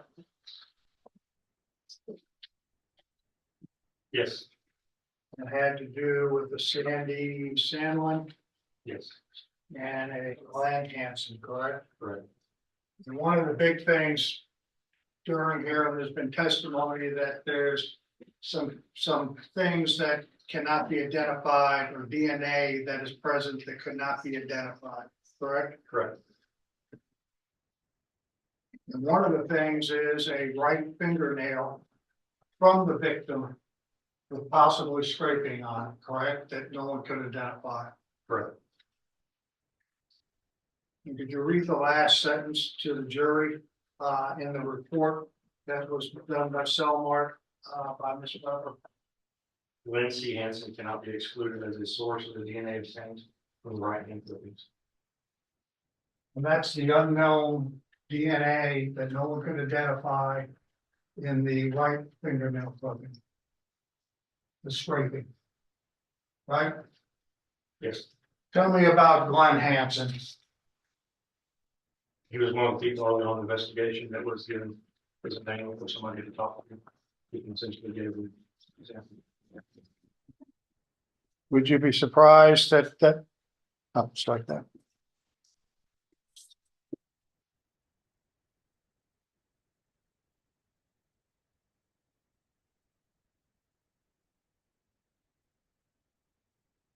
You know whether or not are there other DNA samples that have been not identified in this investigation? I do know. Was there an unknown contributor male to the anal No. swabs? Excuse me? No. There's not? No. You sure about that? Subject to recall, Your Honor, I passed the witness. Anything further? Go ahead. Two things. One, fingernail clippings. What and scrapings? What is probably one of the first things you could test for to see if somebody sexually assaulted you? Would it be fingernail clippings? Yes. What would you look for? Would you look for the semen Yes. in her vaginal area and in her anal area? And if they match that person, that's the person that generally sexually assaulted her, isn't it? Correct. Fingernail is just means that she might have touched something that somebody else touched, and we don't know what that was. Was Henson one of the ones that was tested for DNA? Yes. Was he ruled out? Yes. So it's not really unaccounted for. He was ruled out of the semen and the vaginal and the anal semen. Is that correct? And from the comforter. So I wanted to ask one more thing about the handcuffs. I didn't ask you about the handcuffs. Was there a search in this investigation to try to identify who purchased those handcuffs? There was. And what did they do? So that basically that's when the FBI got involved as well as some other agencies and sent out leads to a variety of agencies, both here in Texas and outside of Texas, to try and locate where those handcuffs might have been sold. And were they able to locate where they were sold? Yes. And So were I they, agree. what, Those handcuffs were manufactured in March of 1990 and shipped out in May of 1990 in a batch of 400 from Smith & Wesson to a company called GT Distributors, which now is an online law enforcement supply company. The serial numbers on those handcuffs are for quality control, not necessarily item control. So they sent some people to Alabama, El Paso, San Francisco, really all over the place, trying to find close matches to see if maybe they had the other set of neighboring handcuffs along that line to see if they could try and identify a suspect from there. were they ever able to identify who purchased those handcuffs? No. Or whatever happened to them? No. Okay. I'll pass what it's Detective, it's easy to blow off that the first thing you look for is in the vaginal and anal region. But the pathologist, did you talk to the pathologist? I have. And if there was testimony that said that there was a struggle and that the reason why he did the fingernail clippings because of a struggle and because of scraping would probably give an indication of who that person struggled with. And it was the scrapings. It wasn't just touch he testified to, but actually scraping in a struggle. So did you know about that? Do I know that it's possible to get it? Well, you're talking about, Yes. well, I guess from the questions from the state is, oh, it's just touch. There was more testimony than just touch from the state's witnesses. You weren't there, right? You weren't here because you couldn't listen to it, right? Right. Okay. But if the struggle, and because there was testimony that because of what they saw in the autopsy and they saw in the pictures that she must have been struggling because no one would have put or agreed to put their hands behind, for handcuffs, that was relevant, and that's the reason why they took those samples, correct? Disagree with the total stuff in that statement. Well, if the pathologist would disagree with that or said something different, you disagree with the pathologist? I would disagree with it to the extent that there are other ways to struggle without being scraped. So you go against what the pathologist says. I'm saying that there are other ways to struggle without scraping people. I've been investigating for 26 years and I didn't get scraped. And the question still then is, Complete his answer. and the question that still is why didn't you know? You complete your answer. Yes, sir. All right, go ahead. Ashley. Why didn't you know that there was an identification in those fingernail clippings back in December of 1997? There was not an identification. Just said that Mr. Hansen could not be excluded. Okay, well, based on that, did you then determine whether or not how they matched that? Because there had to have been DNA somewhere. A DNA expert would be able to explain better on their what I'm looking for, their cutoff values, like where they can actually call something. Melissa Weber, Sure. that may not even know there was a report with her name on it.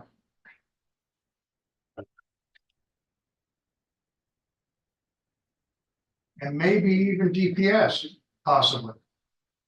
But you don't know. Sure, what you're asking on that question. Well, DPS might not have known either, right? I don't know what they know. Well, there again, detective, you're up there as the lead investigator. You went through all the things that you did, all the people you excluded. And these are things that I just have questions on, and why wouldn't I ask you? What I can tell is that Mr. Hansen wasn't excluded from that fingernail scraping, but he was excluded from the ceiling stains. Nothing further, good. I have nothing further to do. Oh, and this witness, Please. excused? Please, Judge. All right, you are excused, sir. And let's take a break, ladies and gentlemen. Frederick, I feel that the jury is seated in the courtroom. Okay, we have released the last witness. I believe the defense We did, Judge. wants to call someone at this time. Yes, Your Honor. Last week, I had a David Middleman, excuse me. And we stopped because he had to get some information, and I'd asked that we called out, brought back in. He has a scheduling conflict. So I'd like to recall him. Okay, Bring him to the all right, no, any objection from state? No, Your Honor. All right. Is he close by? He's close by. Yeah, he's right off top. Yeah. Middleman.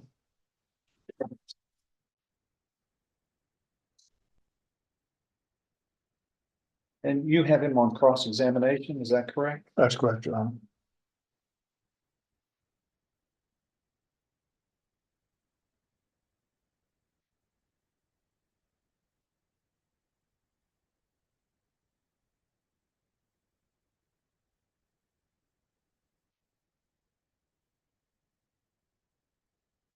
And please have a seat, sir. He was previously sworn, Judge. You are still on the road, sir. Yes, sir. Thank you. That police court, Go ahead. good to have you back. Thanks. I'm gonna show you again what has been entered in as State's Exhibit number 27, which is a report from your lab, correct? Appears to be. And the name of your lab is Othram, okay? And that's from Othram, correct? It looks like a Xerox copy of one of our reports. Couple questions. Number one is, how does your company like to get evidence to test? I mean, is there a certain procedure that you require in order to do the testing? I don't know what you mean. Are you asking? Okay. in one of the submittal forms that I saw from your company, you requested, or it was packaged in styrofoam and with cold packs in it. Why is that? So what we do is we recommend to law enforcement when they send evidence to us, we want them, we want the evidence to not be perturbed any more than it has to be. So we ask them to send it in the condition that it's been in. So for example, if the evidence was sitting in the room temperature, we'll say, send it to room temperature. If it's been sitting in the freezer, we'll say, send it to us at, freezer temperature. And if it's sitting on ice packs, that presumes 4 degrees. So we'll tell them, please send in the evidence in the way that you got it. Does it make a difference? For instance, if it wasn't cool or frozen, does it make a difference with the samples? What do you mean by like a difference? Do you think you're asking if the outcome would be different? Well, or something to do with the samples. I mean, does it deteriorate the samples or do something to the samples? I don't think it would have any appreciable impact, but I think it's just best practices. It's never good to freeze thaw things. So I mean, if something's been in a certain condition, we just like them to follow the same condition they bring to us. I think people have worked with lots of evidence and stored it a variety of. And so they can mix and match, like it could be cool a little bit and not cool. I don't advise that. So if it's been sitting in the fridge, then we'll tell them, like I said, please send it to us at the temperature and the condition that you received. If it hadn't been sitting in a fridge and then went to a refrigerator, does that have an effect? No. Okay. I want you to take a look at that document there. In there, you said that there was presence of non-human DNA. Yes. You received at your facility a vaginal swab, correct? Yes, And a clipping from a comforter. that is correct. Do you remember receiving any other samples? These were the 2 items that we received from the country. Okay. You did receive other requests to test the DNA for other individuals in this case, correct? For living human beings that were Yes. distant relatives, yes. And non-relatives too. I mean, there was testimony that said that you received or we were sent over for DNA, correct? It's possible. I wouldn't know how to. The only thing that your company tested was the vaginal swab, correct? This report documents the vaginal swab in terms of how we built a profile of the unknown subject in this case. Right. So it was only the vaginal swab that you tested, that you tested during this period of time. Oh, yes. You never analyzed or tested in any way the comforter. No, we did initial observation of both pieces of evidence. So sometimes law enforcement will send us 2 or 3 things. Let's say, if any of this productive is building a profile, and we'll do what we call a QC process, do a suitability analysis, and we'll say, is this good enough for testing? And so in this case, we received 2 items for testing, but only one of them, really looked like a good fit. And so the one that seemed that it met the specs that we would need to do testing was item 1, which is the vaginal swab. And that's it. That's all you tested. That's all. Okay. And in your interpretation of the vaginal swabs, you did say that the presence of non-human DNA can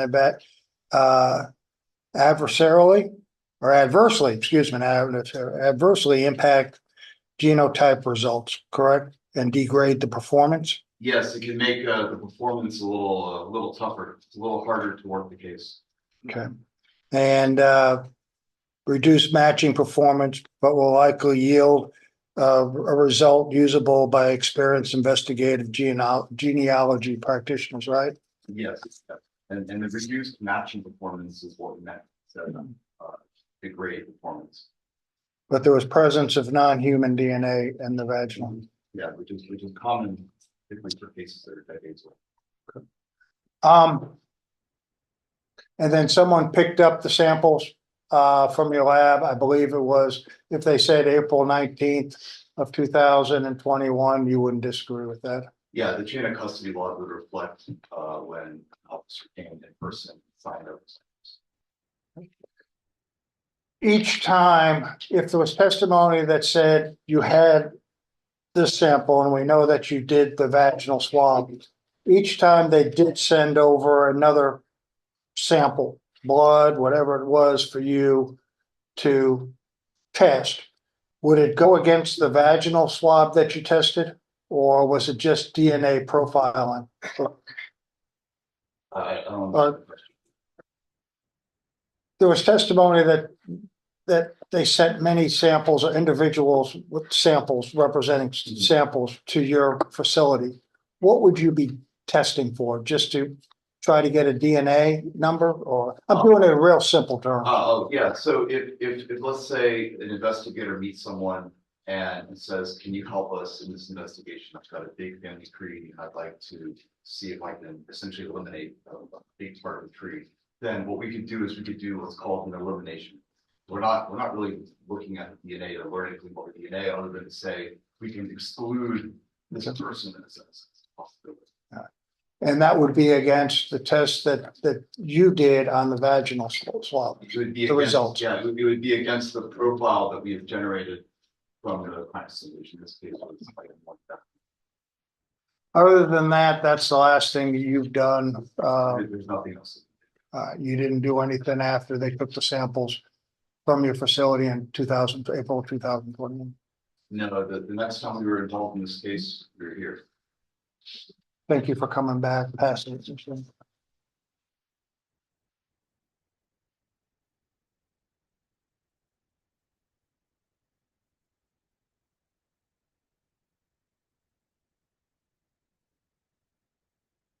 make it clear, this was a really good sample, wasn't it?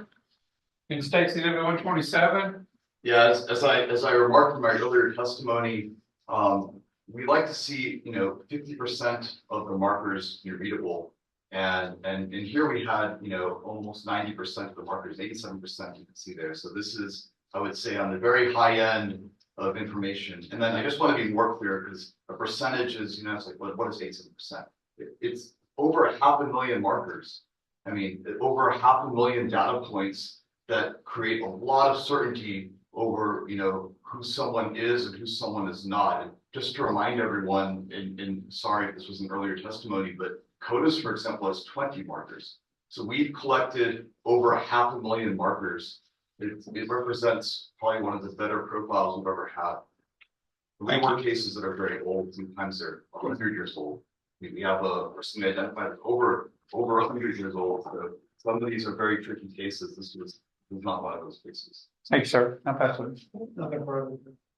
And can this man be excused Please, Judge. again? Again. Okay. Thank you very much, sir. Yeah.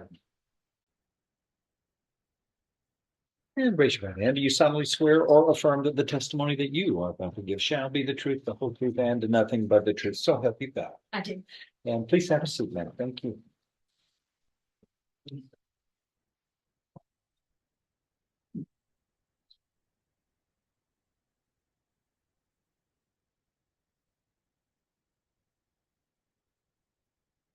How are you doing, man? I'm doing well, thank you. And I'm just gonna pull this down a little bit.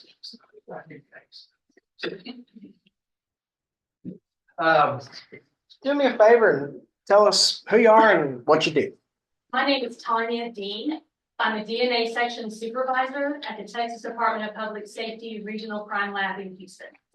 And what are some of your responsibilities as the DNA section supervisor at the Houston DPS Crime Lab? My primary responsibility is to manage a team of forensic scientists.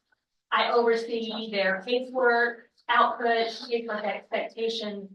I assist in their personal and professional development, approve time, normal supervisory type tasks. I also analyze criminal cases where I will examine evidence for the presence of biological material. I will attempt to obtain a genetic profile from those items of evidence and compare them to known reference samples from certain individuals. I issue reports of my findings and I testify in court.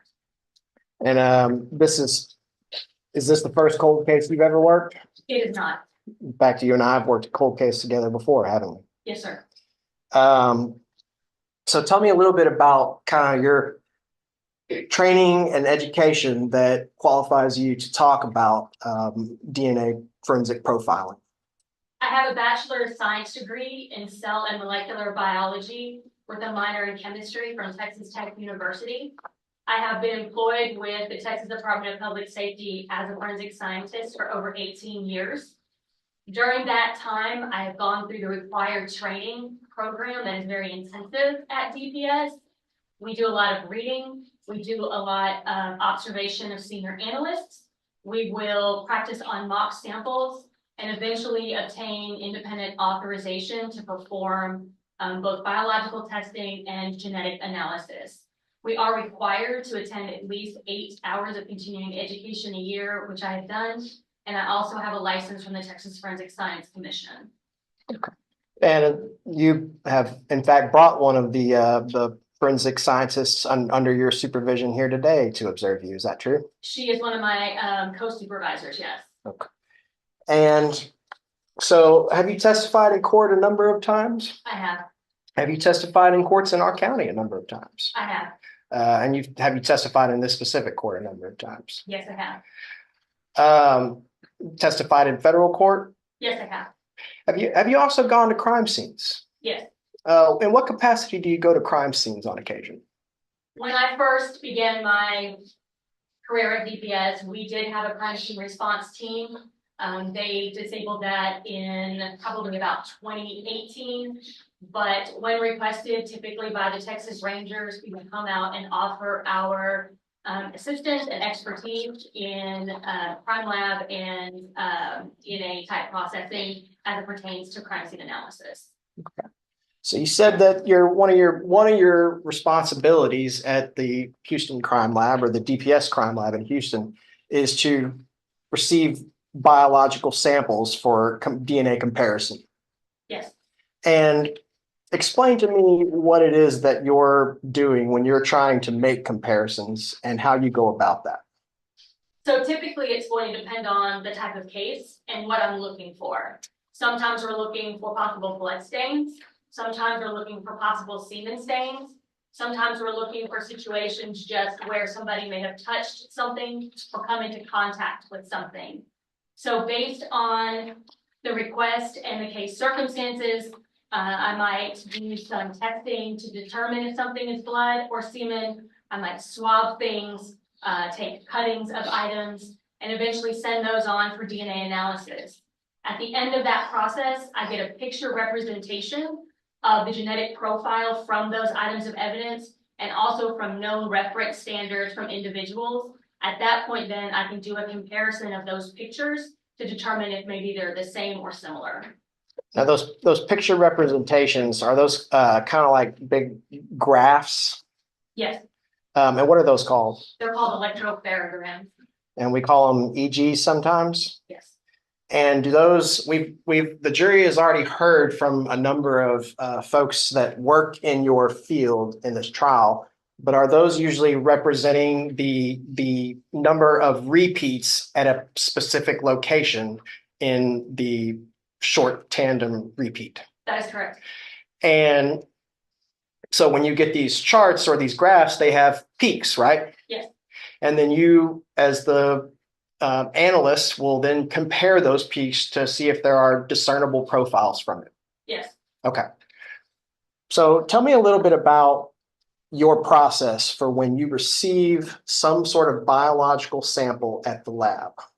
What happens when you first go to examine this specimen? The very first thing I do after retrieving the evidence from the vault is I clean my work area. I'm always wearing personal protective equipment. I have my hair pulled back. I'll be wearing a mask. I have a lab coat. I have gloves. I make sure my area is clean and wiped down with some sort of a bleach solution. And anything that I'm going to use, pens, tweezers, scissors, anything that I'm going to come in contact with, I make sure it's clean and wiped down. I will then lay down clean butcher paper. And then at that point, I will begin taking out the items of evidence for examination, one item at a time. So what's with these precautionary measures? What are you trying to avoid by doing these steps and taking things out one at a time, that kind of stuff? The importance of cleaning and wearing my personal protective equipment is to make sure that I don't contaminate either myself into the evidence or that I somehow contaminate previous evidence to the current evidence. We also only take one item of evidence out at a time to make sure that we don't have any potential for cross-contamination or mixing up two items of evidence. Meaning between the times that you would take, say, one piece of biological sample out for extraction, you would then clean your work area and then take a totally separate one out. Yes. Okay. So after you do have this clean environment to work and are able to examine a biological specimen, what do you do? So again, once I take the item out, it's going to depend on what type of analysis is being requested. I might look to do a visual search if I'm looking for blood, looking for red-brown stains. If I see some, I will then use some chemicals that we have to try to determine if it's possibly a blood stain. If it's semen, I'm going to put it under an alternate light source in the dark with special goggles to see if I find anything that could resemble semen. If it's simply something where we get like a Coke can that may have been left behind by a suspect, at that point, all I'm going to do is swab it for possible saliva on the mouth of the can. So again, it just depends on what the analysis that's being required of that piece of evidence. So on the Coke can, the location that you would likely look for potential DNA from that swab would be where the saliva or the lips touch the can? Yes. What about where the hands touch the can? We don't get as much success from a touch sample as we do from an actual body fluid. So we might swab the can also, but we're always going to start with a saliva sample because there's much more DNA in saliva typically than when somebody has just touched something. Early on, kind of when STR testing first came into existence, some of the forensic analysts that have testified in this trial have explained to us that their fluids are always the most common look to source for potential DNA. Is that still the case? It is still the case. Have we advanced a lot in terms of, what types of DNA we could potentially extract from other sources? Yes. But that being said, is it still consistent that, fluids, blood, saliva, things of that nature are always going to have a stronger profile available if there is DNA? They are. Okay. So after you look at this and inspect this item, do you perform some sort of extraction to try and extract any potential material from that item that might contain DNA? Yes. So explain to us how you go about that. Extraction is a very simple process where you add either a piece of the swab or a piece of the cutting into a tube. We introduce chemicals, a little heat, a little time. That allows the cells to open up, releasing the DNA. It goes through some sort of purification or cleaning process. So at the end, we're left with a very small amount of liquid that has our nice, clean, purified DNA in it. Okay, so is that called isolation as well? We refer to it as extraction. Okay. It could be referred to that. We typically call it extraction. Meaning, is the goal of extraction to obtain this biological material that might have DNA, but then also isolate potential DNA cells from, other, material that does not have any interpretable DNA? The purpose at the end is to just have your nice, clean DNA at the ends and all of the cellular debris to be washed away.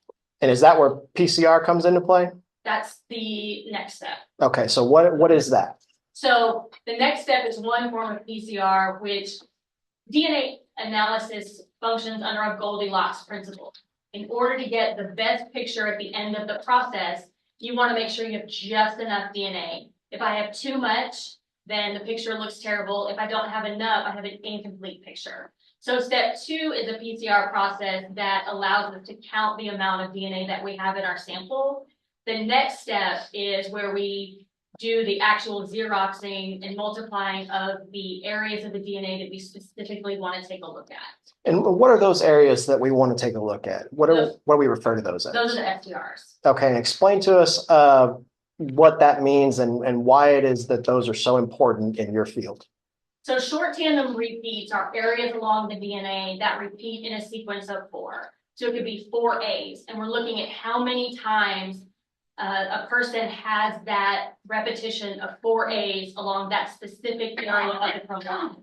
I may have 13, somebody else may have 14, and that's how we're able to differentiate one person from another. It is very important. We do make sure that, with the exception of one locus that tells us male versus female, all the other areas that we look at in forensic genetics doesn't tell us anything about how the person will present themselves. It doesn't tell us their hair color, it doesn't tell us their eye color. It just simply is non-coding areas of the DNA that are just highly repetitive and also highly variable.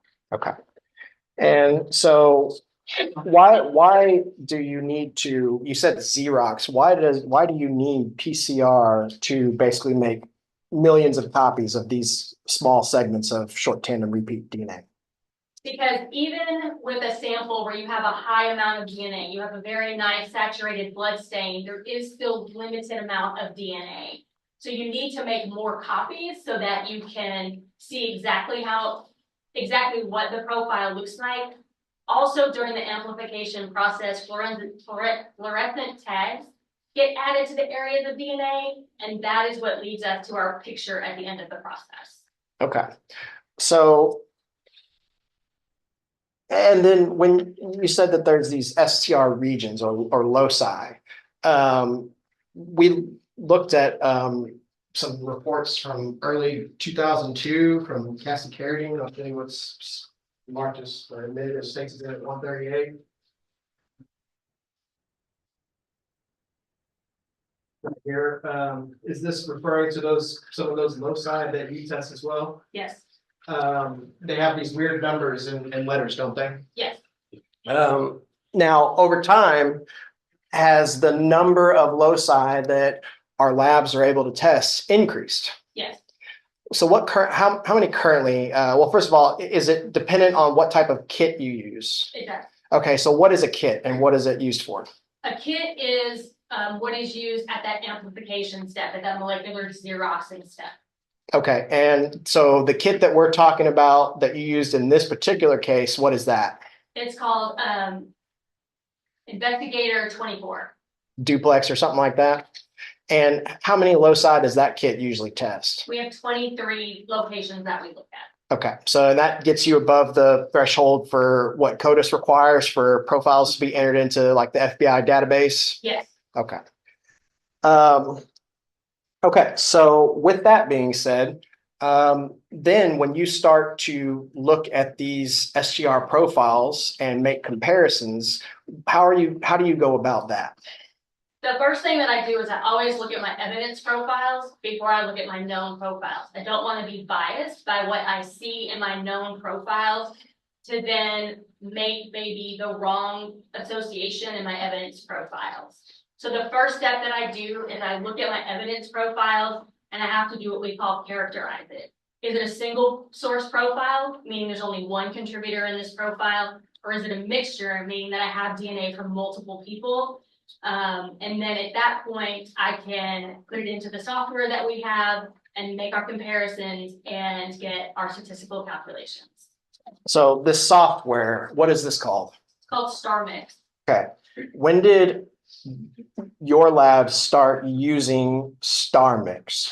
Around 2015, 2016. Before then, did you have to do manual comparisons and do quite a bit of extensive math in order to reach any conclusions about, included profiles? Yes, we did.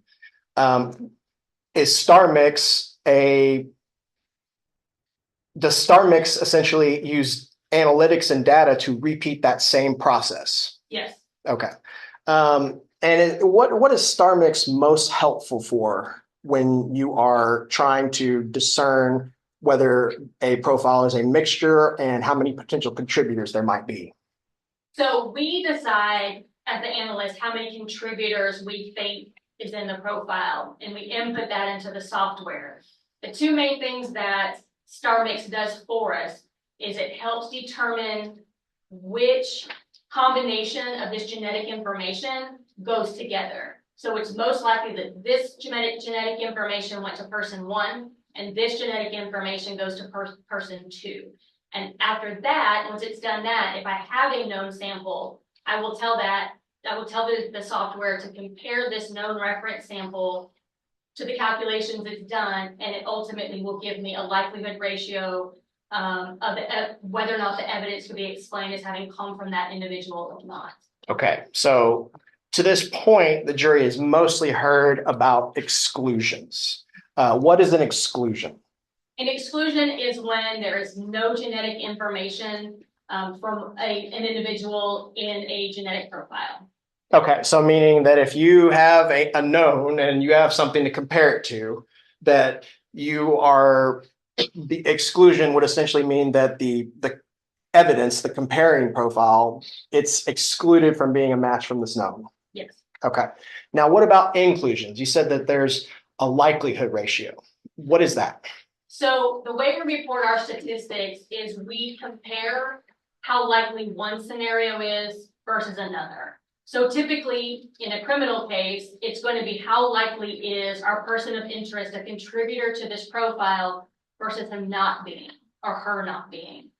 And then that gives us a number. The higher the number, the more likely and more supported the likelihood is that that individual, the evidence can be explained as having come from that individual. So what's a high likelihood ratio? What's something that gets very high up when in the analyses that you perform?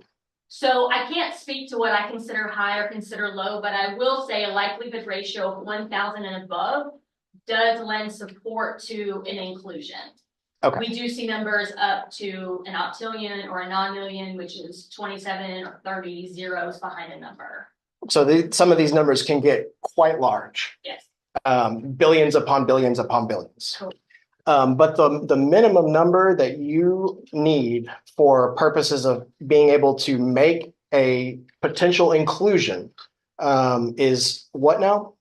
So 1,000 is the point in which you can say it is more likely that the evidence can be explained if it had come from our person of interest than if it did not.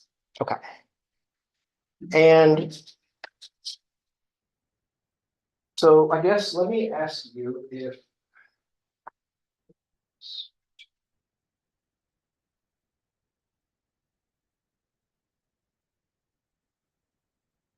do you recognize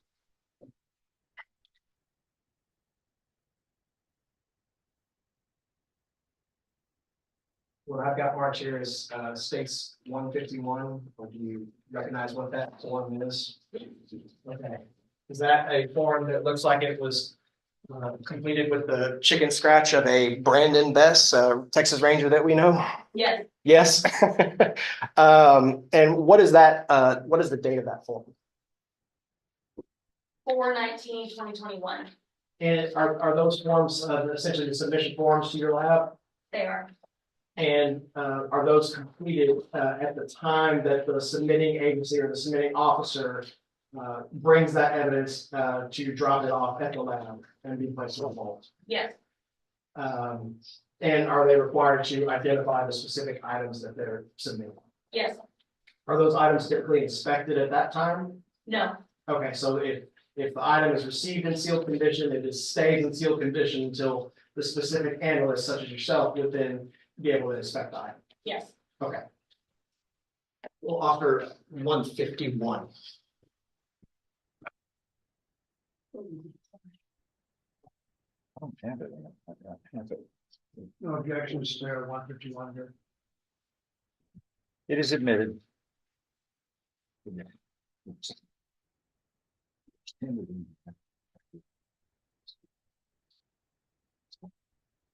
It had been. Would I clear it up? Looks like it had been tendered by Ranger Best, but I don't have it admitted through him. Right, Judge. We just, to clear the record, make sure that it's very clear. It is admitted certainly now. Thank you, Judge. And also, before I begin, is the Houston Crime Lab or the Houston DPS Crime Lab an accredited lab? It is. Does that obtaining accreditation for the specific types of testing that you perform, is that a long and difficult process? It is. And is that because the profiles that you do obtain, many of which are reported to the FBI database? They are. And it's important to have uniform standards on how, items of DNA are analyzed and profiles are developed for that purpose. It's important that the general public have faith in the work that we do and know that it is held to the required standards and they can trust and believe in the work that we do. Okay. So let me show you on this State's Exhibit 151. Show you what we've got marked here as State's Exhibit 109A and its contents. You can look at 109A. Is that the correlating submission of evidence to State's 151? Yes. Okay. And could you take a look at the contents of 109A?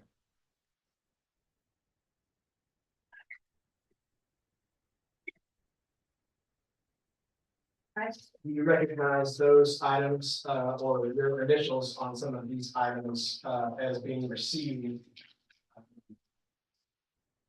with the submission in State's 151? Yes. And what I'm referring to is State's 109A, which contains State's 109B and State's 109B1 and State's 109C and State's 109C1. What is State's 109B? It is the envelope that contained the vaginal swabs. Okay, and these would be the remaining portions of the vaginal swabs that were maintained by the Austin DPS crime lab before they were sent to Foreman and you? Yes. And what is State's 109C? This is the envelope for the comforter cutting. And would that be the remaining portions of the comforter cutting maintained by the Austin DPS crime lab before they were sent to Foreman and then sent to you? Yes. Did Ranger Bess deliver these in person?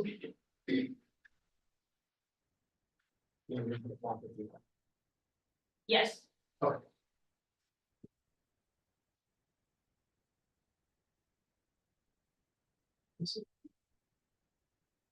We will offer.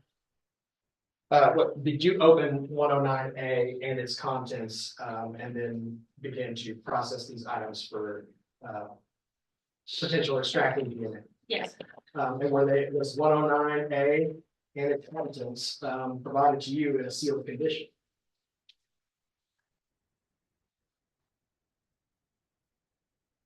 Yes. Okay. We will offer 109A. 109, 109C, 109C1, 109B, 109B1. objection. You're saying B as in boy, not V as in Victor. V is in Victor, Judge. It is V. They are labeled with letters corresponding to the nature of the sample. Right. Okay, I understand.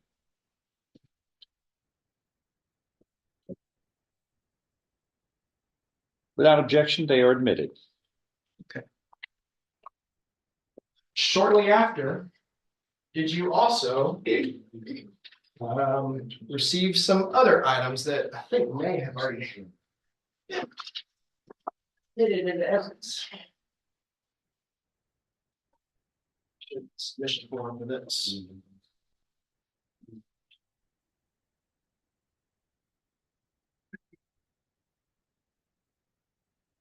Let me show you States 152. Is this a submission form for a number of items from the trash pull? Yes. And Detective Lewallen bring these items to the DPS crime lab for analysis and comparison. Yes. And looking at some of these packages here, 113A through G, do these appear to be the items that were included within that submission? And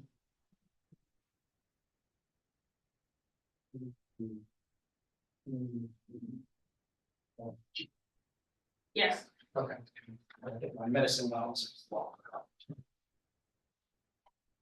Okay, so, and did you receive these items in submission?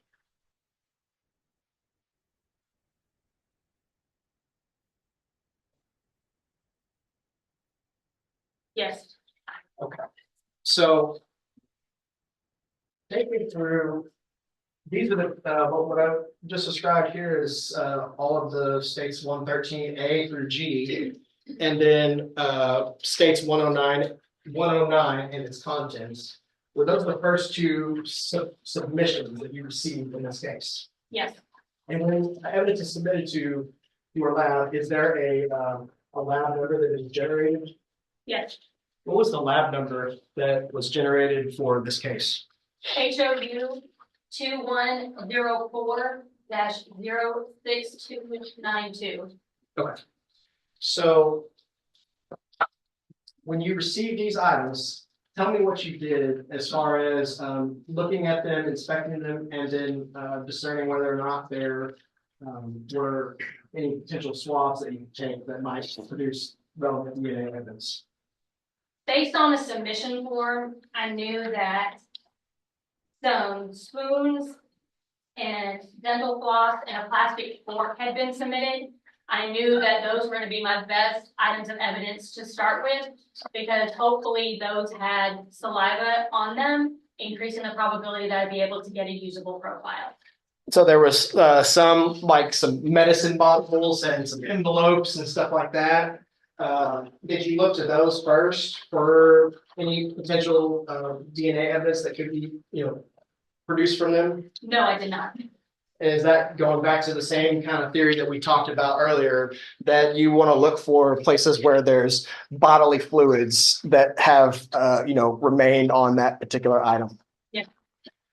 So were you able to look at some of the spoons and develop a profile that could be used? Yeah, what? Now, how would it be what is this that you were going to use any profile that could be developed from these trash pull items? What were you looking for specifically that would be utilized? The two main things that I needed to obtain was, one, that it was a male profile, and two, that it was a single source profile. Okay, so why are you looking for a male profile? Because the listed suspect was male, and I was asked to obtain an alternate reference sample for a male individual. So what's an alternate reference sample? What are you doing when you're trying to obtain that kind of profile? Typically for a reference sample, we want to know it's something that came directly from that person. And typically it's either going to be a buccal swab, which is just the swabbing of the inside of the cheek, or it's going to be a blood sample. We know those came from that person. There's no doubt as to the source of that DNA. An alternate reference sample is a sample where they think maybe the DNA came from this person. They saw them drink out of the water bottle. They pulled something out of their trash, but we don't have the same level of certainty that we do from an item that came directly from that person's body. Meaning that when you receive these items, you're assuming that they came from the person that law enforcement explains they came from. Yes, I'm assuming it based on the information I have from law enforcement. Okay. And law enforcement would, whoever was involved in that, they would be able to explain exactly where those items came from, how they obtained them, and how they got them to you. That's correct. Okay. So when we're obtaining a reference sample, an alternate reference sample from these trash items, then what are we comparing that to? What is it that you're going to be utilizing these items to do? At that point, I had developed some profiles from the vaginal swabs and the comforter cutting, and I used the alternate reference samples to make comparisons to those items of evidence. Okay, so if we're talking about the vaginal swab and the comforter cutting, let's go with the vaginal swab first, 109B. Were you able to develop a profile for the vaginal swab contained within 109B? Yes. What was it a single source profile or was it a mixture? So there were two profiles developed from this item of evidence, one from the sperm cell fraction and one from the epithelial cell fraction. Both of those were mixtures of two individuals. Okay, now I know the jury has heard this before, but explain to us what sperm cell and epithelial cell fractions are. In a situation where we think there may have been a sexual assault, we go through a special extraction process to try to separate out the sperm cells from the epithelial cells. Sperm cells are very heavy and hardy, and so in a centrifuge type situation, you can actually pull those out of solution. Also, it takes a lot less chemicals and time to open up the epithelial cells and release that DNA. So by doing a multi-step process, we can actually make an attempt to pull out the epithelial cell fractions from the sperm fractions and hopefully develop two different profiles. Okay. Now, when you develop these two profiles, generally speaking, is it common for the profile that contributed to the sperm to be much stronger in the sperm cell fraction? Yes, that again, please. Meaning the profile that the sperm cell fraction, is it common for, generally speaking, that profile to be stronger for purposes of the contributor to the sperm, meaning the originator of the sperm? Yes. Compared to, say, the epithelial cell fraction, would that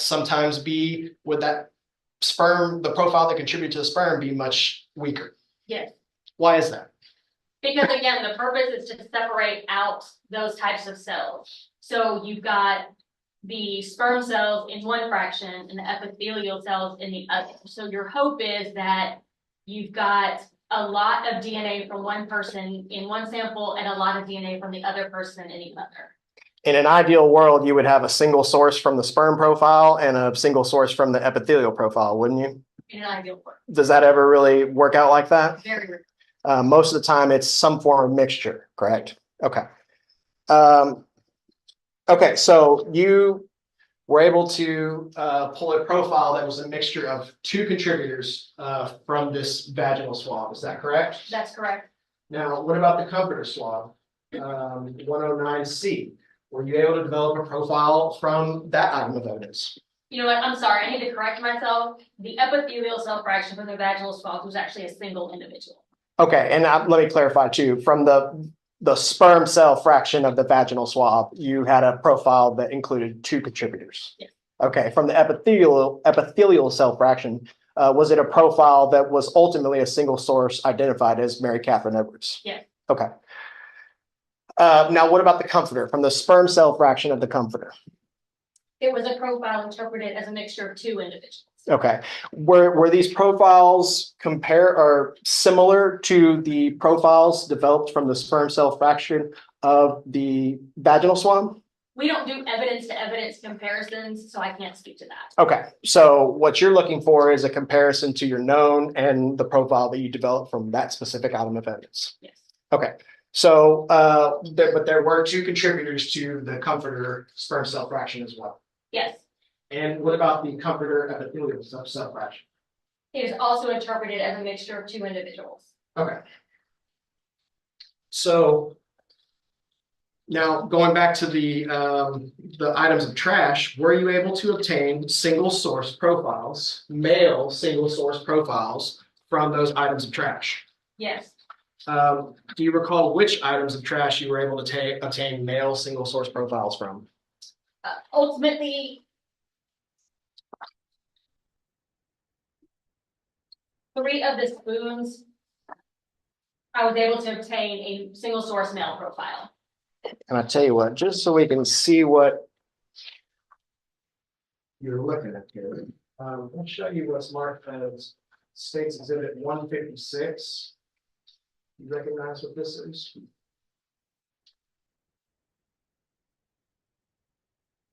I do. Is that your report for the work that you did on these items of evidence that we've been discussing? Yes.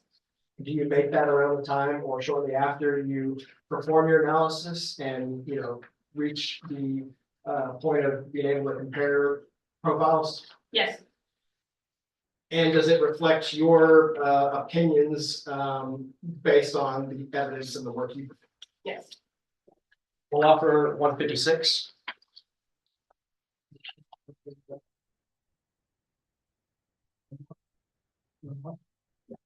No objections to 156, Judge. It is admitted. Okay, so let's take a look at this. Looking at states 156, is this what your reports look like, ma'am? Yes, And if we go down here.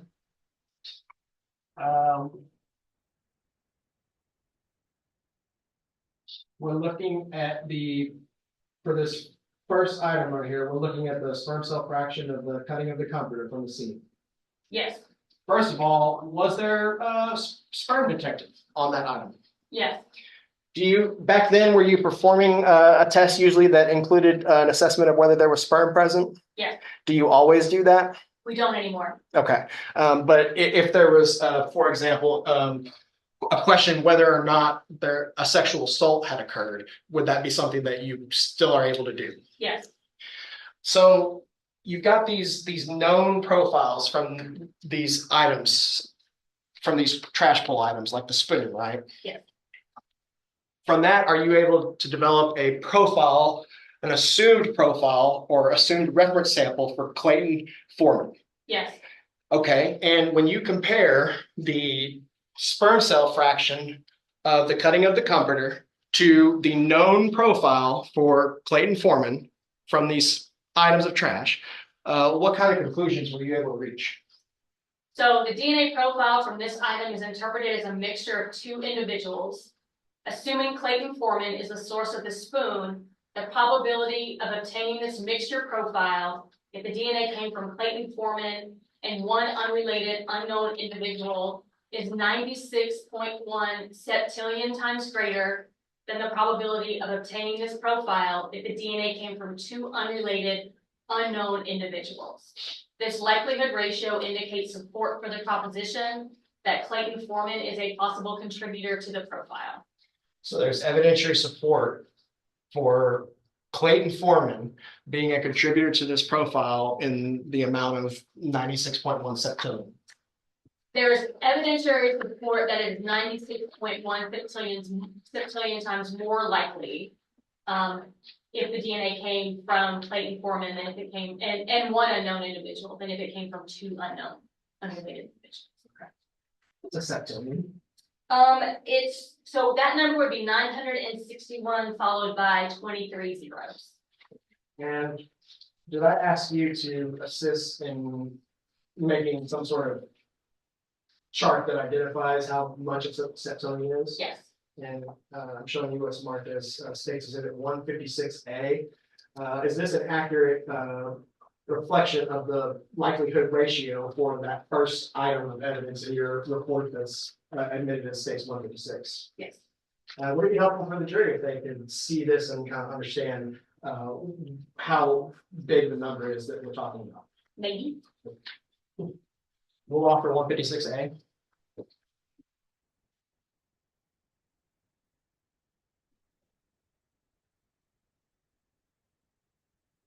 No objection to 156A, Your Honor. Admitted. So looking at 156A, what's our minimum threshold for a potential inclusion? So a likelihood ratio of 1,000 and above will offer support that the person of interest, that the DNA profile can be explained as having come from the person of interest versus coming from an unrelated unknown individual. And what's the approximate world population? I think it's around 7 billion. And is that something that is incorporated into the data that supports these likelihood ratios, or does it have anything to do with that? It does not. Okay. But as far as looking at all the potential people in the world, we're talking about maybe 7 to 8 billion. I believe so. And the likelihood ratio for the DNA extract of the sperm cell fraction of the cutting of the comforter is in the amount of 96.1 septillion. It is. Is that a large number of total world populations, basically times billions? I can't really answer that question. Meaning the world population, a trillion is like what, 1,000 billions? I think so. And so each one of those we would go out, meaning a quadrillion would be 100,000 billions.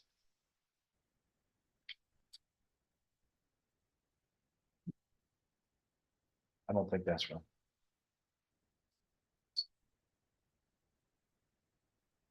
Is it a million billions? Said 100,000 billion. Is it a million or is it a million billions? I'm not 100% sure. I need pen and paper to like answer that. I'm not gonna make you do that. Yeah. But that being said, let's look at the next. Looking at the DNA extract of the epithelial cell fraction of the comforter cutting. What kind of conclusions were you able to reach for purposes of the epithelial, the non-sperm cell fraction of the comforter? The DNA profile from this item is interpreted as a mixture of two individuals. Assuming Clayton Foreman is the source of the spoon, the probability of obtaining this mixture profile if the DNA came from Clayton Foreman and one unrelated unknown individual is 2.49 septillion times greater than the probability of obtaining this profile if the DNA came from two unrelated unknown individuals. This likelihood ratio indicates support for the proposition that Clayton Foreman is a possible contributor to the profile. So even in the non-sperm cell fraction of that item of evidence, the comforter, there was still some evidentiary support to link that profile to the assumed known for Clayton Foreman. There was evidentiary support that is 2.49 septillion times more likely that the evidence that the profile came from Clayton Foreman and one unrelated unknown individual than if it came from two unrelated unknown individuals. Okay.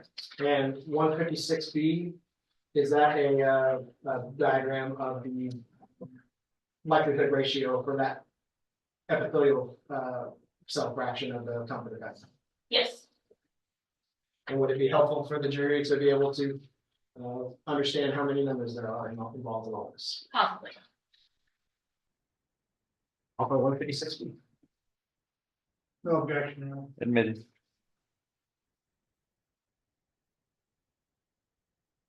So again, we're still looking at likelihood ratios in the septillions, correct? That's correct. Okay.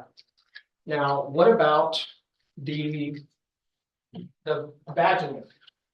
Is that the next item of evidence that you compared to the single source profile that you developed from the trash? Yes. Okay, tell us about that. The DNA profile spermatozoa were detected on this item as well.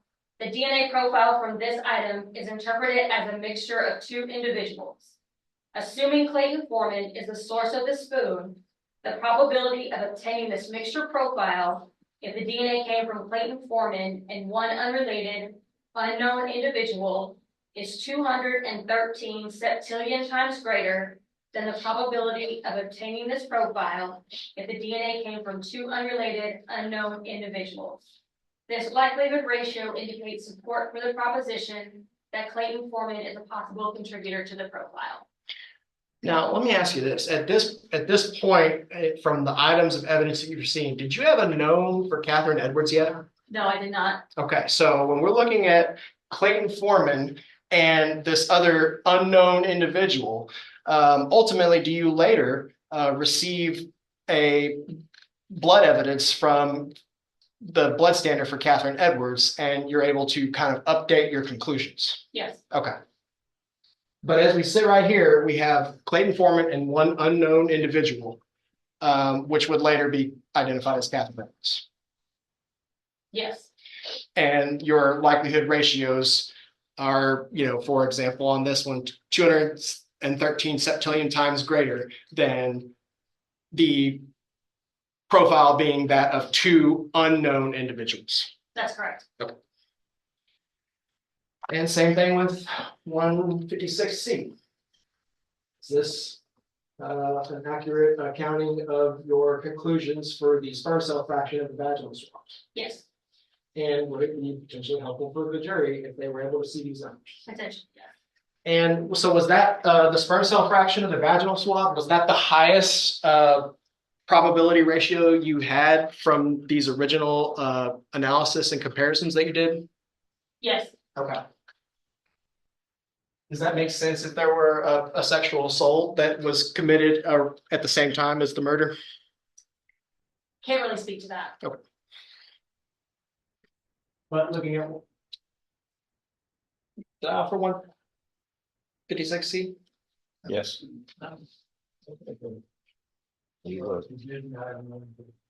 Mayor, I'm operating 156C. Without objection?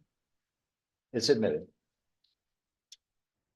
So again, we're looking at 213 septillions, correct? Correct. Okay, so now you go a little bit longer and you receive some additional items of evidence, do you not? Yes, So tell me about that. What do you next receive? I next received a blood sample from Mary Catherine Edwards and buccal swabs from Clayton Foreman. And if we're looking at what's been admitted as State's Exhibit 153, is that the submission sheet for those items? Yes, And if you could, please, would you please take a look at read them forward. 34C containing 34B, 34A, and Exhibit 34. You recognize these items? yes, I do. Is that your initial on Exhibit 34, the blood sample envelope? Yes, What is this that we are talking about here contained within State's Exhibit 34? there were blood tubes. And did you take one of these blood tubes and attempt to obtain a blood standard for that item of evidence? Yes, And which one of those blood tubes did you take? I would have taken the purple top tube. Why do we take that one? The purple top tubes contain a preservative called FTA, and that just helps keep the blood cells intact and helps decrease the rate of degradation. Okay. And when you received State's Exhibit 34C containing 34A, B, and 34, was it in sealed condition?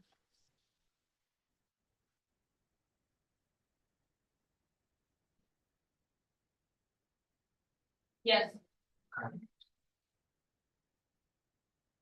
We will offer 34, 34A, 34B, and 34C.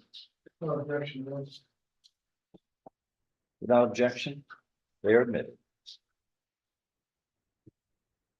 With that same submission, did you also receive another item of evidence? yes. And what was that? Buccal swabs from Clayton Foreman. Show you what's marked as Exhibit 118A containing 118. Do you recognize these items? I do. What is contained within 118?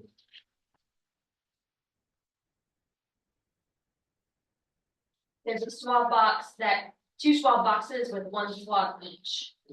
And if you look inside this envelope marked with 118, do you see two swab boxes with your writing on them? Yes, I do. Was it make you really nervous that I'm touching these with my hands without gloves? No, because I have the cotton tip ends back at the lab preserved, so I can always go back to those rather than You don't trust me. do sticks. Just Uh, preserve them better. Is that common practice for whenever you receive these swabs? What's a swab? A swab is just like, it's like a Q-tip. Normally we'll have a long wooden end, cotton on one end of it. So is it common practice for you to kind of break the Q-tip end of these swabs off and retain them at the lab in the freezer, Yes, after your testing? yes, So a lot of this is just, the original packaging of items that you received, is that correct? that's correct. But that being said, with, exhibit 118A containing 118, did you receive this item in sealed condition? Yes, We'll offer 118 and 118A. No objection. Admitted. Okay, so now do you have knowns for both Clayton Foreman and Catherine Edwards? yes. So what does that, what are you able to do with those knowns that you were not able to do before? So one thing that I'm able to do is, one, I'm confident that the profile that I'm now using for Clayton Foreman is his profile. And then also I'm able to assume the profile for Mary Catherine Edwards on her comforter because she sleeps on it. There's a reasonable expectation that her DNA will be on it. I'm also able to assume her DNA to be on the vaginal swabs because it is an intimate sample from her body. At which point then I'm going to rerun the likelihood ratios and generate a new statistic, giving the software that we use that information. When you go about that process, does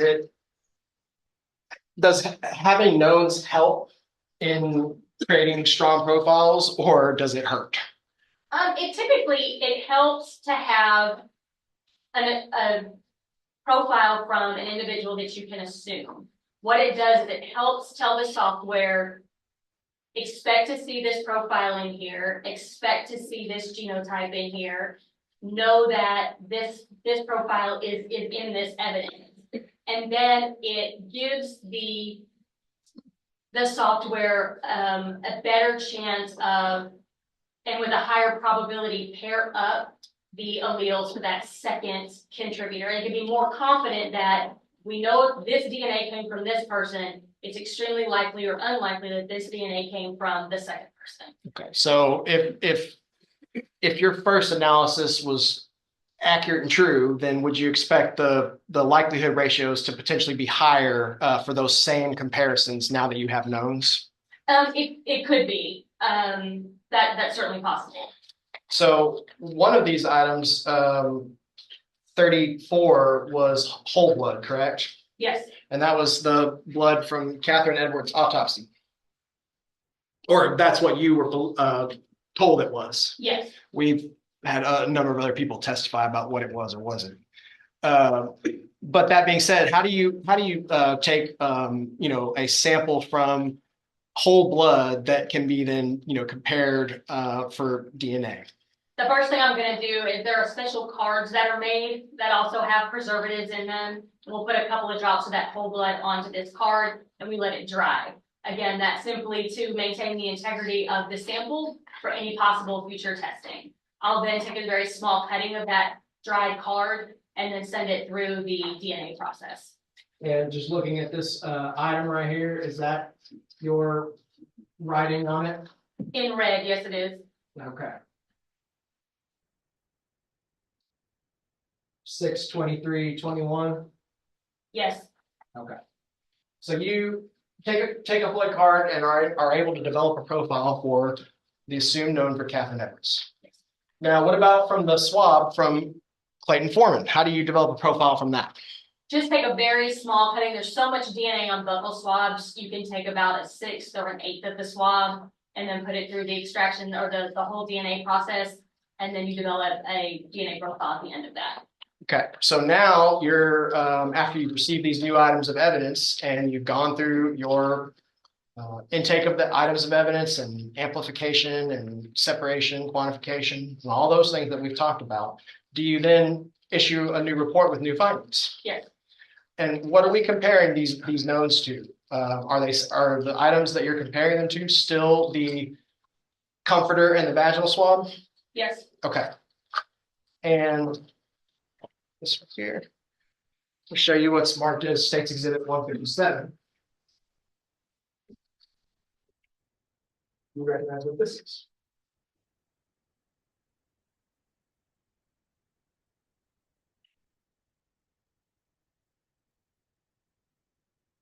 Yes, Is that the supplemental report that you issued after receiving these new items of evidence? yes, And is that report dated August 31st, 2021? yes, Is this report in State Exhibit 157? Is it made around the time or after, shortly after you complete all your work and complete your analysis of these new items of evidence? yes, We'll offer 157. No objection to 157. Admitted. Okay. So we're going through the same analysis or comparisons as we were before, correct? yes, All right, so now let's look at the first item on your August 31st report. The DNA extract from the sperm cell fraction of the cutting of the comforter from the scene. What conclusions were you able to make from your comparisons of this item? the previously obtained DNA profile from this item is interpreted as a mixture of two individuals, with Mary Catherine Edwards as an assumed contributor. The probability of obtaining this mixture profile, if the DNA came from Mary Catherine Edwards and Clayton Foreman, is 444 septillion times greater than the probability of obtaining this profile if the DNA came from Mary Catherine Edwards and one unrelated unknown individual. This likelihood ratio indicates support for the proposition that Clayton Foreman is a possible contributor to the profile. So your likelihood ratio when making this comparison from the previous samples that you had, it did go up, didn't it? Yes, Is that surprising to you now that you have these knowns that you're able to utilize as for your analysis? no, Show you what's marked as 157A. Is that an accurate accounting of your conclusions for the DNA extract of the sperm cell fraction of the cutting of the comforter? yes, And would it be potentially helpful to the jury if they had this number, or if they were able to see this to understand the number? potentially yes. 157A, we will offer. No objections to 157. Admitted. 444 septillion, correct? Yes, All right, so what's our next comparison? Are we now going to the epithelial fraction of the comforter? yes, Okay.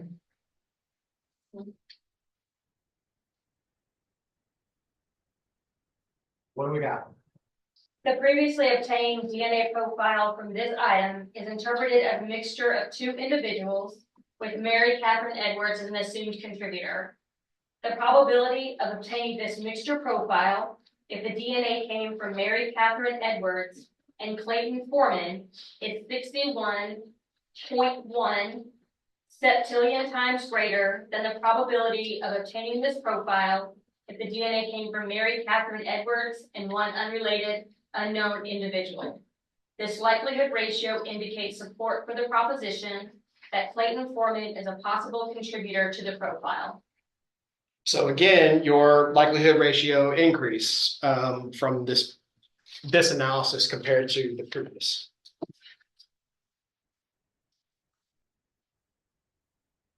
It did. Okay. All right, so now what about the vaginal swabs? Let's go to the first item on that second page of your August 31st report. DNA extract of the sperm cell fraction of the vaginal swabs from Mary Catherine Edwards. The previously obtained DNA profile from this item is interpreted as a mixture of two individuals, with Mary Catherine Edwards as an assumed contributor. The probability of obtaining this mixture profile, if the DNA came from Mary Catherine Edwards and Clayton Foreman, is 461 septillion times greater than the probability of obtaining this profile if the DNA came from Mary Catherine Edwards and one unrelated unknown individual. This likelihood ratio indicates support for the proposition that Clayton Foreman is a possible contributor to the profile. Now, what about the epithelial cell fraction of the vaginal swab from Mary Catherine Edwards? What did you find there? The previously obtained DNA profile from this item is consistent with the DNA profile from Mary Catherine Edwards. There is an indication of at least one male contributor at the amylogenin locus. However, this data is insufficient for comparisons. So what's the amylogenin locus? Amylogenin is the one location that's going to tell us whether it's possible male or female. So there was some evidence to suggest that there was a male contributor, but the data was not sufficient to be able to compare that to anything else. Correct. Okay. Now, we're looking at the epithelial cell fraction of the vaginal swab, correct? Yes. So again, would that be surprising in a homicide where a sexual assault occurred? If there was a strong profile in the sperm cell fraction of a vaginal swab, but a weak profile in the epithelial cell fraction of the vaginal swab. It is not uncommon for the epithelial cell fraction from vaginal swabs to be single source or basically single source from the person whose vaginal swab it is. Meaning Mary Catherine Edwards. Correct. Okay. But for purposes of that specific location, there is not enough for an inclusion of Clayton Foreman. No, and in fact, there was enough to be able to say he is excluded as the contributor of the profile. Okay. And then looking at the bottom here, what are these are just your reference samples, correct? That's correct. Okay. And looking at 157B and 157C. These accurately reflect your likelihood ratios for your other conclusions in that report that we've already talked about. Yes.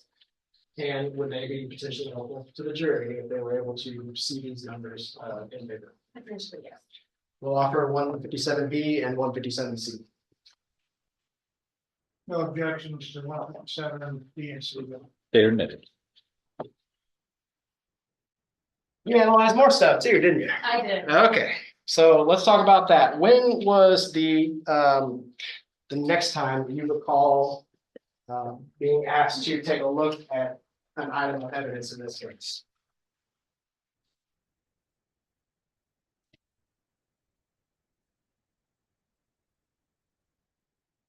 June 3rd of 2023. And what was it that we or that was submitted to you then? The anal swab box and wooden sticks, and then left and right hand fingernail scrapings and clippings. So I'm going to show you what is marked as State Exhibit 33D. Do you recognize this item? I do. Is this the swab boxes that you received from Detective Lewallen in that submission in June or May 11th of 2023? Yes. Okay. And the date right here, is this reflecting the date that you inspected this item? Correct. Okay. Show you 33D containing 33C, 33B, and 33, which contains 33O, 33B, and 33A. You recognize 33O, B, and A.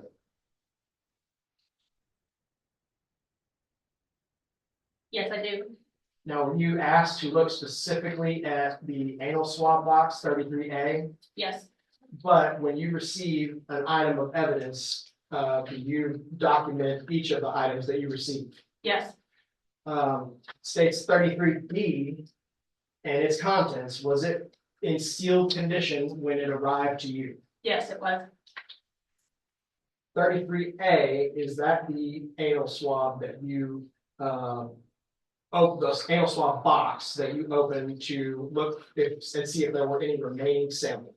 Yes. Okay. We will offer 33A, B, and O, 33. 1, 2, 3.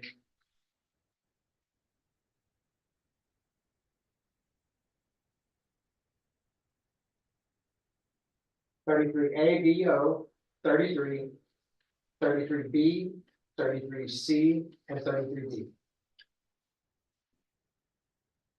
No objections. Hold on.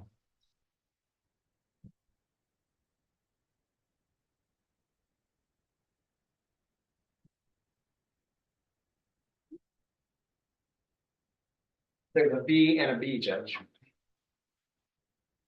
Say again. There is a V as in Victor and a B as in boy. 33B is the vaginal swab box. 33B is packaging.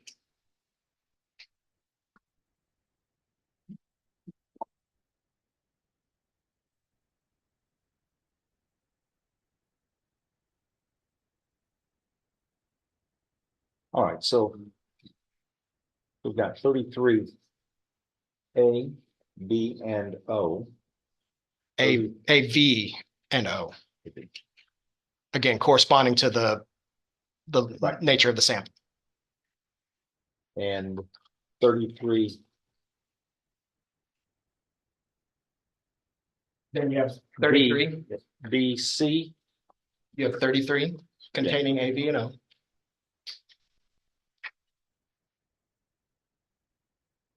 All right, And then you have 33B as in boy, 33B containing 33. And then each of the outer packagings, 33C and 33B.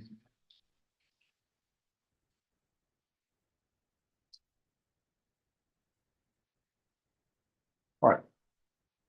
33, 33A, 33V as in Victor, 33O, 33B, 33C, and 33D. Yes, sir. Admitted without objection. So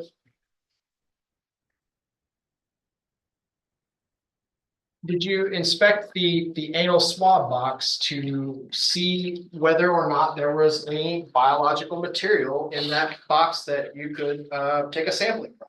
I did. And that's 33A.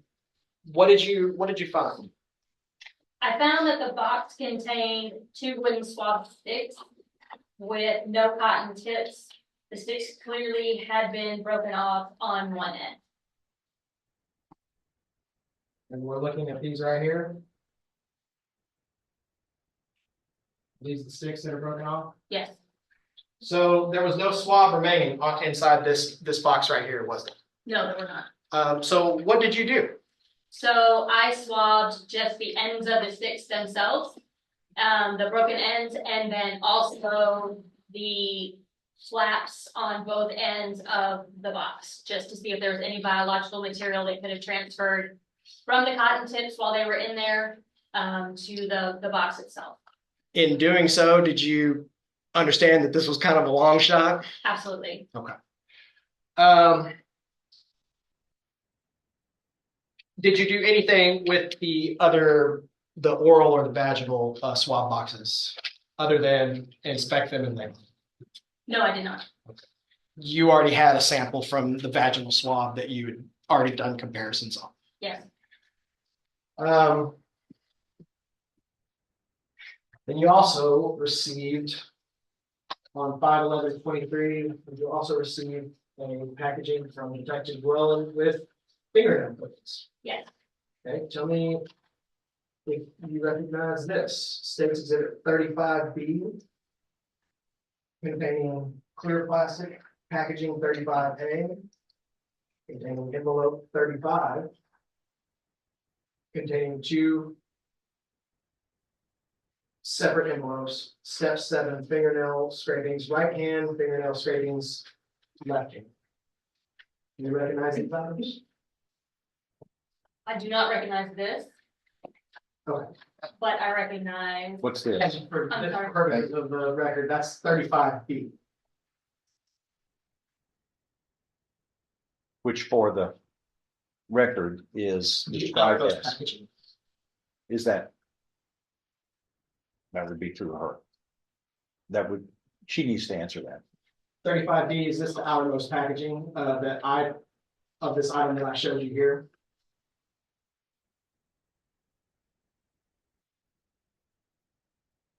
You may not recognize this because it's from a different lab. Okay. I don't know if it, because I don't recognize it. I don't know if it's the outermost packaging to this, other than you took this stuff. You don't have an initial on 35B. I don't. You have an initial on 35, the clear plastic 35A. I do. Okay. And the manila envelope contained within 35A, item exhibit 35, you have initials on that envelope. I do. And then for the actual scrapings that you envelopes contained within 35, you have initials on those items. I do. Here and here. Yes. Okay. So what you received was 35A containing 35, containing these two envelopes with fingernail scrapings. Yes. Okay. So tell me what you did, or I tell you, yeah, did you receive 35A and 35 and its contents in a sealed condition? Yes. We'll offer 35A and 35, and the left hand and right hand scrapings contained within them. I'm gonna have to object because they were in 35B that you cannot recognize. Judge, 35B was explained by testifying witness Steve Mays that it was a package developed or put on the scrapings at our local crime lab. All right, your objection's overruled and they are admitted, and it's 35A containing 35 and its contents, and State's Exhibit 35B. And Judge, we will go ahead and offer 35B as well, although we could have offered it through Steve Mays. I've just admitted. Okay, so you receive these items, fingernail scrapings and an empty anal swab box. You explained to us that you attempted to develop a profile from the anal swab box. Was there a very strong profile that you were able to discern from the items in that box?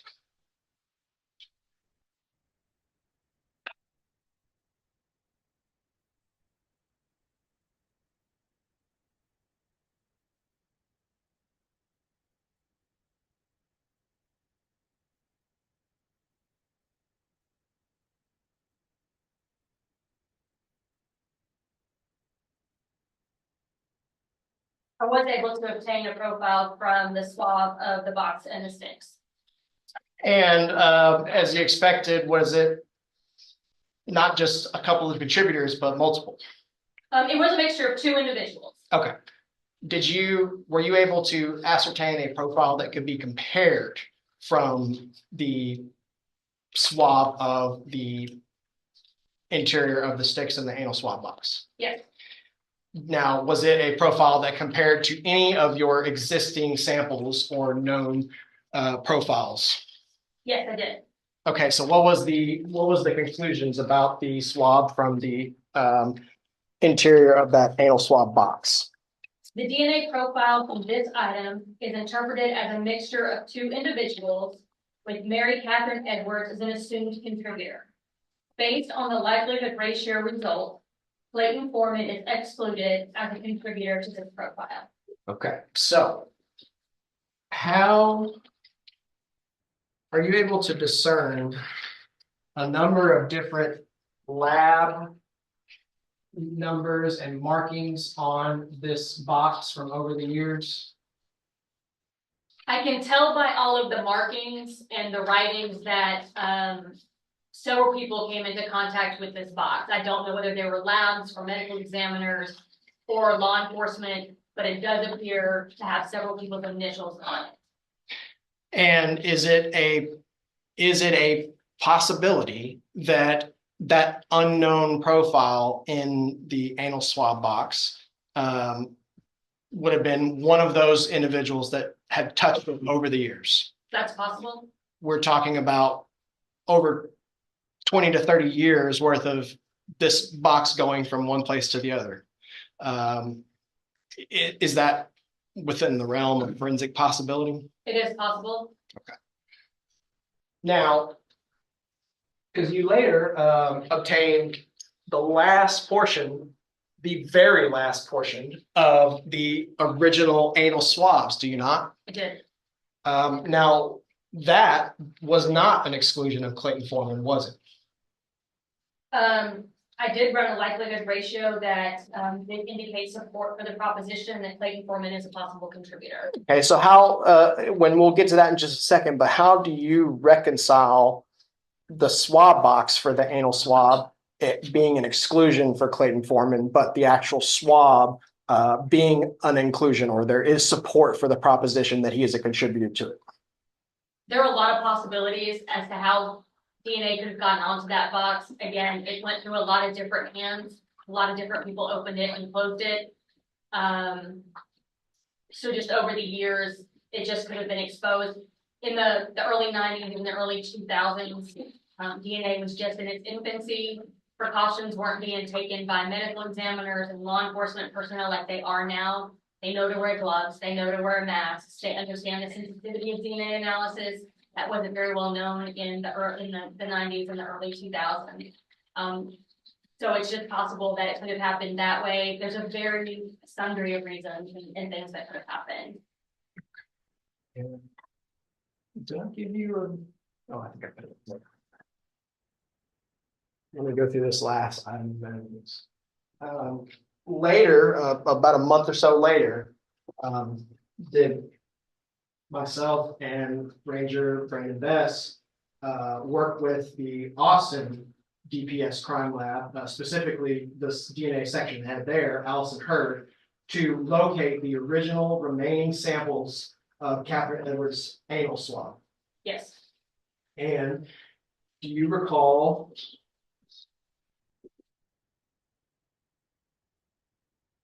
Ranger Bess coordinating to pick that last sample from the anal swab up from the Austin lab and transport it directly to your lab in Houston? And I'm showing you what's been admitted as State's Exhibit 155. Yes. And do you recognize what we have marked here as State's Exhibit 110, 110A, 110 containing 110A, containing item Exhibit 110?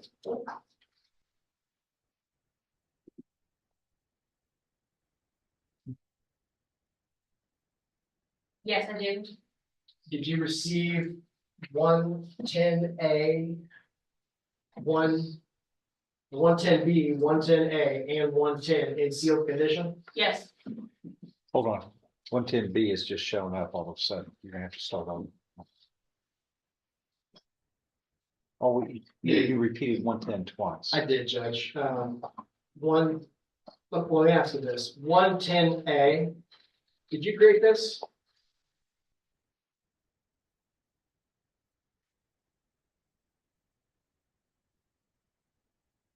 And let me ask you this, let me re-ask it a different way.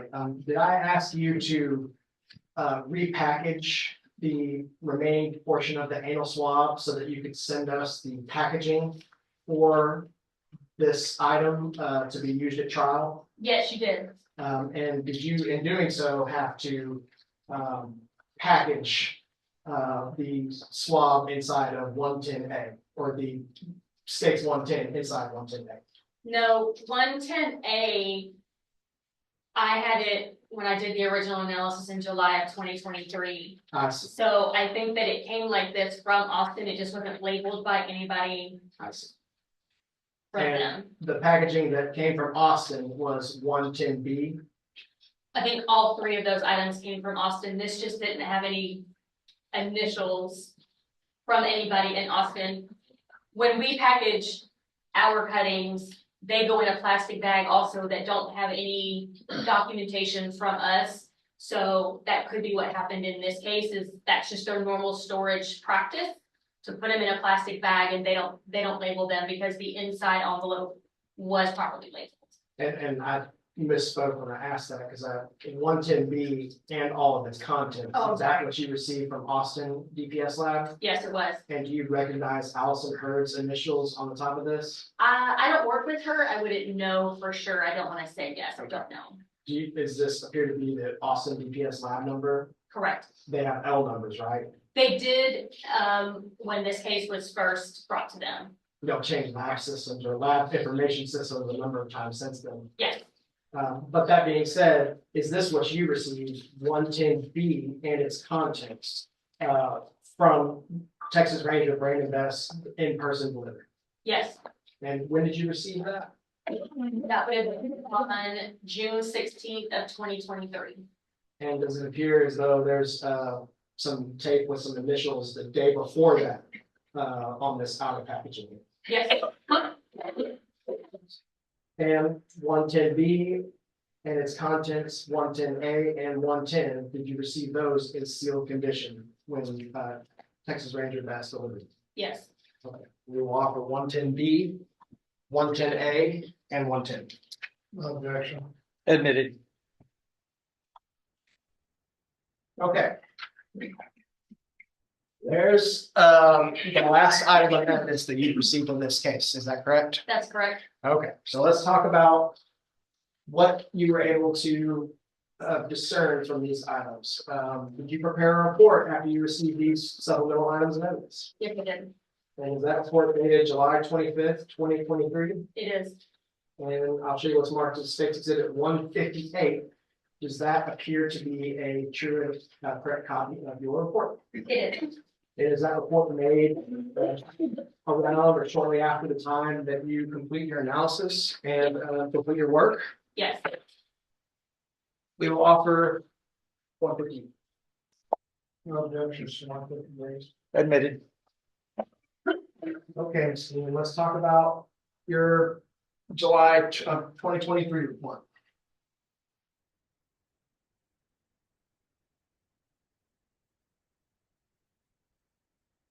So for purposes of the knowns here, are you indicating on this first page that you're still using the profile from the buccal swabs from Clayton Foreman as a known?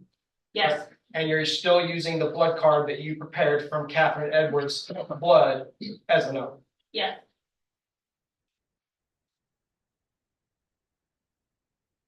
Okay, so first of all, let's go to the anal swab box, that first item there. What was your opinion in that particular item? The DNA profile from this item is interpreted as a mixture of two individuals with Mary Catherine Edwards as an assumed contributor. Based on the likelihood ratio result, Clayton Foreman is excluded as a contributor to this profile. Okay, so that's what I was asking you about before, because once you receive the actual swabs, you do have an inclusion, correct? I have a likelihood ratio that indicates support for the proposition that Clayton Foreman is a possible contributor. Okay, and let's see here. Let's go down to. Let's skip a couple down. Is that the opinion in your report about the sperm cell fraction of the anal swabs? That's correct. And again, you're talking about the item that you received in States 110? That's correct. Okay, so tell us what you found from that item. The DNA profile from this item is interpreted as a mixture of two individuals with Mary Catherine Edwards as an assumed contributor. The probability of obtaining this mixture profile, if the DNA came from Mary Catherine Edwards and Clayton Foreman, is 15,600 times greater than the probability of obtaining this profile if the DNA came from Mary Catherine Edwards and one unrelated unknown individual. This likelihood ratio indicates support for the proposition that Clayton Foreman is a possible contributor to the profile. Now, 15,600 times greater for the likelihood ratio, that is a ratio that is not in like the septillions, correct? That's correct. But that being said, what are, when we're looking at the sperm cell fraction of the anal swab, what are some potential explanations from a forensic standpoint for why there might be a stronger profile developed from the sperm cell fraction of the vaginal swabs compared to the sperm cell fraction of the anal swabs? Basically, it comes down to that there's less DNA from that male contributor on this item than there was on the vaginal swabs. That could simply be that ejaculation didn't occur in the anal area. It could be that there wasn't any sort of anal penetration. But how the DNA got there, I can't really speculate to that. But what I can say is there is less of his DNA or this foreign contributor's DNA on the anal swabs and the sperm fraction than there was the vaginal swabs. But there is a support for the proposition that Clayton Foreman's DNA was found in the rectal swab or the anal swab. That he is a possible contributor to the profile, yes. Okay.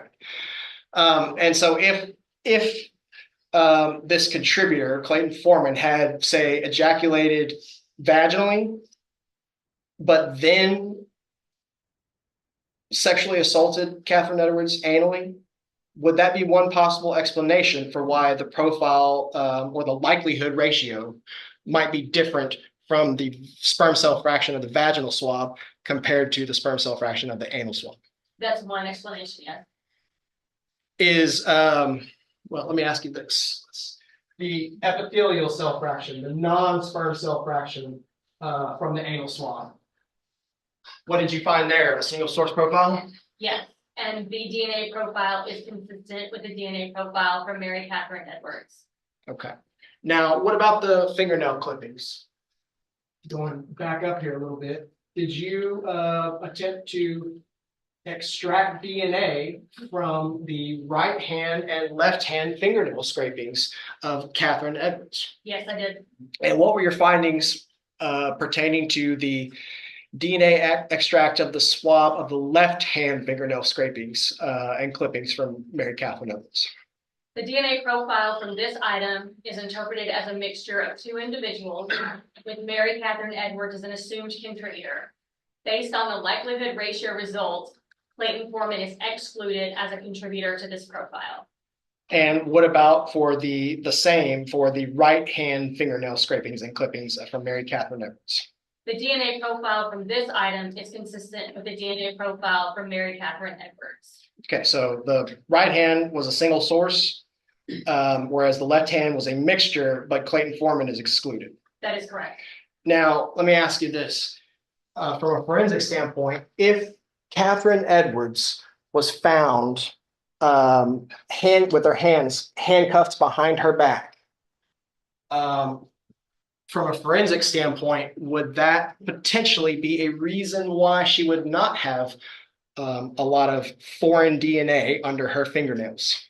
Objection, Your Honor, unless she knows for a fact of how it got there. I object. All right. Let's see what her answer is. That is a possibility.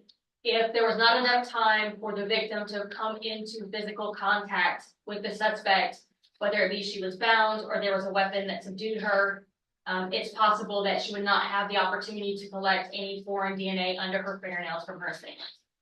So assuming the scenario that I've described where Catherine Edwards was handcuffed, would that be a possible explanation for why there might not be a foreign DNA profile on the right hand, and there is, but Clayton Foreman would be excluded on the left hand? That is a possible explanation. Okay. Now, did the thresholds for the likelihood ratios in this last item here present you with I guess, an opportunity to conduct an additional type of testing? Yes. Okay, so what type of testing was that? On the anal swabs, I conducted what is called YSTR typing. So what is YSTR typing and how does it differ from this STR typing that we've been talking about? YSTR typing looks at the genetic information on certain locations only on the Y chromosome, which only men have. It is ideal to use in situations where there's so much female DNA that we can't really pick up or see the male contributor in a sample.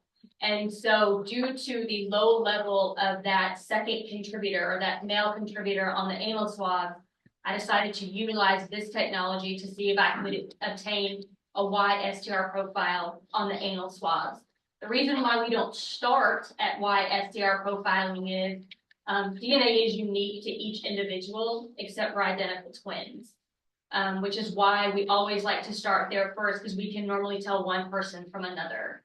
YSTRs are inherited along the fraternal line. So if I ran the YSTR profiles from my father-in-law, my husband, and both of my sons, they're going to be completely the same. You can't differentiate between who may have left the DNA based on the profile itself. But it can be helpful when there is so much female DNA that we can't really detect that male DNA in our traditional testing. Okay, so when you have that weaker male DNA profile, it gives you an opportunity to look at each one of the loci that the male DNA is located at? Yes. Okay. And in doing so, did you prepare a report with your findings about the Y-star analysis? I did. And is that report reflected in State's Exhibit 159? It is. Is that State's Exhibit 159, is that made around the time or shortly after you complete your work and analysis? Yes. We'll offer 159.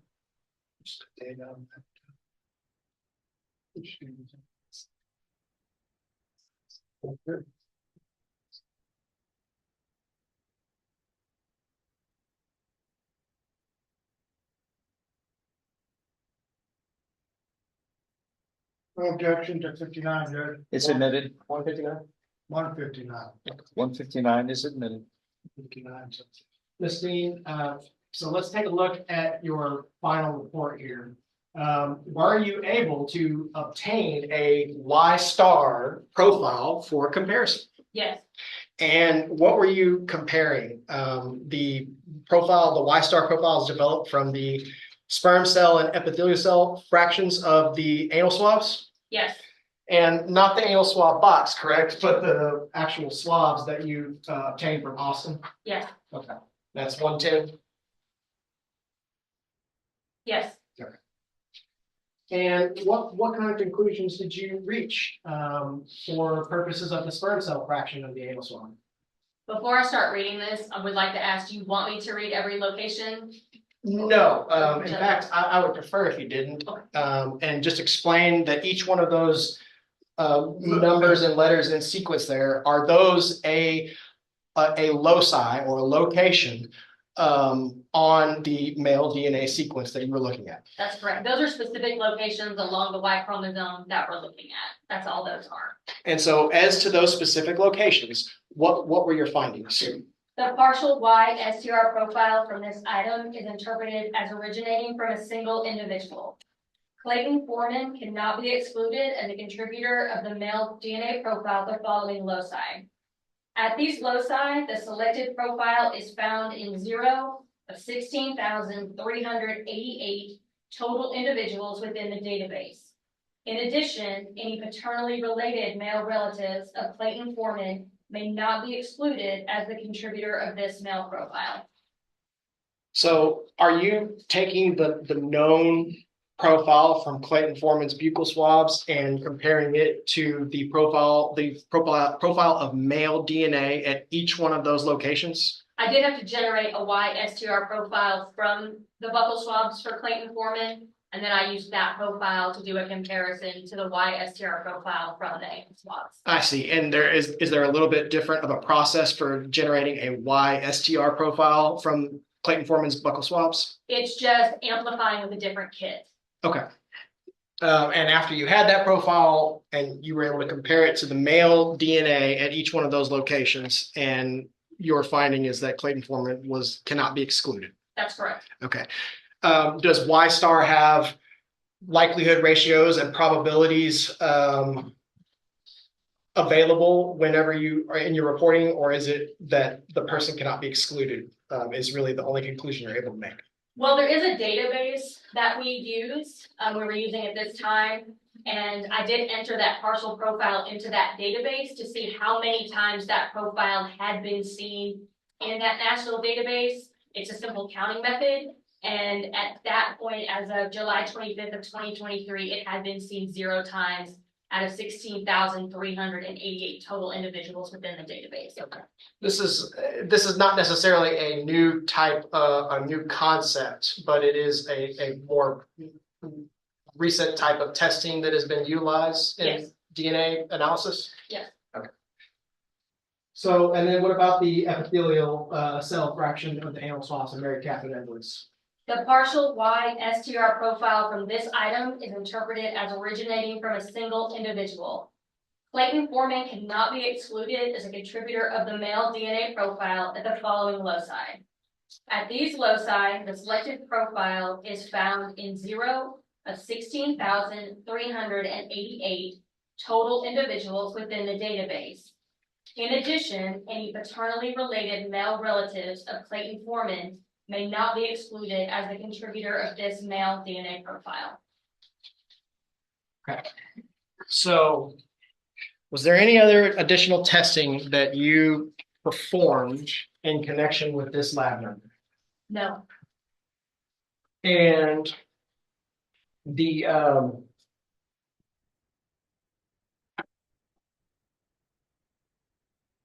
ultimately comparing the knowns to the vaginal swab and the knowns to the comforter cuttings, would you agree that there is evidentiary support that Clayton Foreman was a contributor to those profiles?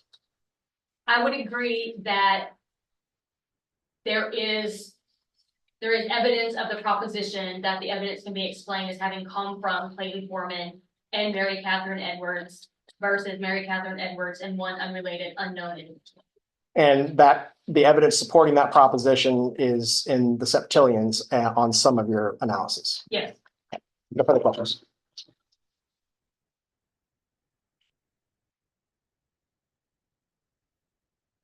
Gonna be a while. We're gonna take a break for the night. Oh, can all of you return back at 9 o'clock? 9 o'clock. Please remember the instructions that was given to you. We'll see you back in a minute. Thank you. Have a nice evening. Everyone else remains seated while the jury exits first, please.